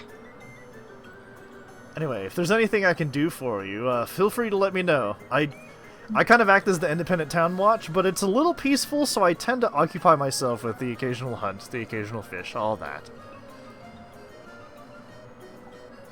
I will pay you Oh, for your. I was I will pay you for your time, but remember that your payment is based on the client's preference for your performance. If you want to be paid for a flat fee for making goods, you're best going elsewhere. Of course, of course. We're always looking for something to do, so feel free to expect us. Could I expect you today, or would you like to explore more before the moon rises? I think I'm willing to do it today. Why not? Full disclosure: if you do it today, you're gonna miss Tia's performance Fuck. Okay. You know what? You're right. because you're doing all of this How- simultaneously. Oh, gotcha. If you're Okay. close enough to the eatery, you will hear it. And the closest thing to the eatery is the fishing. Yeah. No.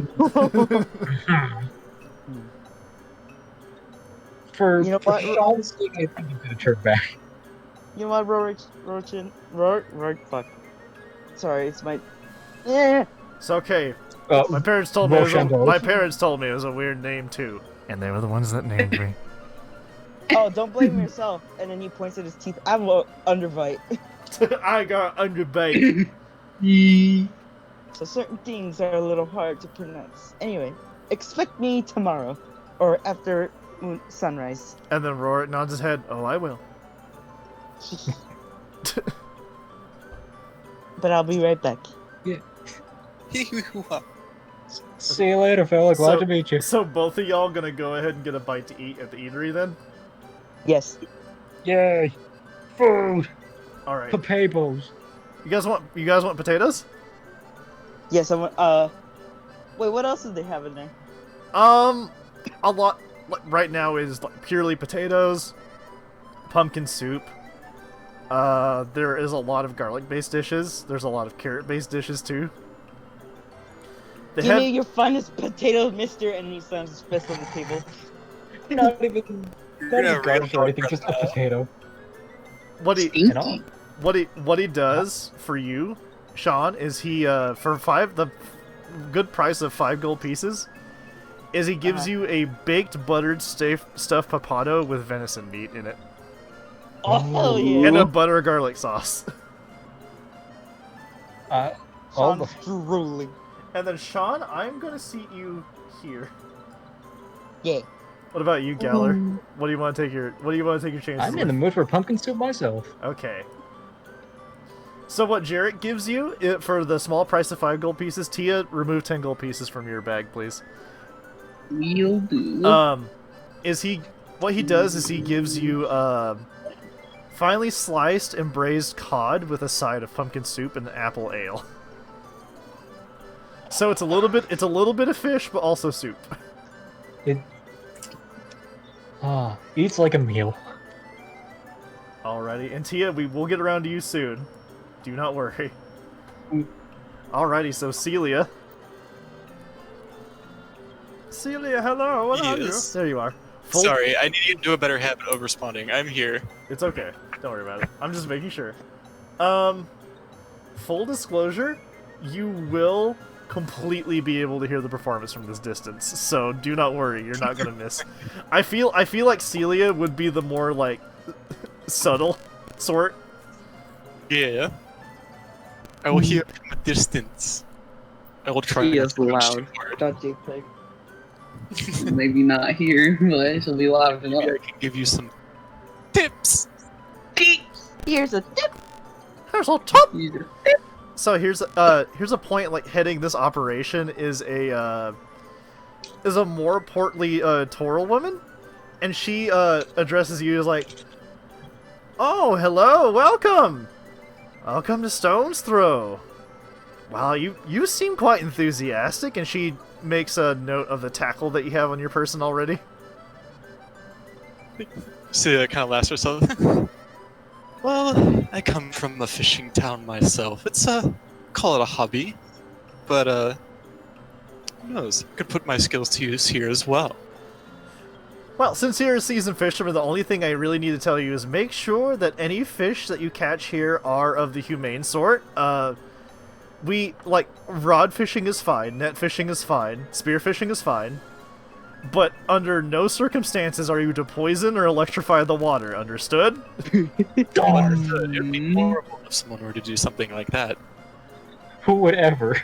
Do not poison the well. The last time we had someone walk through with a thunder spell, it dang ruined our entire season of salmon eggs.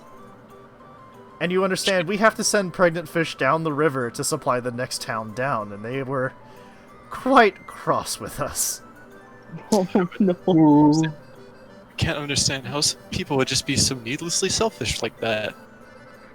Life finds a way. As long as I don't see it happening in here, it's fine. Let's see here. Well, I'm mostly just a rod fisher myself, so I don't think we'll have any issues with that. Oh, also, if you happen to catch any pregnant fish or any live fish that aren't too terribly hooked, I'd be happy to buy them off of you based on size. Absolutely, I'll make sure to let you know. Thank you very much. If there's anything you need, like tackle, just feel free to let me know. Got any bait? It's like, yeah, very well. We actually have a large supply of worms from the farm here, and what she does is she gives you a can of worms. Perfect. Yeah, but Sure Celia you will want to open those can of worms, Celia? the last open a can of worms. In the literal sense, yes. In the metaphorical sense, no, thank you. But Thank you. for the rest of the night, Celia, or for the last few hours of the day, Celia is going to go fishing. And I guess over here, the performance that she does not know is about to occur. Okay.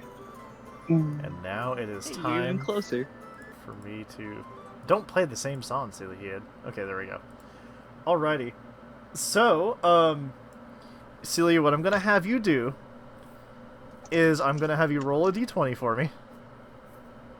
Okay. Because I definitely want to save Tia's for last. I don't know what's going to happen, and I can imagine it's going to be great. Yeah. Oh god. I'm excited. Is this just a raw d20 or is this Raw with d20, anything? no modifiers. Actually, you Only know a what? 7, actually. Add nature to it. Only a 9. Even with nature? My nature's only a +2, actually. Do not have a whole lot of int at the moment. Alrighty, for 11, go ahead and give me a d8. 7. Okay. So out of that haul, you managed to catch 2 pregnant salmon? Are you gonna keep any of the fish, or are you just gonna turn them all over? And you do manage to keep them all alive. Yeah, no, I'll turn them over. Because again, like, I already had the whatever fish I had on me. Good. I have those prepared and preserved at this point. So the the pregnant fish go for double, and each of this type of fish goes for 15 gold, so 60. Oh, that's 90 gold pieces straight up. Damn. 90. We're at a 702, people. Okay, well, Playing Animal Crossing in D&D. I just want to capture everyone in frame here. Perfect. Perfect. Literally everybody's in Hell frame. Yeah. And just as a little flavor thing, like, I don't know if they would take umbrage to this, but Celia has like her little foot paws in the water while she's fishing. Oh, they don't care. It's fine. They do not care us. Alrighty, Tia. Whenever you are ready, take it away, and then I'll subject what kind of check that everyone else is gonna need to make. Oh. Because like I'm gonna know based on what I hear or see. Again, it can be visual too. Oh, right. I need to roll to determine your audience. Let's go. My audience. Yeah, it would be mealtime. Let's go. All right, let's go. So we've got a 12 and a 3. I'm gonna subtract the 2 from the 2 that are there.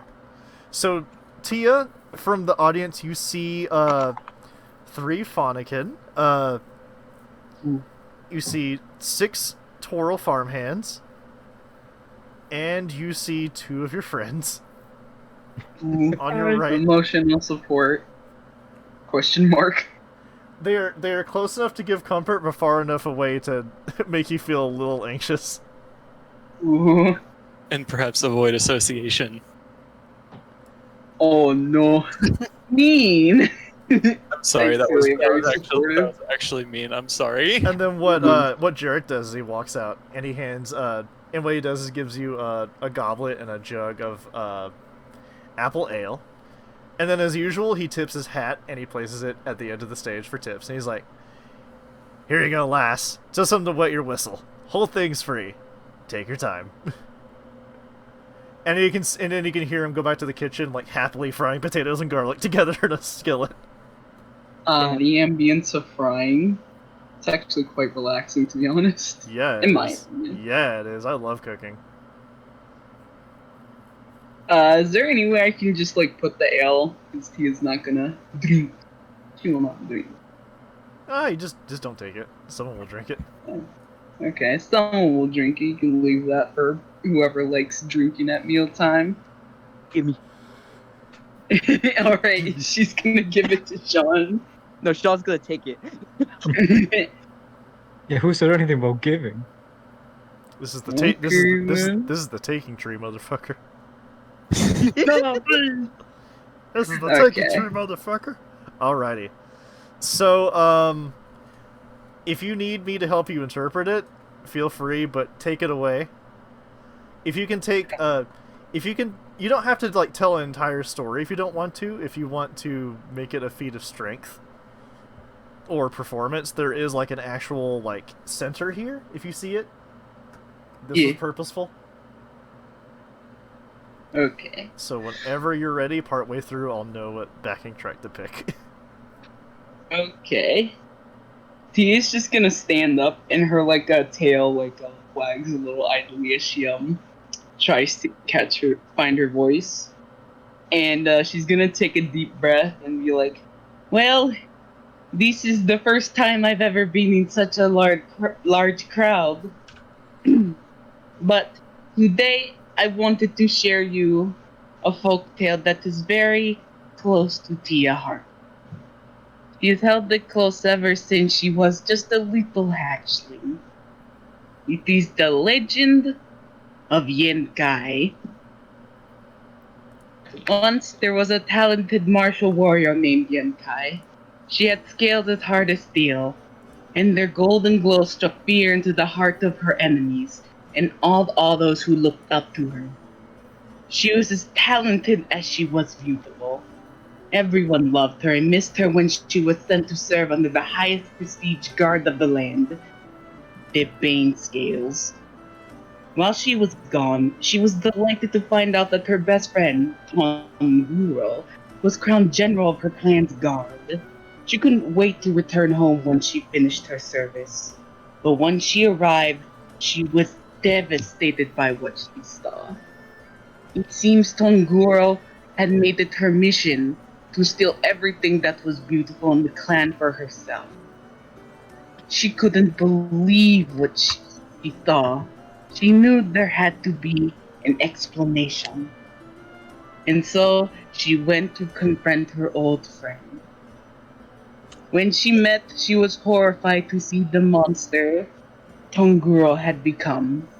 Her silver scales had dulled, her teeth were ragged and nasty, and her claws stained with the blood of innocents, all in the pursuit of her conquer. They engaged in a mighty fight. It was long and very, very tragic, but in the end, Tonguro could not hope to overcome Yenkai. Everybody thought Yenkai was to be finished with her. But then she did something no one would expect. She sacrificed her beauty to show Tonguro the error of her ways. Beauty isn't everything, but Yenkai knew it had the power to make every creature smile. And she sacrificed her beauty to bring that smile back to her family and friends' faces, including Tonguro's. Beauty isn't everything, but it does have the power to make people happy. So every time you go out of your way to make somebody's day by giving them flowers or just checking in to say hi, you would be following in Yankai's footsteps. And that is the true way of a warrior. And all my life, I've tried to follow it. And I hope maybe you will find a spot in your heart to carry that with you too. Okay. So, since two of your party members are in the audience, you can kind of influence how the crowd reacts to it a little bit. Like, you know how the friend will clap first and they'll clap really loud to encourage everyone else to clap too? Yeah. Yeah. Both of you roll me 2 d20s each, and then I'll roll the regular amount. Also, Celia, you roll me 1 too. You're not directly in the audience, but you are within earshot, so just roll me 1. 1 8 and 118. 4 Got it. and 16. Got a 9? Okay. So, Tia, after some time, you kind of make eye contact with Sean and Galler in the audience as they're, like, slurping down on pumpkin soup and taters. Ooh. And when you look down at the hat, what you see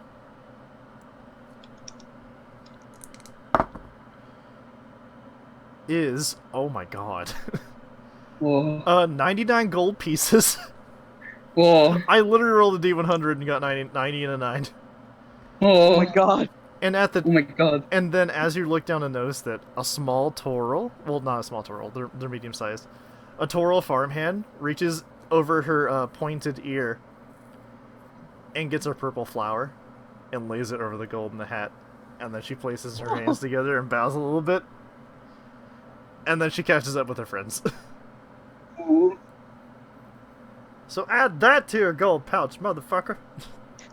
Also, I like to think that, like, as Sean was, like, applauding, he turned on and off his flashlight.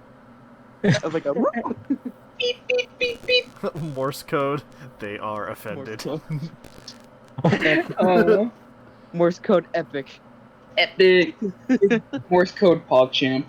It's just like sort of a boom crane as he starts like banging his arms before we just like. By the way, guys, if we focus for the next 10 minutes, we can cap it off neatly. Gotcha. Yeah. Alright. So does anyone want Indeed. to... Any of y'all want to immediately react to this? Because Celia, you were just able to catch this. Are we like all meeting back up together? You can. You can meet up separately and talk to Tia independently if you'd like, instead of, like, just directly. Because at this point, the moon has risen, and through the uppermost echelons of Stone's Throw, you can see the moon has risen high. And sleep Makes me realize we don't know where we're gonna look at a lodge. sleep begins to weigh heavily on your eyes. Yeah. Ooh. I am going to... Or are you done, Celia? I guess let me say this. I'll go catch up and see if I can talk to Tia one-on-one. Ah. I'll straight up tell you two, for now, you may stay in the Alchemist free of charge. So, Okay. Okay, dokie. Yeah. because since there aren't many miners or anything going on, not a lot of people are getting injured, so they're open cots. Open. But yeah, Tia. Hey. Sorry, I didn't realize you were going to be doing a performance, but managed to overhear it from where I was at. Didn't realize you were such a strong storyteller. Oh, he's nothing. He's just story Tia carried to her heart ever since she was young. Those are the most important stories. Hope you will continue to carry those with you. Do not forget them. I would love it if you would tell them to me sometime as well. Perhaps we could work together on this stage. Tia would like that very much. She loved hearing stories. You'd bring her back. Perhaps I could share some of mine with you as well. What I told today was nothing more than just a little child's fairy tale, but I have some that might be a little bit more potent. We'll talk about it later, but for now, you really killed it out there. To see you Aw. up here on the stage more often. Thank you so much, Celia. It means a lot. Think nothing of it. I was getting lonely being the only performer here. So then Sean is going to take a last bite of his meal and let out a burp, not even apologizing. And he's gonna walk up to Tia, clapping. Wow, Tia, that was pretty good. Very entertaining as well. It actually perked up my interest. You know, where I come from, we don't really get a lot of stories told, so I'm always down to hear some, Aw. especially like stuff with morals like that. Aw. Tia would love to share more of her stories. You're the only thing she has left of her clan. Oh, Ooh, well, Randy. ready? Yo, what up? Buzzing. Deambles. Do you Oh, you had like a little bit of audio feedback there. say what? Yeah. You got a that little sounded- static. Is it happening still?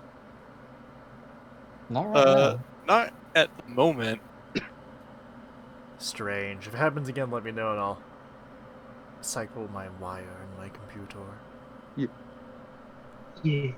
Please Maybe continue. it's just a loose mic port. Who knows? Probably. I apologize for that. Who knows? There we go. It's okay. Anyway, Sean is going to reach up his arm towards Tia. Do you need help getting down from there? Because he didn't see the stairs. Oh, there are no stairs. You just clamber up. Okay. Tia takes his hand anyway and just like steps down. I imagine this looks a bit weird considering Tia is taller than Sean. They're, Any support they're is the good. they're the two party members closest to height when you don't consider Aru. So Yeah. Poor. Well, it's been a long day. What do you say we go rest now? We can catch up about what we've been doing. Sean lets out a huge yawn. Yeah, I agree. I need to. the sound of that too. Yeah, we've done a lot of running around today. you say This is- you say the word yawn, I just yawned. I heard that. Don't get me Yeah. started. Get me started. Question is, where exactly can we sleep? I think the apothecary, I believe Miss Elwyn, said that she would offer us lodging for the night, seeing as they're caring for our friends at the moment as well. Ah, yeah. Should we head over now to get some shut-eye? Yes, Sure. please. Sounds good to me. Please, I want to sleep. Please, Booty, why you no sleep? Why you not sleep, booty? Why you not shoot? Why you play baby game? Why you not shoot? Excuse me. This yes, I is look like- out of character for a moment, so you can edit this out of the VOD if you want, but have you seen like him playing the new Paper Mario game? Oh, it's so Yes. funny. Yeah. Yes. I just love that he's like got a boot car, so like, Booty, why you drive the boot? Why do you Why you drive the grab boat? the I love it. Alright, back to game. Sorry. So it's at the time when you guys enter the apothecary. You see Elwyn's already set you several places in the cots, and she speaks to you, and she's like, "Well, it's okay. We don't have a lot of the type of miners around, so people right now are careful. But as time goes on, we should invest in creating a resort somewhere other than the Toral housing. Most business owners just kind of live in. That Papato freak Jarek just lives in the upper part of his house. And if you thought you saw a lot of Papatos before, oh, you should see his lodging above the restaurant. Hey, Papato his trophies are from good. cooking contests in years past. It's quite impressive, actually. He is a man of his interest, of his profession, shall we say. He cooks like it too, though. Good lord. Haven't had I a can meal that smell good the in quite some food. time. I like his papatos. Oh no, I love his Papatos too. Everybody does. I will say he is a tad bit obsessed, though. But I guess we all have our interests. I want to try it sometime. Maybe later, though. Today is a day full of Also, firsts. Tia, did you not eat at all? Yeah, I was about to ask. No, she didn't eat. Would you like one of my rations? She has some left. But yeah, you have like food, so I'm not gonna count that against you. But just I was like, Yeah. wait, yeah, did you not eat? I You guess want me I guess that's the trade-off. Is like if you have rations, you can eat that instead, but you have a lower quality meal, and you can technically do something more on a shift. like a Correct. That lunchbox. reminds me, I should probably get some salt to preserve that fish before it goes bad. I don't really care. I'm not gonna count against it. Don't worry about it. I don't consider Okey-dokey. I don't consider realism too much of this stuff. I'm gonna subtract one ration. Yeah. But You know? Except when it's really funny. it's at this time that Anna comes forward, and when the word passion is done, she's like, well, speaking of passion, I've been working tirelessly all day, and Rue seems to be fine, but she is going to be confined to bed rest for the next foreseeable day. Our friend Ari, though, should be good to go in the morning. I bet she's anxious to hear about what all you've done. I'm sure she has. There's quite a few things around here that seems like they might take her interest, especially once traffic starts picking up around here. Oh yes. It's at this. Oh yeah, it's I at, know a place where she could she could spend a lot of time in the spotlight. It's I'd at have to give her a tour. It's at this point that you see Rue reaching over with her massive arm and pulling the sheets over Ari because she's like just turned over toward the wall and asleep. Mm. Looks like this story have to wait for morning time. Old Can I lady- head over to Rue? Yeah, you can. Alright, I'm gonna head over to Rue. And yeah, you deserve some rest. You had me a little worried today. Old Lady Rue been through worse. Old Lady Rue need to be more careful. Old Lady Rue did not want to make house uncomfortable. And then Sean puts a hand on her shoulder and starts petting. It'll be alright. You get some rest. I want to make it up for you. You've protected us many times. I want to protect you. Rue would do it again and again. Die? No. Rue no die. No die. Die bad. I hope not. Rue protect, yes. Very yes, Rue protect. Not yet. But for now, Rue very sleep. That's what I like about you. And then he just walks away casually. Buppy Sean, please sleep. I sleep.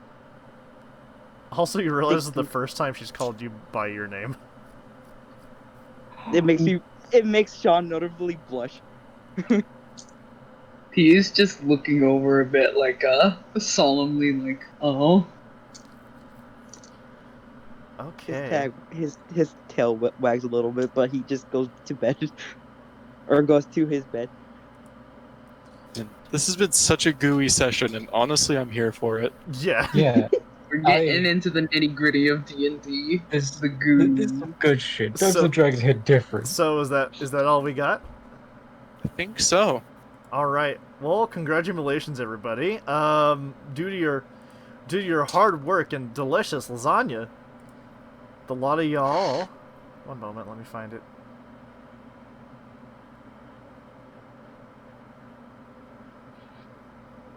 I killed myself over a house, and now it's gone. That's fine. It was only for the night. I guess you could say it was a one. Yeah. I'd stand. So for all your I mean, hard, you did say it only needed to last through the night, so you can't really complain. so the lot Said we need a sturdy shelter for this area. So the lot of y'all for all your hard work. I'm going to level all of you up to level 4.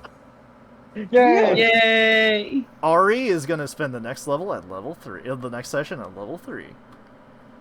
So, Oh. rip. So everyone, from top to bottom in alphabetical order. Celia, your hit dice is a D8, correct? Correct. I'm gonna roll 1, 2, and we'll pick the higher number. Alright, what'd you get? I got a 5. I got a 6. Take that with a con mod. Alright. Galler, you are also a D8, yes? Yep. Okay, go ahead and roll it. 6. You take that 6, as I rolled a 2. Oh, Add your con mod, recover your HP, all that. Sharon, Mhm. Yes. D10, please. Uh-oh. Wait. That's. Oh, fuck. That's the weird diamond one, where the face is not facing the same way. It's the same This as one the... that looks like a top. Yeah, it's the same one. Yeah, that's the good way to Yeah. put it. Looks like a top. Wait. This is 10. Oh yeah, that's 10. Okay. What'd you roll? No, it rolled under my fucking thing. No, get back. it's like you No, only get no, 1 no. HP, Sean. You pranked yourself. No, I'm not gonna do that. I rolled it. Okay, I picked it up as it was. You want to roll it again or get the number I had? Roll it again. Because... Okay. Again, do it. That is a shame. I rolled a 10. Anyway. Wait, what'd you roll this time? 4. 4. Tell you what. Take a 6. Because that's the average. 6. Tia. Same for you. Oh, I'm gonna roll That's that my again. health, right? Yeah, HP. Yeah. Okay, thank you. Take a roll. I got a 10. Oh shit, I did too. Okay, add your con mod. Oh, 10. Okay. You Because got a 10. Because I with got an Okay. apple. with some of the tricksy bullshit I have planned, I'm like, I am on your side, and I will give you at least the average plus con mod of the Okay. dice. So that's 13. So, that's while 4, while 8, we 9. have the recording going, would everyone like to divulge what their level 4 choices are since they made them in advance? You can change them if you change your mind before next session, by the way. So you are allowed to change them if you don't like your decision. There you go. Right, go. 13. Oh, my stuff. Right. Well, since I'm kind of going into, like, you know, College of Lore, storytelling, etc. with Celia, I apparently have some competition with that. I need to up my game, because good lord, Mel, that was really good. But I did take the Historian feat, which is giving me +1 int and some other fun support style abilities. Also got some fun new spells. Especially looking forward to messing with invisibility, because I feel like that's going to be fun. Fun. I look forward to having to, like, realize I can't bullshit my way out of stuff at that, and I'm okay with that. I'm okay with the challenge that presents. Okay, Galler, what choice have you made for your level 4 ability score increase? For my level 4 ability score increase, I decided to increase my dexterity from 17 modifier +3 to 18 modifier +4, and my wisdom from 7 -2 to 8 -1. Be sure you update all of your skills and notes on your sheet to reflect that, so you don't lose out from the benefit.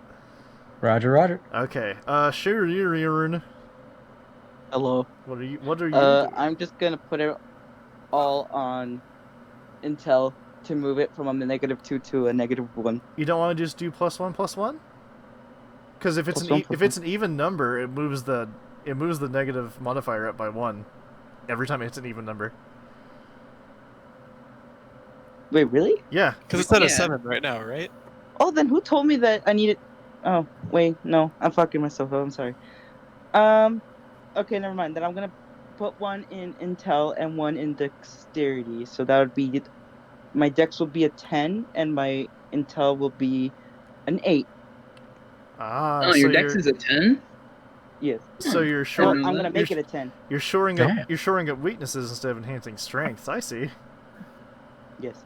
Yeah. That's a valid choice. Oh, speaking of weaknesses, that reminds me. Does that mean my AC goes up too if it's Dex? Yeah. Yes. Sweet. So your AC is 15 now. Yeah.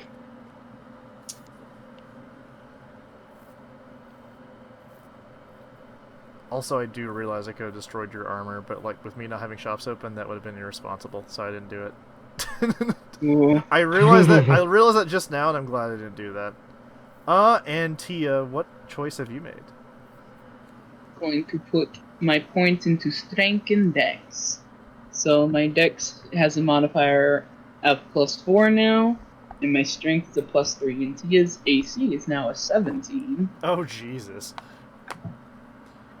Hitting you is Yeah. not going to be easy. Yeah. I'm trying to bank on the fact that like she's the natural born tank.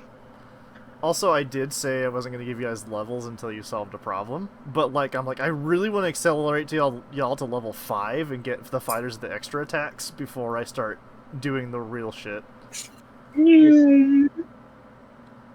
But I will have more NPCs made next time, and I'll have more stuff established.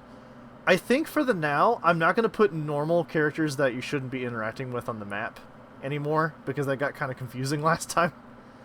Yeah.